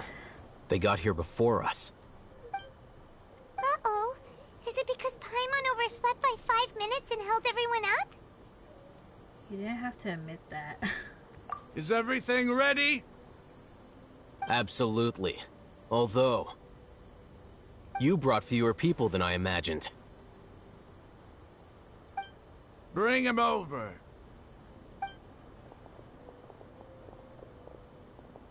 Grandpa! Why is there only one of them? Rahman, I've always thought of you as a man of his word. What's this about? It's a one-for-one exchange. Sounds fair, don't you think? And let me put it this way. Agreeing to any kind of deal with the Dendro Archon's people is already a huge compromise on my part. Don't you think you've asked enough?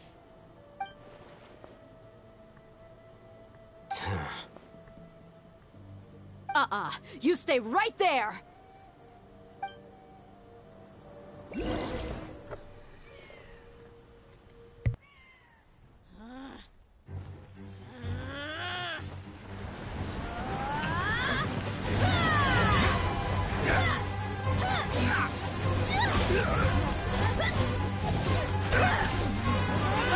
Playmate! What do you think you're doing? Grandpa! Don't you see this blade here? You coward! Why are your hands shaking? Wait a second! It's a earthquake! Grandpa!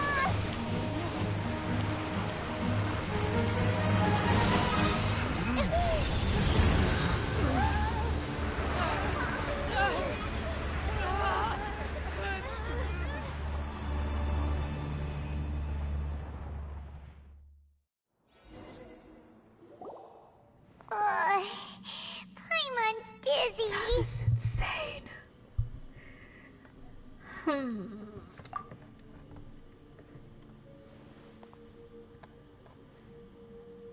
Is everyone okay?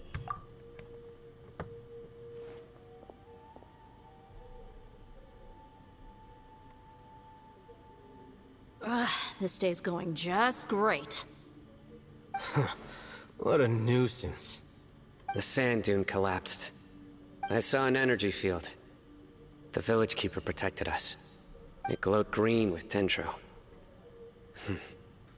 Just like you said, it may well have been the remains of Lesser Lord Kusanali's power inside the scholar's body. No doubt. You finally believe me. The Dendro Archon. The present one. Grandpa? Grandpa? Oh no, he's getting confused again. Hey, look around you.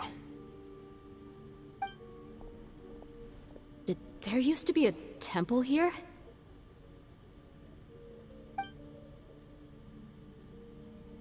It seems that when the sand dune collapsed, it exposed these underground structures. The symbols on the gate belong to the Scarlet King's civilization. This structure must be ancient. Over time, the sandstorms completely buried it and left it in the state we see now. It could have been an underground palace in the distant past. Oh, a miracle. Praise the Scarlet King! What's he doing here? And his men too? They must have fallen down here with us. Pretty lucky if you ask me. Most of them seem in really bad shape. Except for him. He got off lightly. Mind your head. No, this isn't the time for conflict. Our exalted lord has shown us the way to his sacred palace.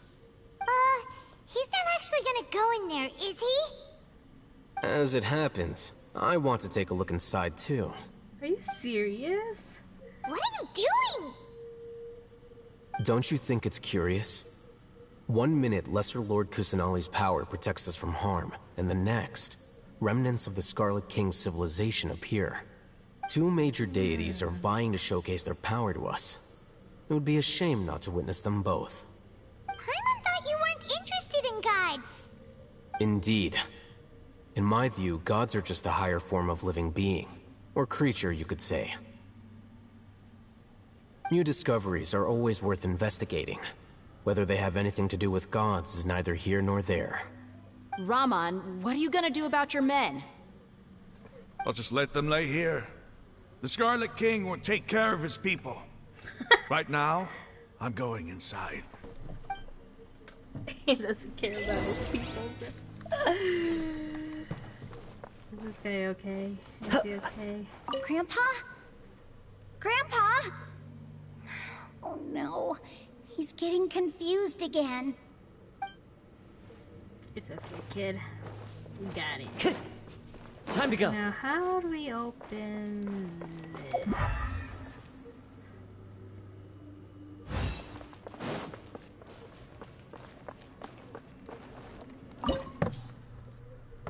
Oh my god.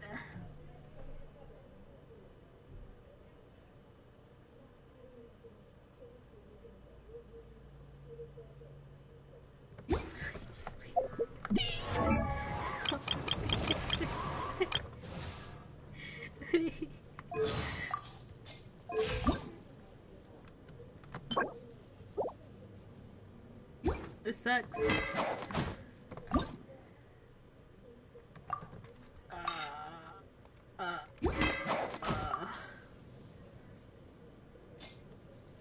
Hold on. Let's stick here.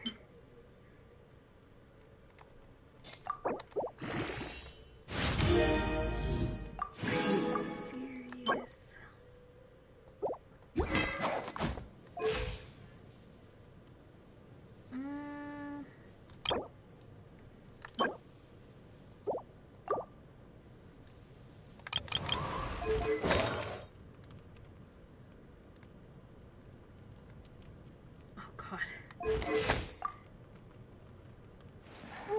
Well, say you're decent, but you need talents.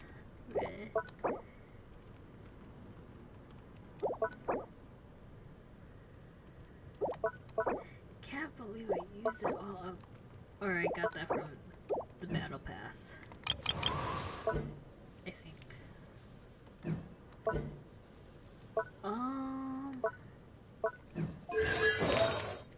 as well level up his talents. Let's do this one.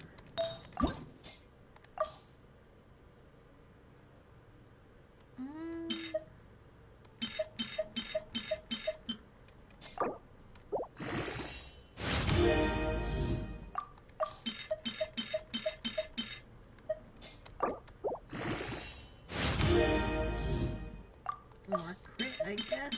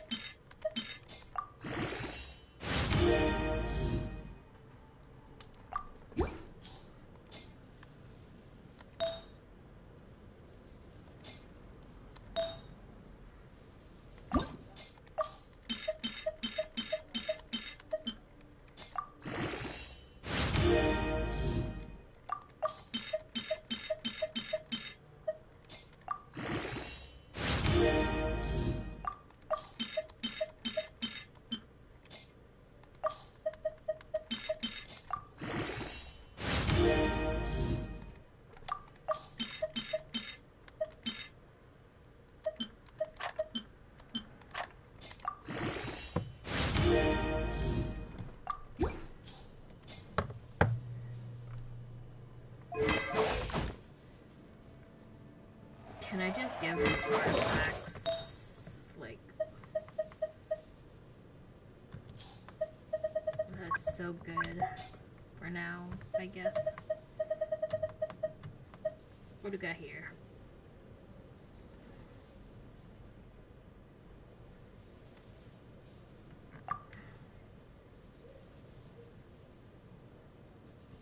Okay, we'll do that.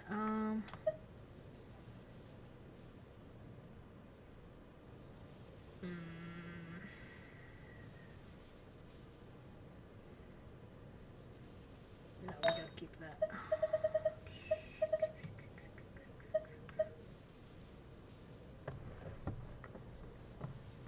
No, he needs that.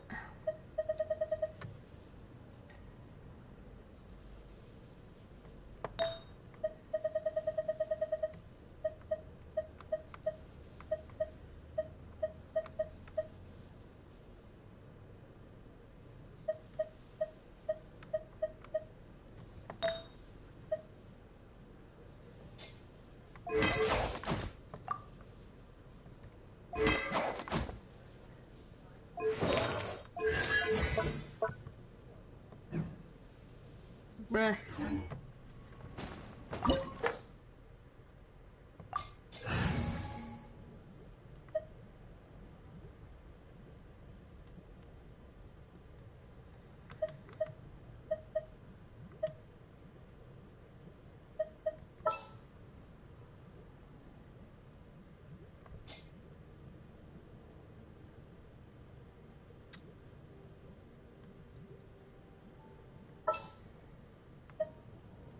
More companions! Hooray!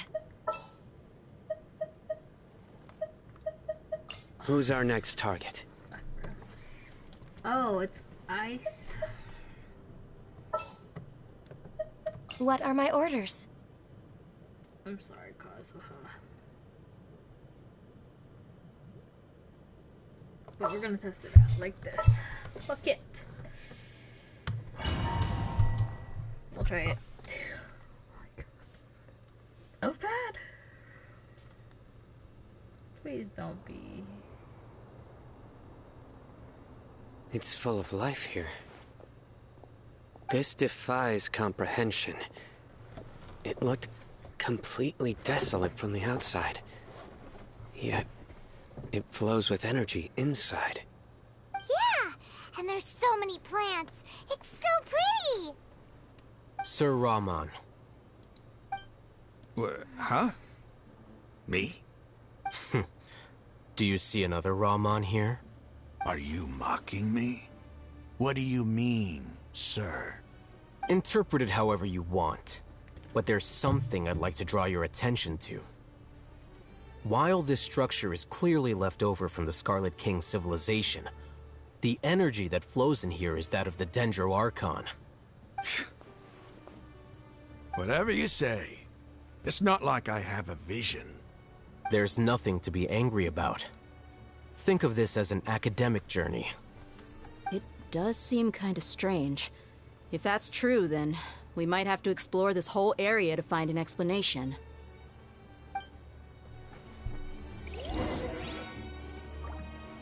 I probably didn't need those characters since... Is there anything here?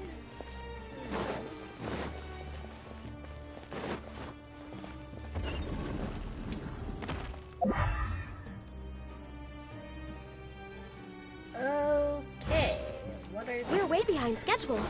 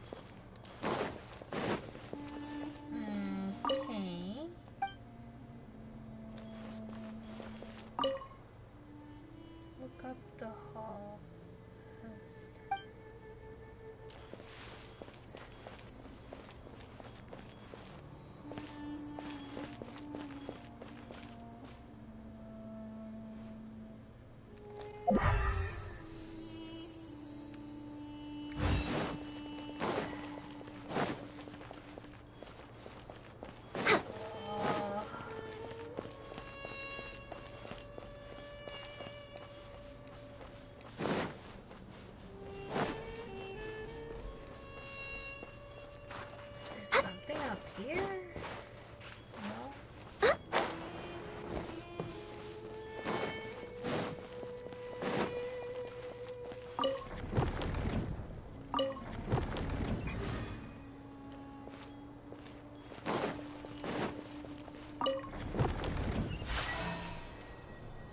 Ah, okay, I see it now.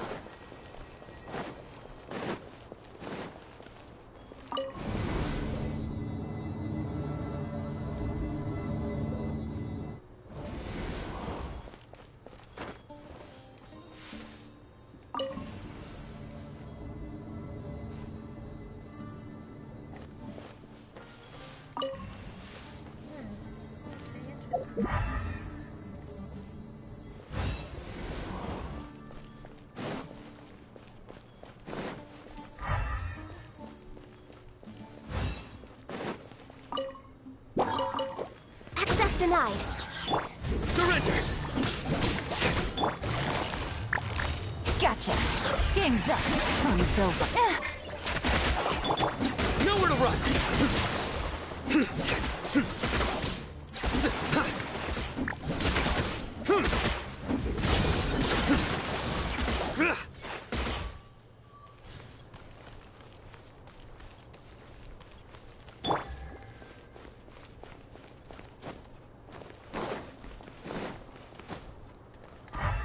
Take it easy. Busted. For Rex Lapis. No touching. Things are about to get dicey. Surrender!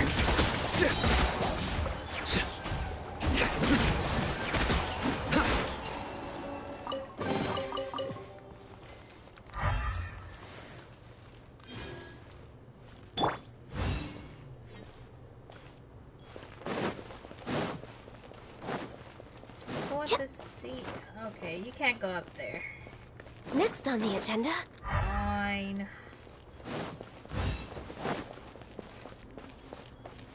That sucks.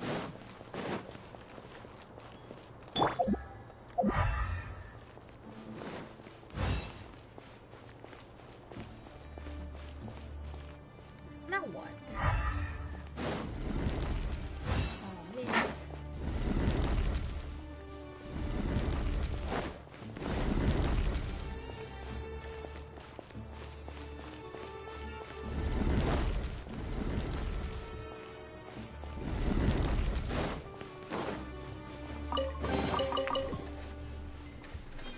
Okay.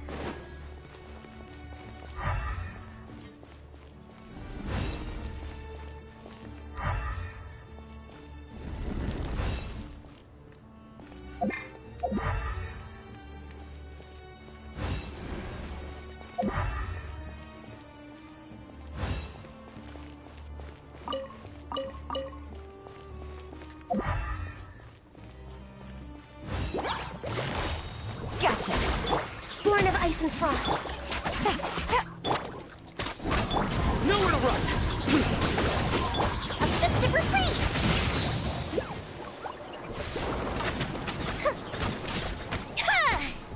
I need to work on my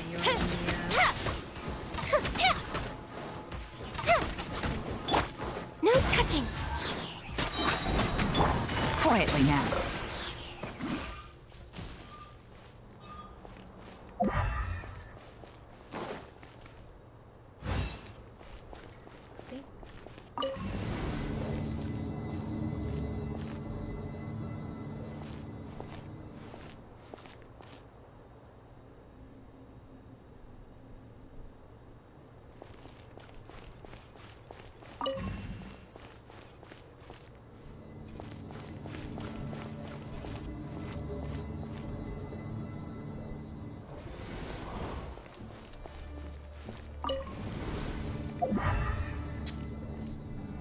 Yes, we're going up.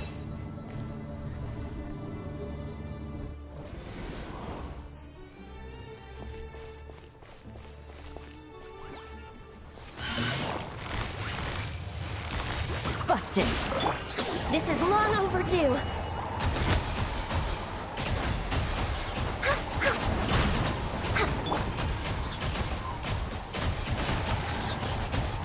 Gotcha.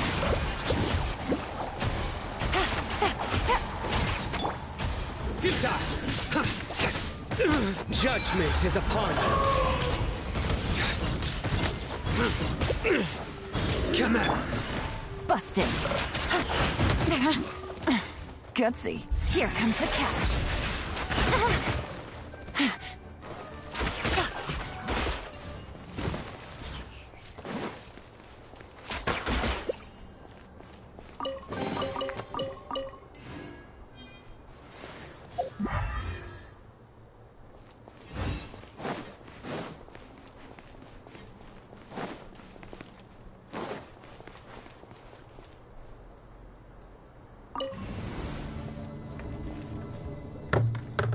Good thing or bad thing?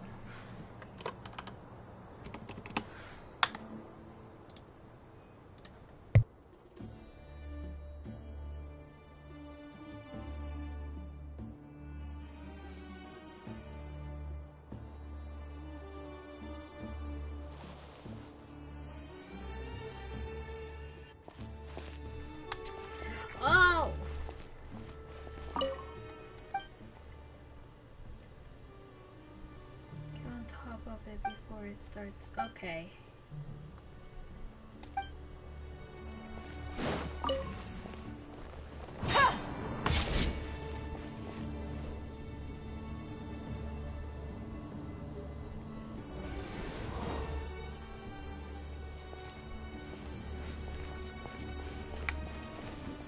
Seriously? Quietly now. Here comes the fireworks! It feels a... I can fix this! Come on! Focus! We're way behind schedule.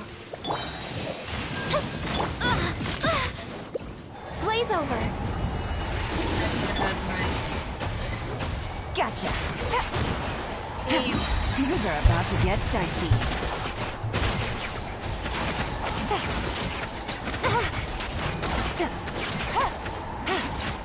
Take it easy. Access denied.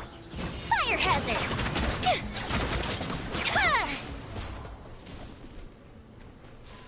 Another one? Does this keep going up? No, it opens that door, I guess? No? Oh, this door. Okay.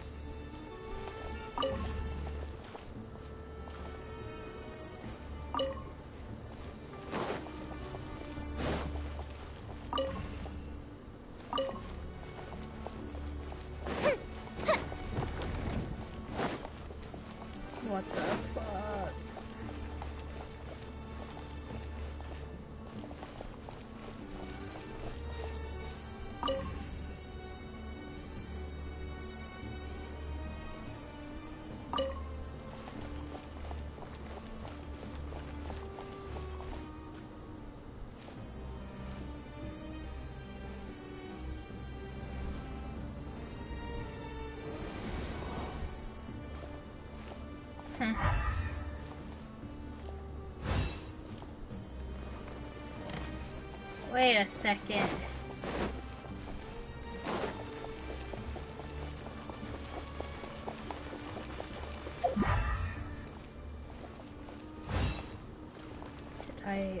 Did I F up?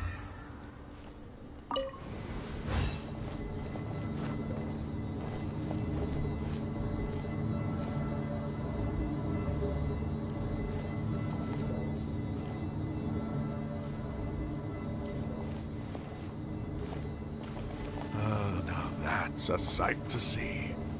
The Scarlet King's splendor surrounds us. There's so much vegetation here. It's different than what I expected. Sure are a lot of plants for a desert. That's what I call divine providence of the Scarlet King.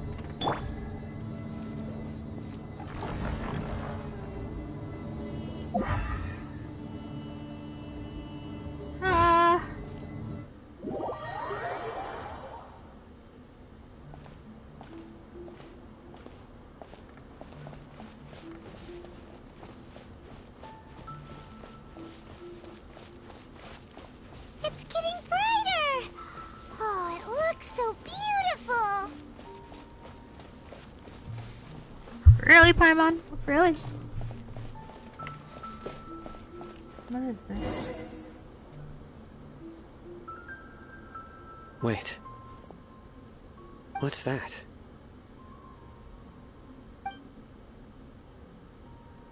A load of flowers. And it looks like there's something among them. It looks like a tomb. Oh, these are Scarlet King runes. They left something behind. Yes. It's an elegy written in an ancient script. What does it say? Here lies our faithful priest Kasala. His wisdom is a miracle among the people, deserving of high praise and admiration. You can read ancient Scarlet King script? Of course. Every student needs to master at least 20 languages before they graduate. He's not serious, right? There's still something off about this place. The elemental energy here is too concentrated. The scent of life. Is it trying to tell us something? Is this it? Analyzing.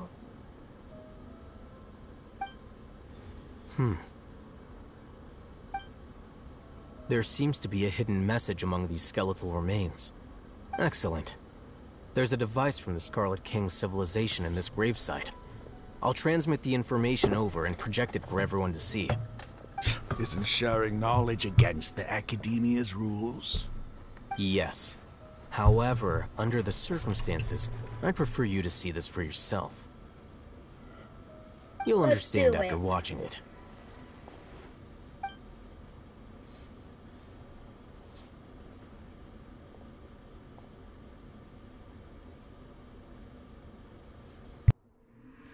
Civilization is born of knowledge, but so too can knowledge be its demise.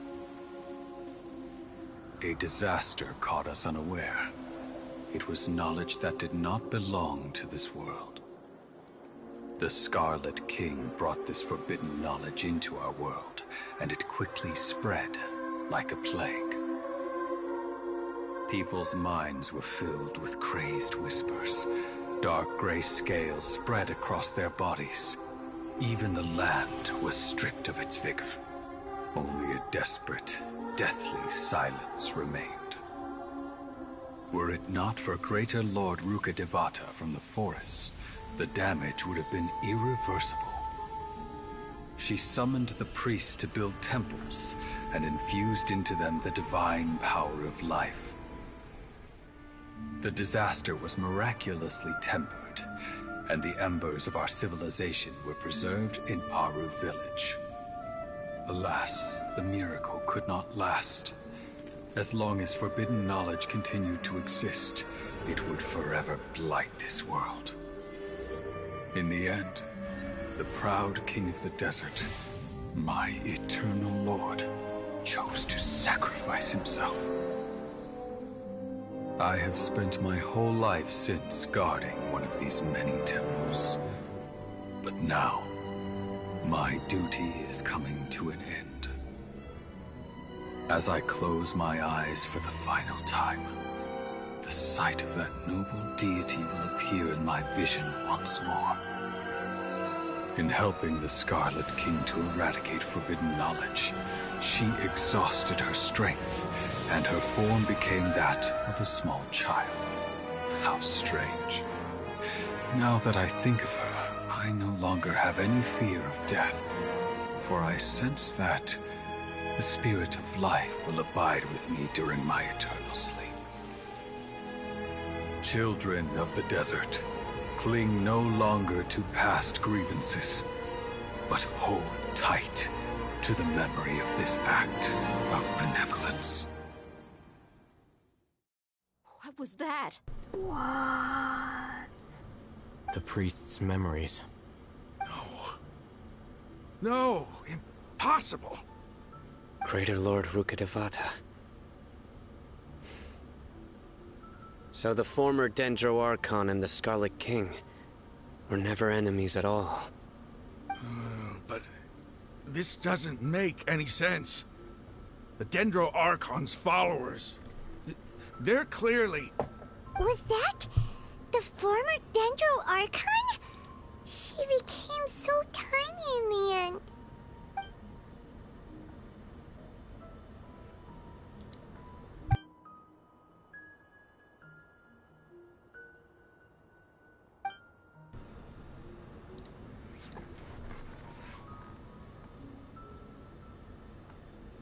You might be distrustful of the Akasha, but there's no reason for you to doubt the Scarlet King's technology. You've just witnessed his priest's last words. I've never heard about any of this before. The surviving followers of the Scarlet King all gathered in Aru village. Our god did not make mistakes. We refused to believe any of the rumors. Dang.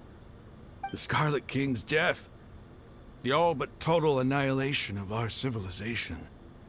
It was all Greater Lord Rukkhadevata's doing. We saw her as nothing more than a traitor, who stabbed us in the back in our moment of crisis. Just like us humans. Fighting, feuding, double-crossing each other to survive in the desert. You were blinded by your prejudice.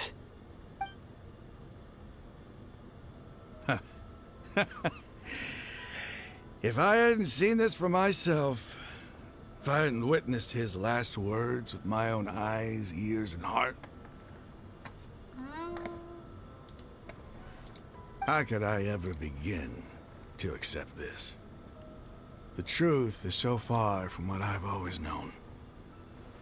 Am I really supposed to believe that after all these years, all this time seeking revenge, suddenly now my enemy is my savior?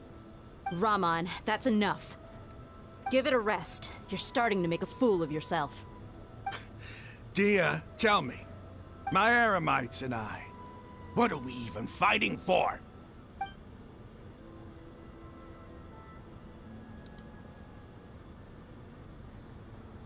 Hey, how you doing? I'll live. Thanks. I should probably go. Can't just stay here forever. What's your next move gonna be? Oh, I know what you're going to ask. I feel deeply ashamed of everything I've done. You'll get everything you're asking for. But please, give me some time. After everything that's happened here today, somehow I need to explain it to the others. It's not gonna be easy. Well, I guess that's for me to deal with. Dia, this is where our camp's located. Make a note of it. When would be a good time for us to go? Tomorrow. I'll convince everyone that we're all on the same side. And I'll return every last one of your your village keepers. We'll share our other resources with you, too.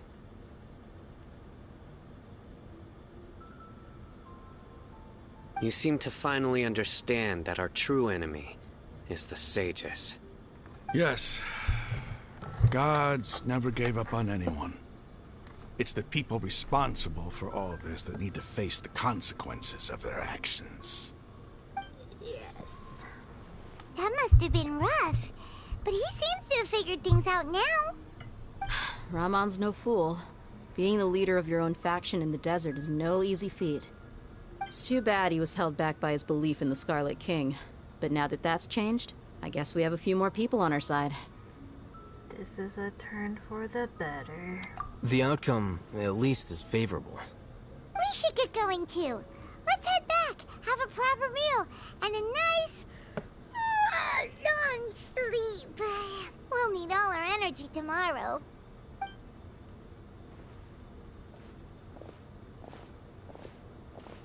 Hmm. Cyno, we're leaving! Stop yelling.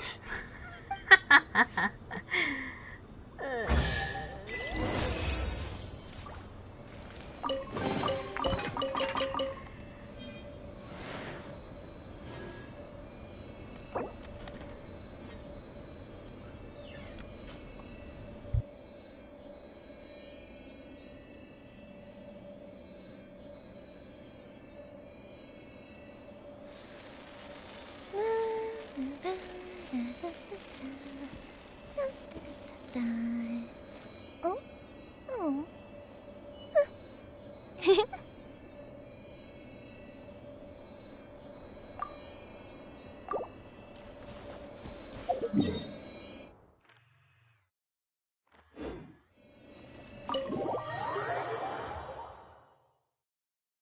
Oh, finally I can go back to my character. Screw that. I need to level them up.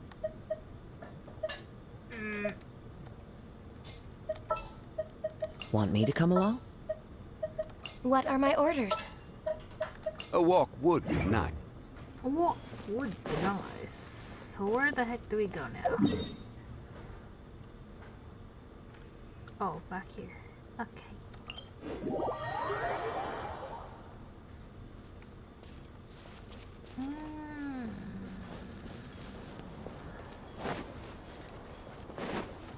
Hello.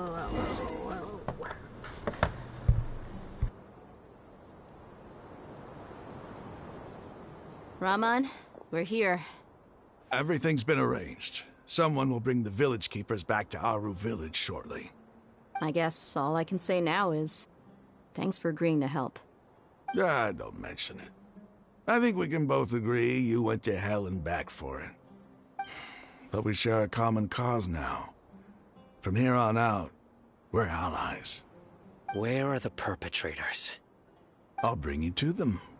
Follow me.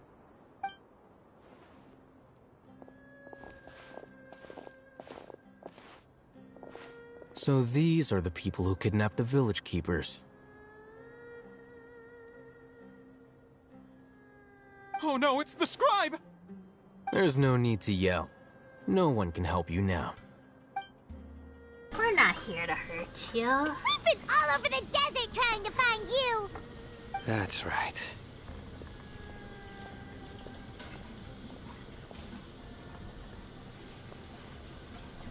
General Mahamatra? No, no! Make it quick, please! Swift and painless! Whoa. The moment they set eyes on Cyno, they turn pale like they've seen a ghost! You should have known that I would be coming for you. Wait, we were just following orders. You know what I'm talking about, right? There's no way we could have done all this by ourselves. No, not Cyno. He's gonna tear us limb from limb. I could do worse. Please have mercy. Start talking. Otherwise, I'll have to resort to He seems more other scarier methods. than Chow. So, your superiors have kept you quite busy recently. Why? What are they trying to accomplish? They, wanted to extract canned knowledge. Don't play dumb. You know what I'm really asking. They extract divine canned knowledge. Then what? I really don't know how to explain it. Well, you better start talking or you'll be sorry! You don't want to make things any more difficult for yourself, do ya? May I ask them a question? Be my guest. The sages are trying to create a new god, aren't they? Uh-huh. That sure didn't sound like a fancy metaphor or anything. You're serious, aren't you? How did you know? There's no use hiding it now. Yes, you're right. The Academia is working on an important and potentially world-changing project. They are creating a new god. A god that will belong to them and to the people of Sumeru. It may seem as if Sumeru's academics are thriving, but ever since the death of Greater Lord Rukkhadevata, scholarly breakthroughs have been few and far between. The withering of Irminsul has been getting worse recently. The sages have tried everything they could think of, but nothing's worked.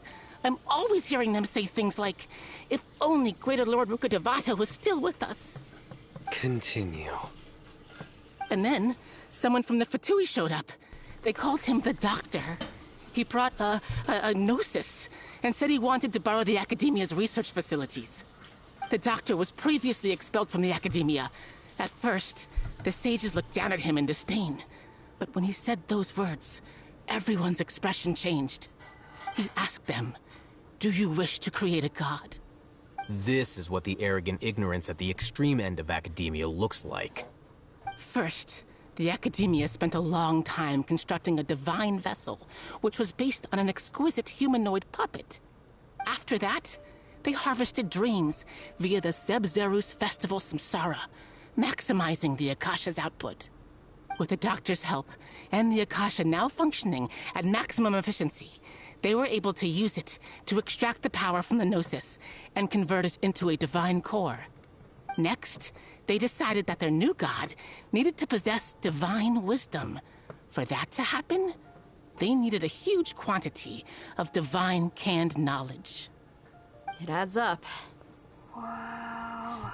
But how do you determine whether the knowledge extracted is of divine origin? Call it an educated guess? The Academia has been trying to figure out the exact source of the Scholar's madness for centuries, but to no avail. Nobody can explain the cause of this phenomenon. Surely you can see what that implies, Scribe Al-Haytham. If it's knowledge no mortal can comprehend, then it must be something only gods are able to decipher. In other words, it's the source of the God of Wisdom's omniscience and omnipotence. But the sages and product won't be Greater Lord Rakash. It will be the Belladere. You must have noticed by now. The Academia doesn't care about who their god is. It's the ability to exercise control over knowledge and wisdom that matters. It is as if they are cursed with a desire for omniscience and omnipotence that burns in their blood. Some organisms demonstrate phototaxis, and thus orient their entire lives in respect to sources of light. For the sages, their only source of hope is the existence of a deity who embodies the acme of wisdom. This is but a form of phototaxis. For many scholars, the absence of a god of wisdom means stumbling in the darkness for the duration of their lives. Then what does Lesser Lord Kusanali mean to you? Is she not a true god present in this world? If you already have a new god, why try to create another one? From the beginning, the Academia has never treated her as a god. When the Academia first discovered Lesser Lord Kusanali, the newborn god of wisdom, the sages hoped that she would be as wise as Greater Lord Rukkhadevata. But upon evaluation, they found that at the time she possessed no more intelligence than any ordinary human child. The sages never had a ruder awakening. This forced them to accept that Greater Lord Rukkhadevata had indeed passed away. Not to mention that Lesser Lord Kusanali's Gnosis had been used to power the Akasha this entire time. By herself, she has neither an Archon's raw power, nor the spectacular insight expected of a god of wisdom. Slowly but surely, people began to forget about her existence. So, this is the path the sages have chosen. Even though they still refuse the knowledge of Lesser Lord Casanova, I never imagined a god couldn't be subject to. Alright, let's try to keep our cool. If everyone's in a bad mood, then let's change up our scenery. Raman, give me a few men to help us escort the village keepers back to the village. And these 2 scholars, they're coming too. Good. You guys are in trouble. Sure, as you wish.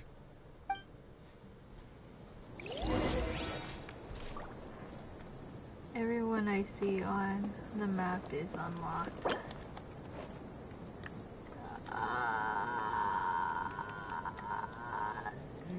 Nice.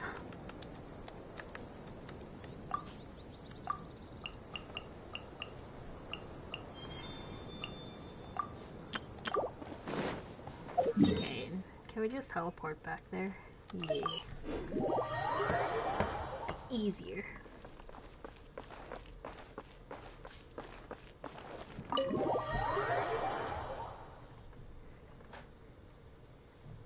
The village keepers you've found have all been returned to their homes, and each one has a dedicated caregiver to look after them.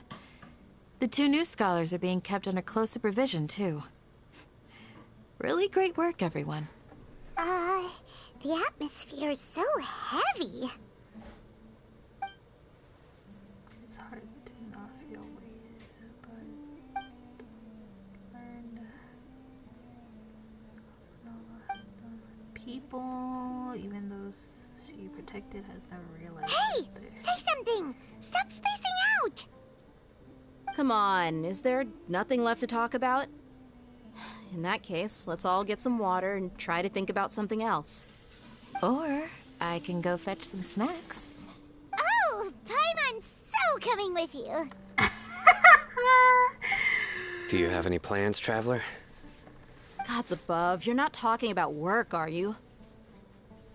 I want to share everything I know with all of you. So you were still withholding some information? Yes, I'm sorry. I have my reason, but now I know we're all in this together.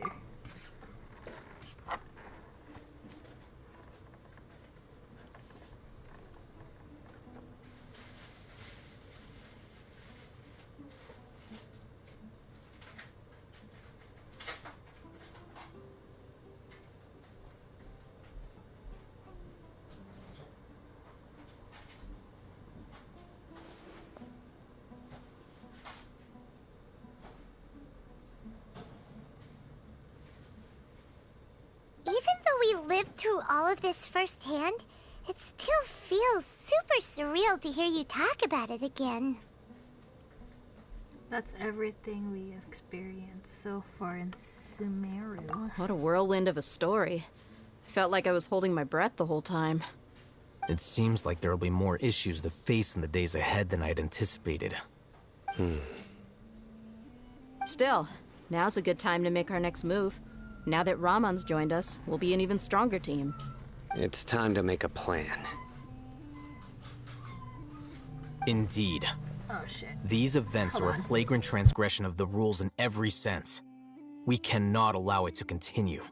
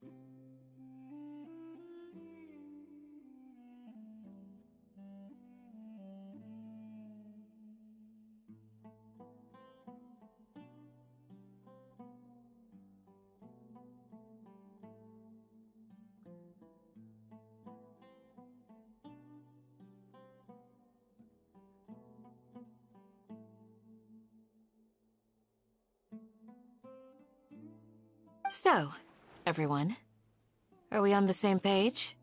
Crush the sages and rescue our god. That is our ultimate goal.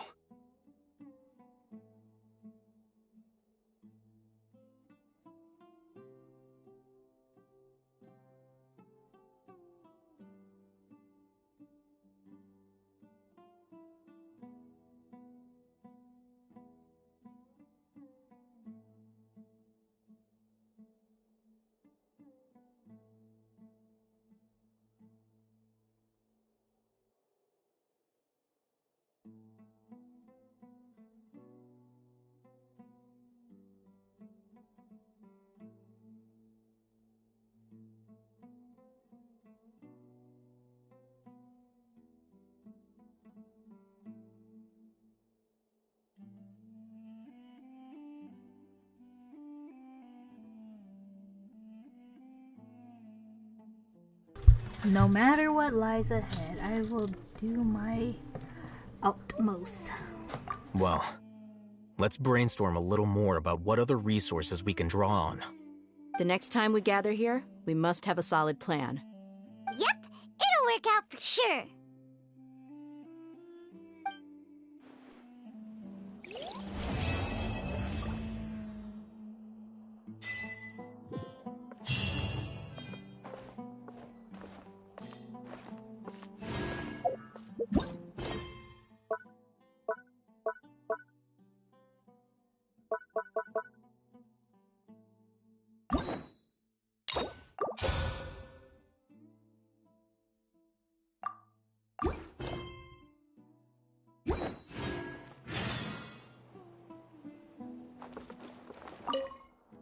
In the past, I never imagined that even the gods could suffer from hardship. If we can find a way to change all of this, will this nation become a better place?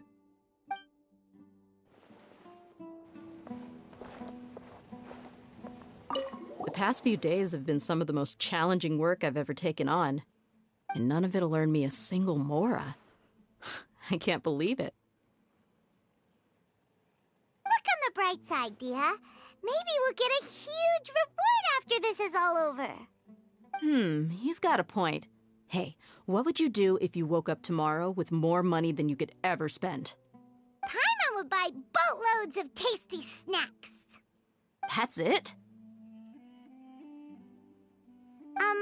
And maybe some tasty drinks as well? How adorable. Well, here's to all our indulgent fantasies. If there's a chance they can come true, I'll give it my best shot. And here's hoping that everything we do from now on will change this world for the better.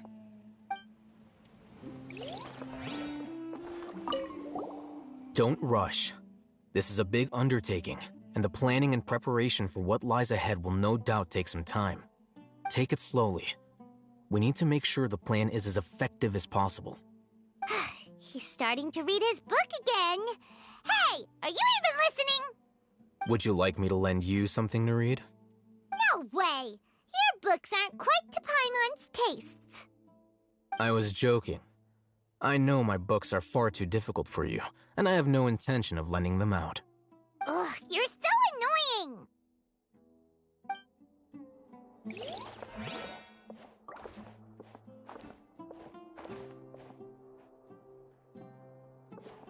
You must let me know if there's anything I can do to help. Though I cannot leave our village, I can't help but feel stirred when I see the looks in your eyes. I've never felt as roused as this when fighting alone in the past. I suppose this must be the power of camaraderie.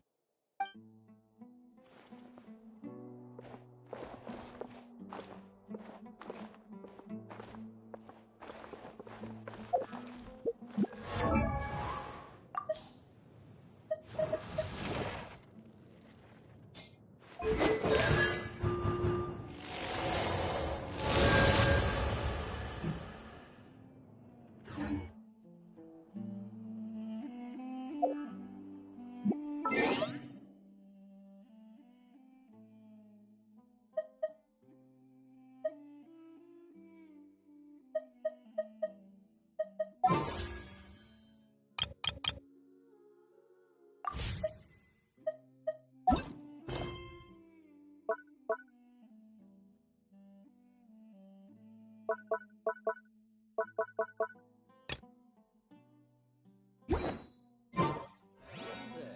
Is there anything you need?